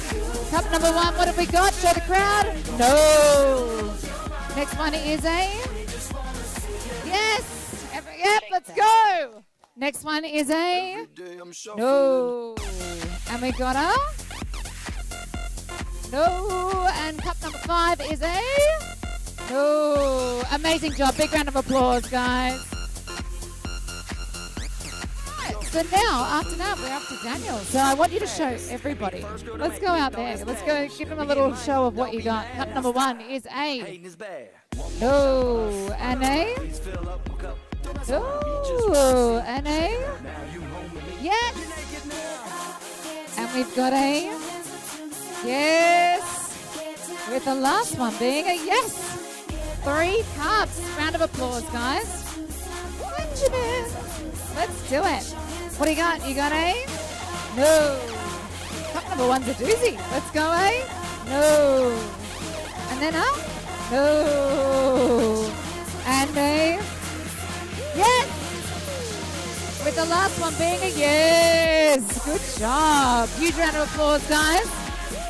All right, let's go over here. So we got cup number one being a no. Afterwards we've got a no and a no. All right, before we keep going, round of applause, guys. It takes a lot of guts to get up here, man. Cup number 4, yes, and a no. Hello, it's time. What do you got under cup 1? Yes. You got to show everyone. They're in this too. No. And a no. Then a yes. And a, what is it? Oh, yeah. There we go. Big round of applause, guys. And that is the final little bit for this one. And we've got one round left. So big round of applause. Hang out and we'll start on our Brewers Cup.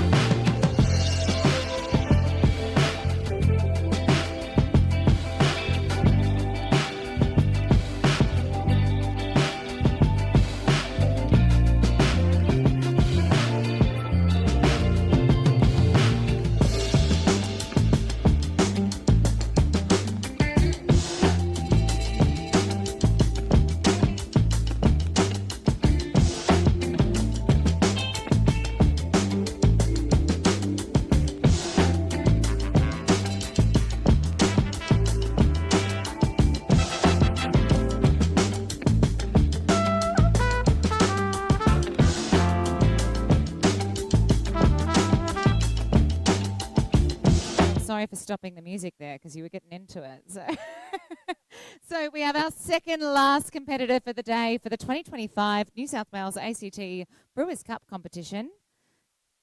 Oh, we can turn that on. Let me introduce you first. So, everybody, we have Dal Parada. Big round of applause.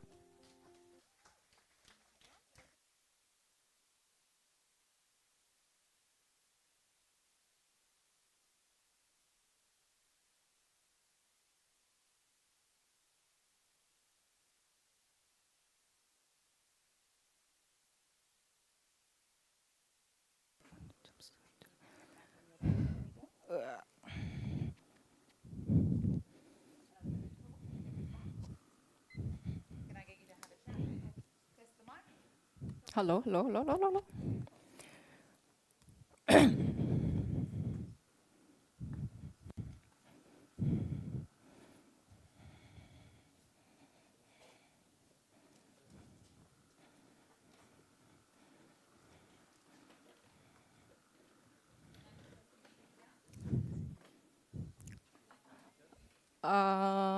Yes, please.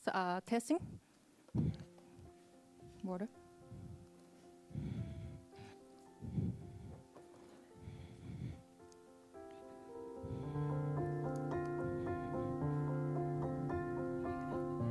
Oh, sorry. Should be good. Yep. Should be okay. Good morning. Oh, no, morning. Good evening. I'm just wake up.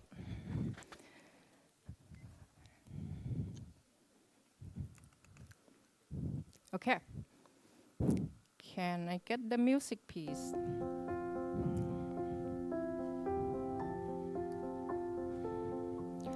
Time. Most people want to jump straight to the result, a great cup of coffee. And years ago, I was one of them. I believe if I just chase the result, everything else would follow. But over time, working behind the bar, serving people every day, I learned it other ways around. The cup isn't where it begins, it's where it ends. It begins with understanding. Understanding the foundation of the coffee, understanding how each decision shapes the flavors, and understanding how to create a meaningful experience to the customer. And two coffee I choose today, from where understanding begins. But before I'm pulling, now is near the end of the day. You guys might be test cup after cup, and you might be a little bit tired and heavy. So I picked two coffee that's gonna be more, hopefully easy to enjoy until now. And hopefully understanding this moment too. The first coffee is a washed Panama Geisha from Hacienda La Esmeralda. It's a lino lot grown at 1,800 above the sea level. At the Esmeralda, every step of the process reflects Peterson family, deep understanding of their terroir. This lot carefully manages the fermentation to precise washing, where the only recycled water sought from the surrounding highland is used for the wet mill, then slow dry on dry bed with controlled airflow and the temperatures. This result is clean, delicate floral, elegant structures, and the sweet stone fruit note. I choose this coffee because Esmeralda is where my journeys begin. It's the first geisha I ever tasted that brought me into the specialty coffee, but it's earned its pay today. For another reason, its quality is the foundation. Everything else is built on. For the second coffee, I'm using 40% of high-beach washed Colombian geisha from Mikawa, grown at 2,000 above the sea level. It's the fermentation twice under carbonic maceration. First with the whole chili and then again after popping to build the layer sweetness, depth, and highlight breadfruit quality. Then washing and slow dry on dry bed. So it's clean, it's finished clean as washed. And that clean finish is exactly why I choose it to pair with the Panama. Where the first coffee is the foundation, this one is what I built on top, depth and breadth, without ever cobbling the quality underneath. I truly trust this coffee because I worked with Mikawa Coffee and Paul Dole for a long time. And through this relationship, I deeply understand how to build and how to bring it out what it gives. Next, understanding of the roasting. Both coffee were roasted on the pot 20 days ago. Now is a good time for extraction. By understanding of density and characteristic of each coffee, me and my team decided to roast separately to highlight their strengths. The Panama Geisha developed at 10%, to be serving the floral and quality. While the Colombian geisha developed at 12%, to build the layer sweetness and the structure. And then together, they create a harmonious in the cup. Next, understanding of the brewing. Once I understand my coffee, I can decide how I extraction it. I begin with the distribution tool to evenly level the coffee bed for consistency extraction. My recipe today: 15 grams of coffee,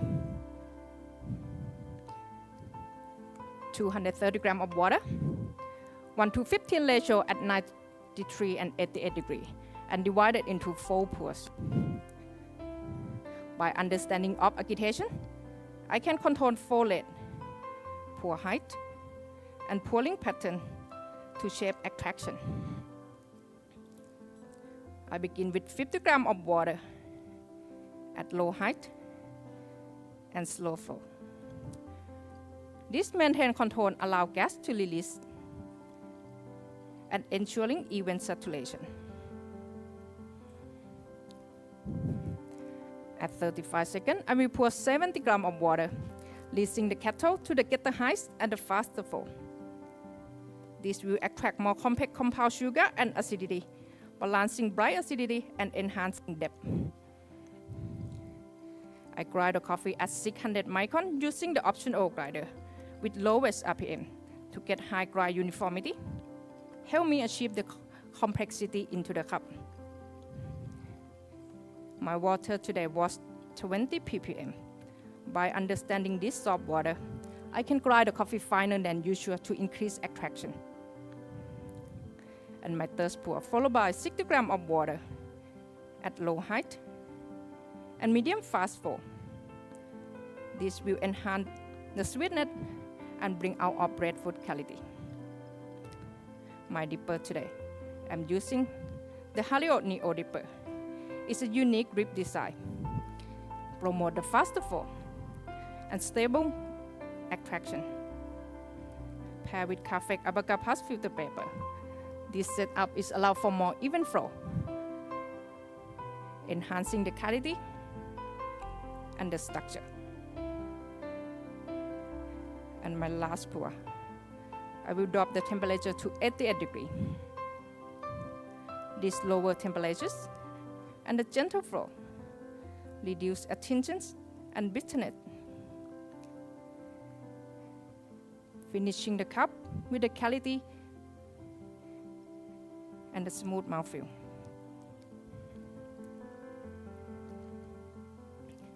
Just please writing down the aromas description. For the aromas, you will get medium intensity. Cherry blossom, cherry, strawberry, and orange, and hint of stone fruit like apricot. Just before you assess the aromas, please make at least 3 separate assessments. Swirl 3 times each and lift to your nose closer. Please enjoy. Thank you. Thank you. Please enjoy. I'll be right back with your service. Please take your time.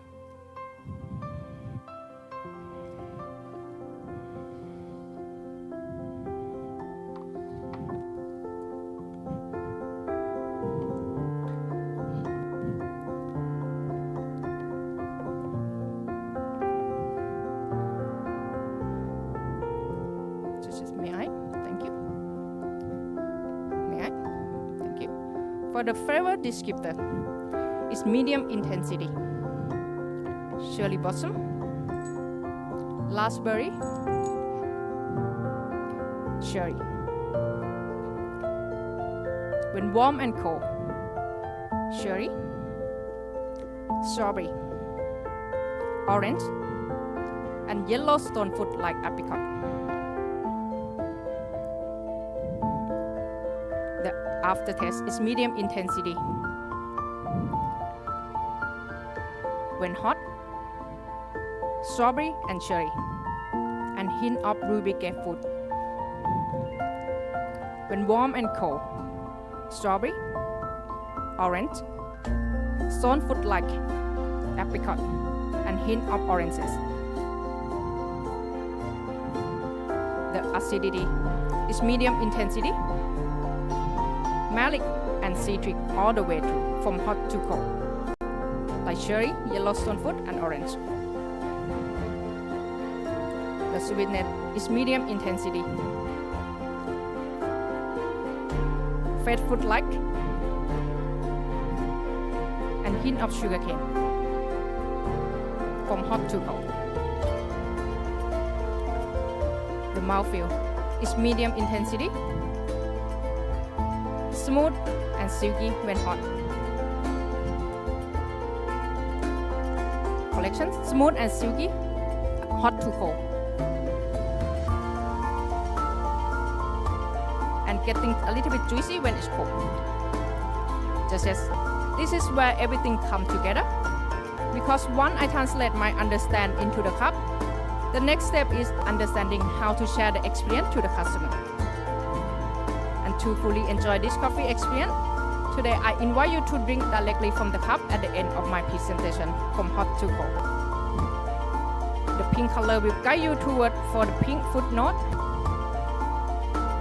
And this new cup gives you two sides of the coffee experience, from the thinner limb and the thicker limb. But for today, I invite you to drink from the thinner limb only, to enhance all attributes, such as when we truly understanding coffee from where it's going to how we attract it, we're able to adjust and make its every decision with intention. At the end, coffee is not just about the quality. It's about how we understand it and how we choose to share with it. That's I want to share with you today. My name is Dao Pilada. Now please enjoy time. Big round of applause for Dao.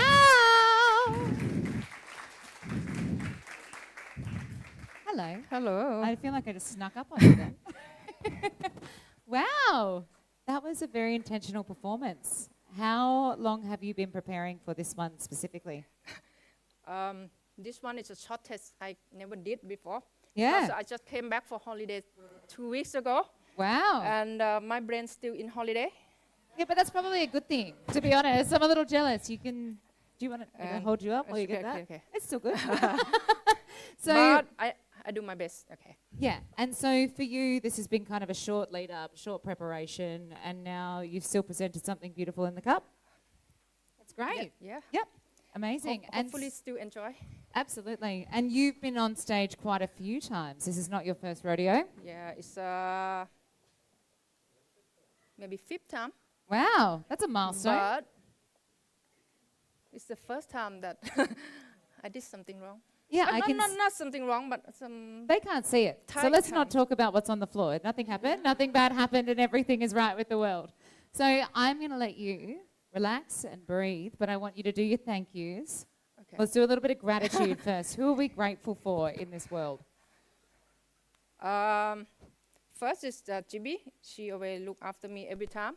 And yeah, she loves amazing coffee every time that I compete. And thank you for Ona team. Thank you for Anthony to help me to pick the coffee as well. Thank you for all the staff in Ona team, Oli Coffee Project, and the Stitch Coffee as well. Is the first cafe that I work in the specialty coffee. It's my it's my all come home as full well. So yeah, circle. it's I feel like I'm familiar here, everyone, and it's like my home now.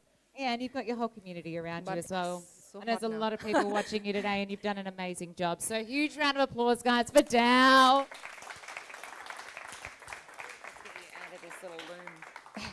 This, thank you. Can you take this out of your pocket? Yeah, sure.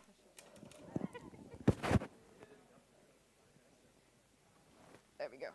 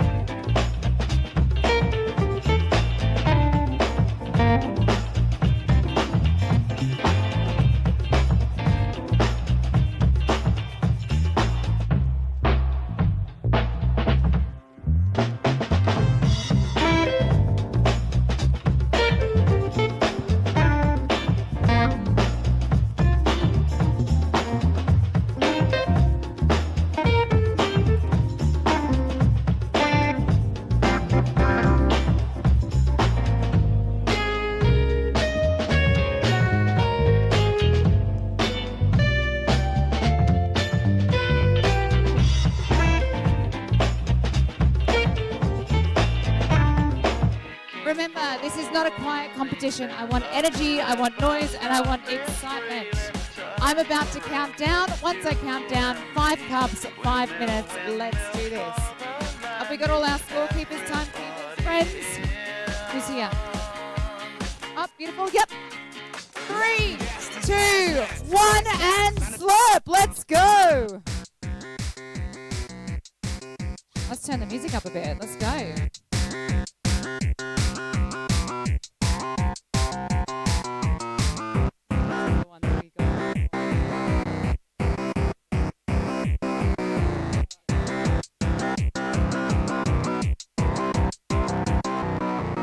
Alright, we've already got one across the line there for Faye, which is incredible. We're rounding out 30 seconds. Let's yell for everybody. Big round of applause, guys. Let's go! Bigger round of applause, guys. Let's go!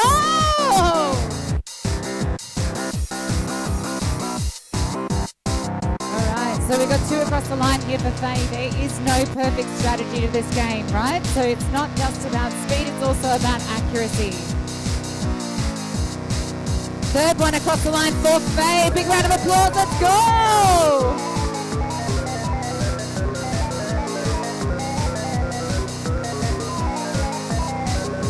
This is one of our most accessible competitions, but it's also one of the most challenging. Such a quick time frame and such a high level of accuracy that you need. All right, we got 4 on the table for Faye. We are powering. We're going to make some numbers on the board over here.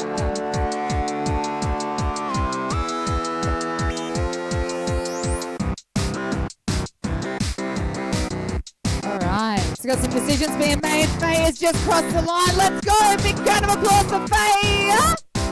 Woo! And Faye, I'll get you to step back when you're ready.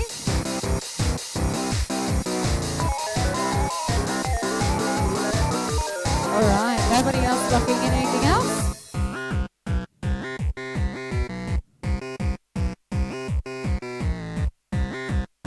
All right, Faye, we're going to step back from the table now. All right, 1 across the line for Jibby. Let's go! All right.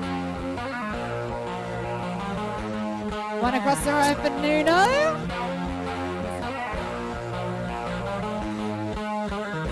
All right, remembering that there is no way of guaranteeing that this strategy is going to work. Everybody plays the game in their own way. We are rounding out the halfway mark. Let's get some energy in the room to bring these guys home. Come on, let's go. Woo! Everybody's tired. Every day. All right, so we've got Andre with just some decisions being made. We've got Daniel. We've got Hai Wang with 1 across the line. We've got Jimmy with 2 across the line, 3 across the line. I couldn't see. Nuno's pushed 1 across. 3 minutes and 9 seconds on the clock. Looking for 5 minutes.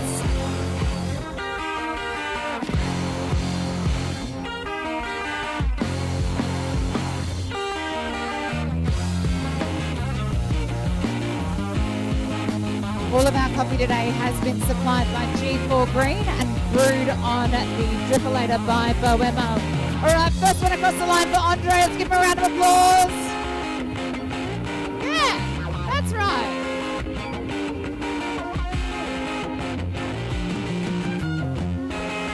Last one for Chippy. Let's go.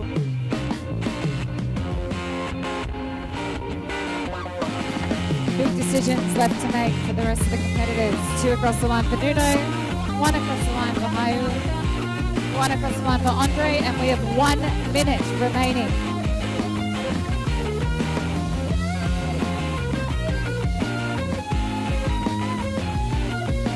This is the nerve-wracking part where you don't know what's under the cups, but you're locked in. 40 seconds on the clock remain.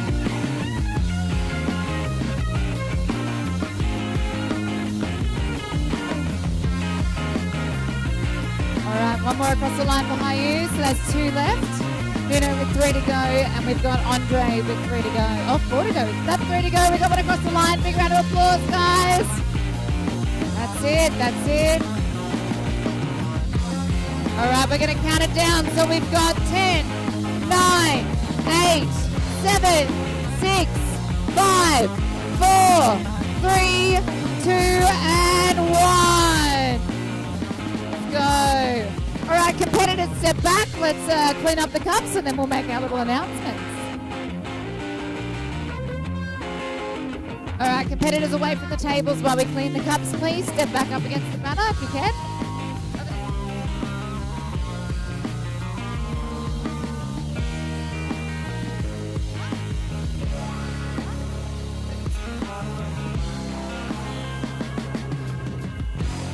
Can I get the timekeepers to bring over their times to me, please?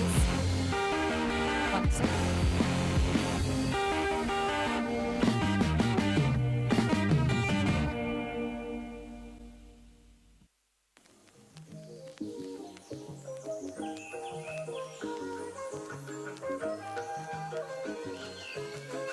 You're listening to the grooviest station in the galaxy.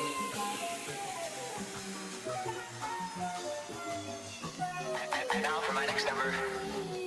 How about we switch it up with a little drum and fucking bass?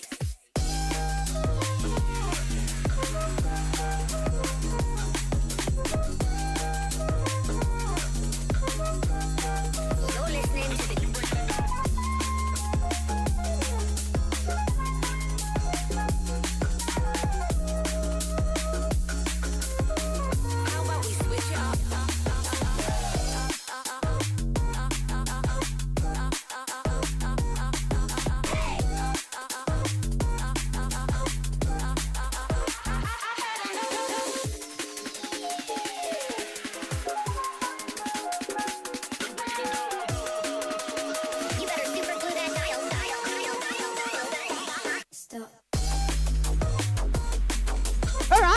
back at your little stations.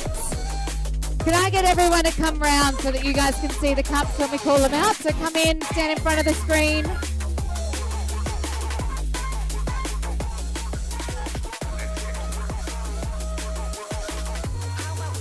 All right, so for those of you that are just joining us, what we're going to do, we're going to show the bottom of the cup. If the cup is an X, I want you all to yell yes. If it's not, we're going to smile politely and say no.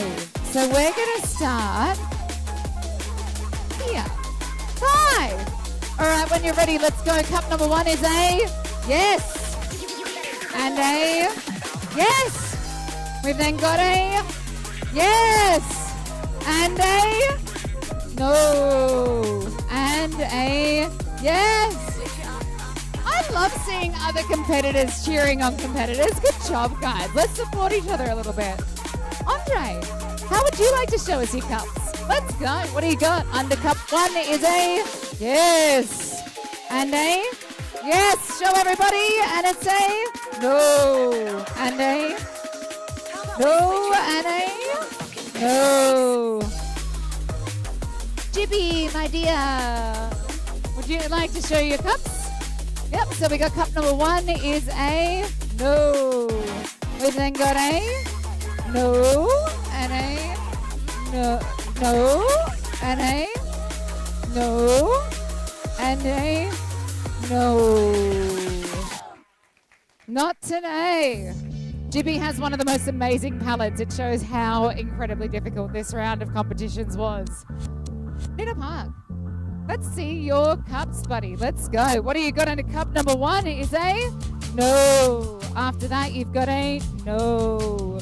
And a yes. As well as a yes. And a no. Again, one of the most amazing palettes in our industry. This is a challenging little competition. Now, I might have been strategic leaving you to last because I'm curious and I know everybody else is. So when we're ready, we're going to pick up those cups, show the world, and let's go with a, when you're ready, loud and proud, no. Next one is a no. Then we've got a no. Yes. And a yes. Guys, big round of applause. That ends our Cup Tasters 2026 New South Wales ACT. Let's go.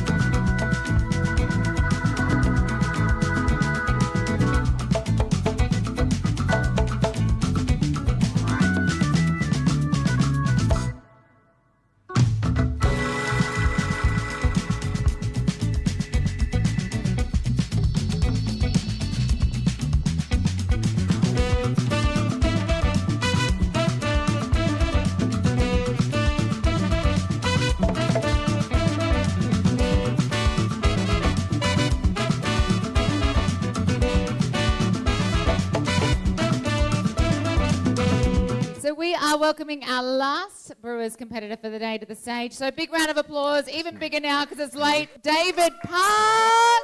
Nice to meet you. Nice to meet you. Nice to meet you.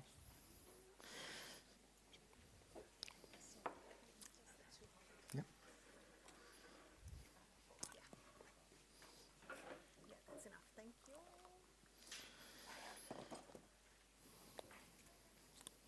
Sorry, my setup is a bit messy because I ran out of time during prep. I'll fix it up as soon as I start.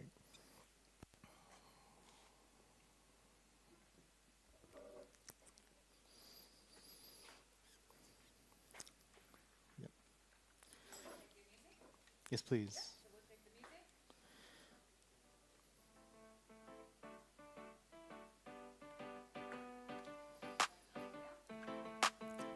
Oh, this is fine. Yeah. Yes, please. Oh, it's okay. You can just let it roll. I don't mind.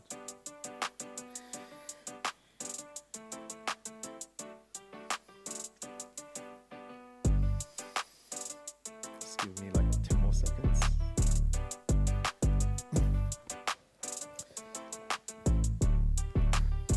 Are you ready? You ready? Time. All right, so specialty coffee. It was originally an idea conceptualized by a lady named Erna Lutzen back in 1974. And the idea was to treat coffee much like fine wine. In her article called Tea and Coffee Trade, she coins the terminology specialty coffee for the first time to actively describe how the terroir, the microclimates, and fermentation technique affect how we perceive coffee and taste coffee. And so why is this important? It's actually the backbone of specialty coffee that we see today. Everything that we do holds true to this nature, and the forthcoming future. And so let's talk about you, like the average Joe barista, like the evolution of one, right? You start off as a customer, you go to a cafe, have a coffee, probably have like a cappuccino or something to start, and then you find yourself a bit more curious, have a few more beverages, but realize that everything kind of tastes the same. It's not until like this brave and confident barista comes around the corner and says, hey, I made a pour over at the back, you want to try some? And you'd be like, I don't know what that is, but I'll try some. And then you're like, damn, this is good. This is good. What is it? And the barista stereotypically says something along the lines, it's a natural Ethiopian coffee from Yoga Chef. It's kind of like how most stories go, and you find yourself in this curiosity, and here you are sitting down in front of me, judging me. And yeah, that kind of outlines how we are. And so to introduce myself, my name is David Park. I'm representing Block Coffee. I'm a little kid and I'm here to break it down for you.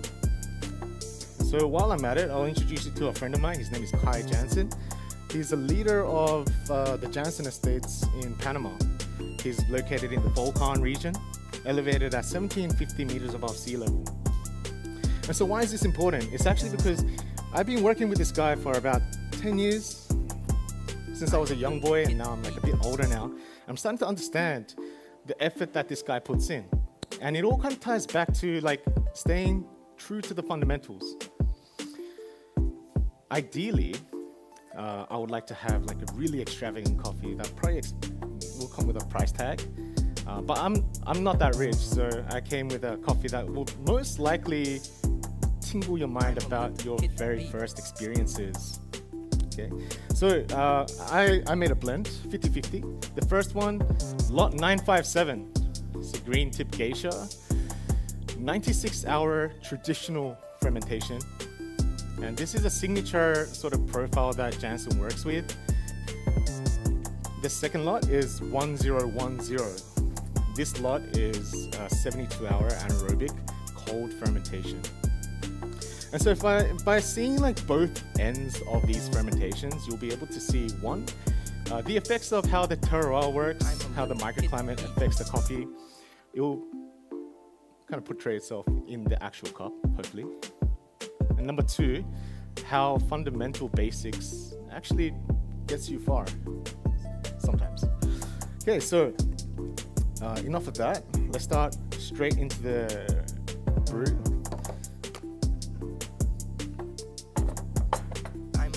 And I think I forgot to wet my paper, so I'll wet it now. As you can see, I'm probably not as prepared as I should be. Today I'll be using the Harrier drippers. These rules have changed for this competition, and I'm actually quite happy because one, it kind of took away a lot of the much required preparation that a standard competition will go through. And number two, it standardized the productivity of the actual coffee. And by saying that, I think it blends in well with what I'm about to say, because for a long time, our coffee industry has been monopolizing coffee in a way that it became somewhat unattainable for the average Joe. How many of you guys would actually be able to afford to have, like a reserve lot from like some unicorn land? I myself won't be able to afford it. And just like a side note, I work like part-time as a flight attendant. And most people will drink coffee happily, not knowing what it is. Good ways and bad ways, you'll find that about 90% of people, up to 99, will never understand what we actually try to say as an industry. And so maybe this was a really good chance for us to calibrate with what the average Joe would perceive as coffee. I chose coffees that would generally be a bit more understandable as a result.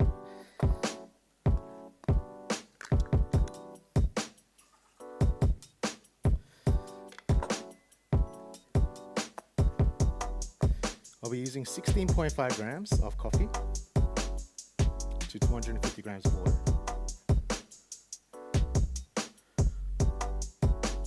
Scale keeps moving.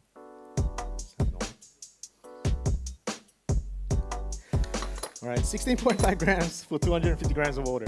All right, and this technique was actually designed for like the home brewer. Current economics of coffee again.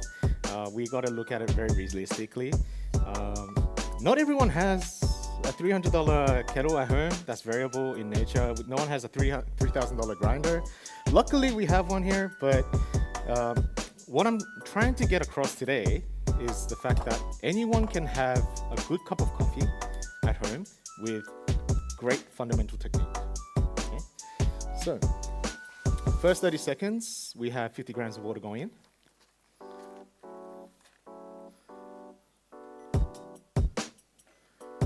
And this is going to be followed by another 50 grams of water for another 30 seconds.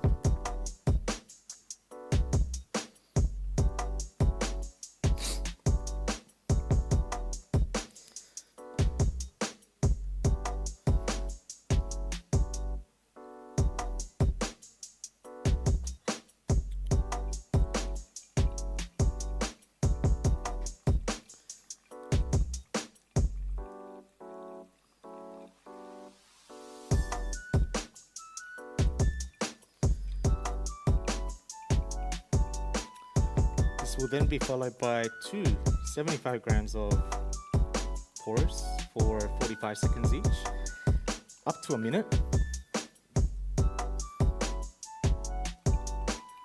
And the idea behind this is to allow the coffee to completely drain out of the dripper before you add any more water. The science, the fundamental science, is the fact that science itself doesn't actually care about where the coffee is from or what it is or how it's fermented. Fluid dynamics and molecular chemistry actually proves that the coffee is most vulnerable and tactile, most vulnerable and active when it's in contact with water, and that's it. So allowing the water to completely drain, the coffee will first dry on the surface, which allows it to absorb more water. And what we're looking for is a consistent result. And this is actually because most grinders at home will not give you a consistent grind. Okay, so I'm just quickly going to go through some tasting notes. When hot, we have tasting notes of aroma of elderflower, apple, spice, and cardamom. When warm, or when hot, this coffee will have red apple and spice. When warm, we have red apple, elderflower, and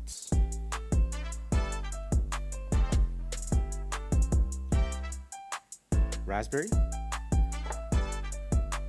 The best part of this coffee is when it's actually warm and cooling. You have vibrant color spectrums of green, yellow, pink, and maroon. Whereas in the tasting notes, we'll go with red apple juice, elderflower tea, green center,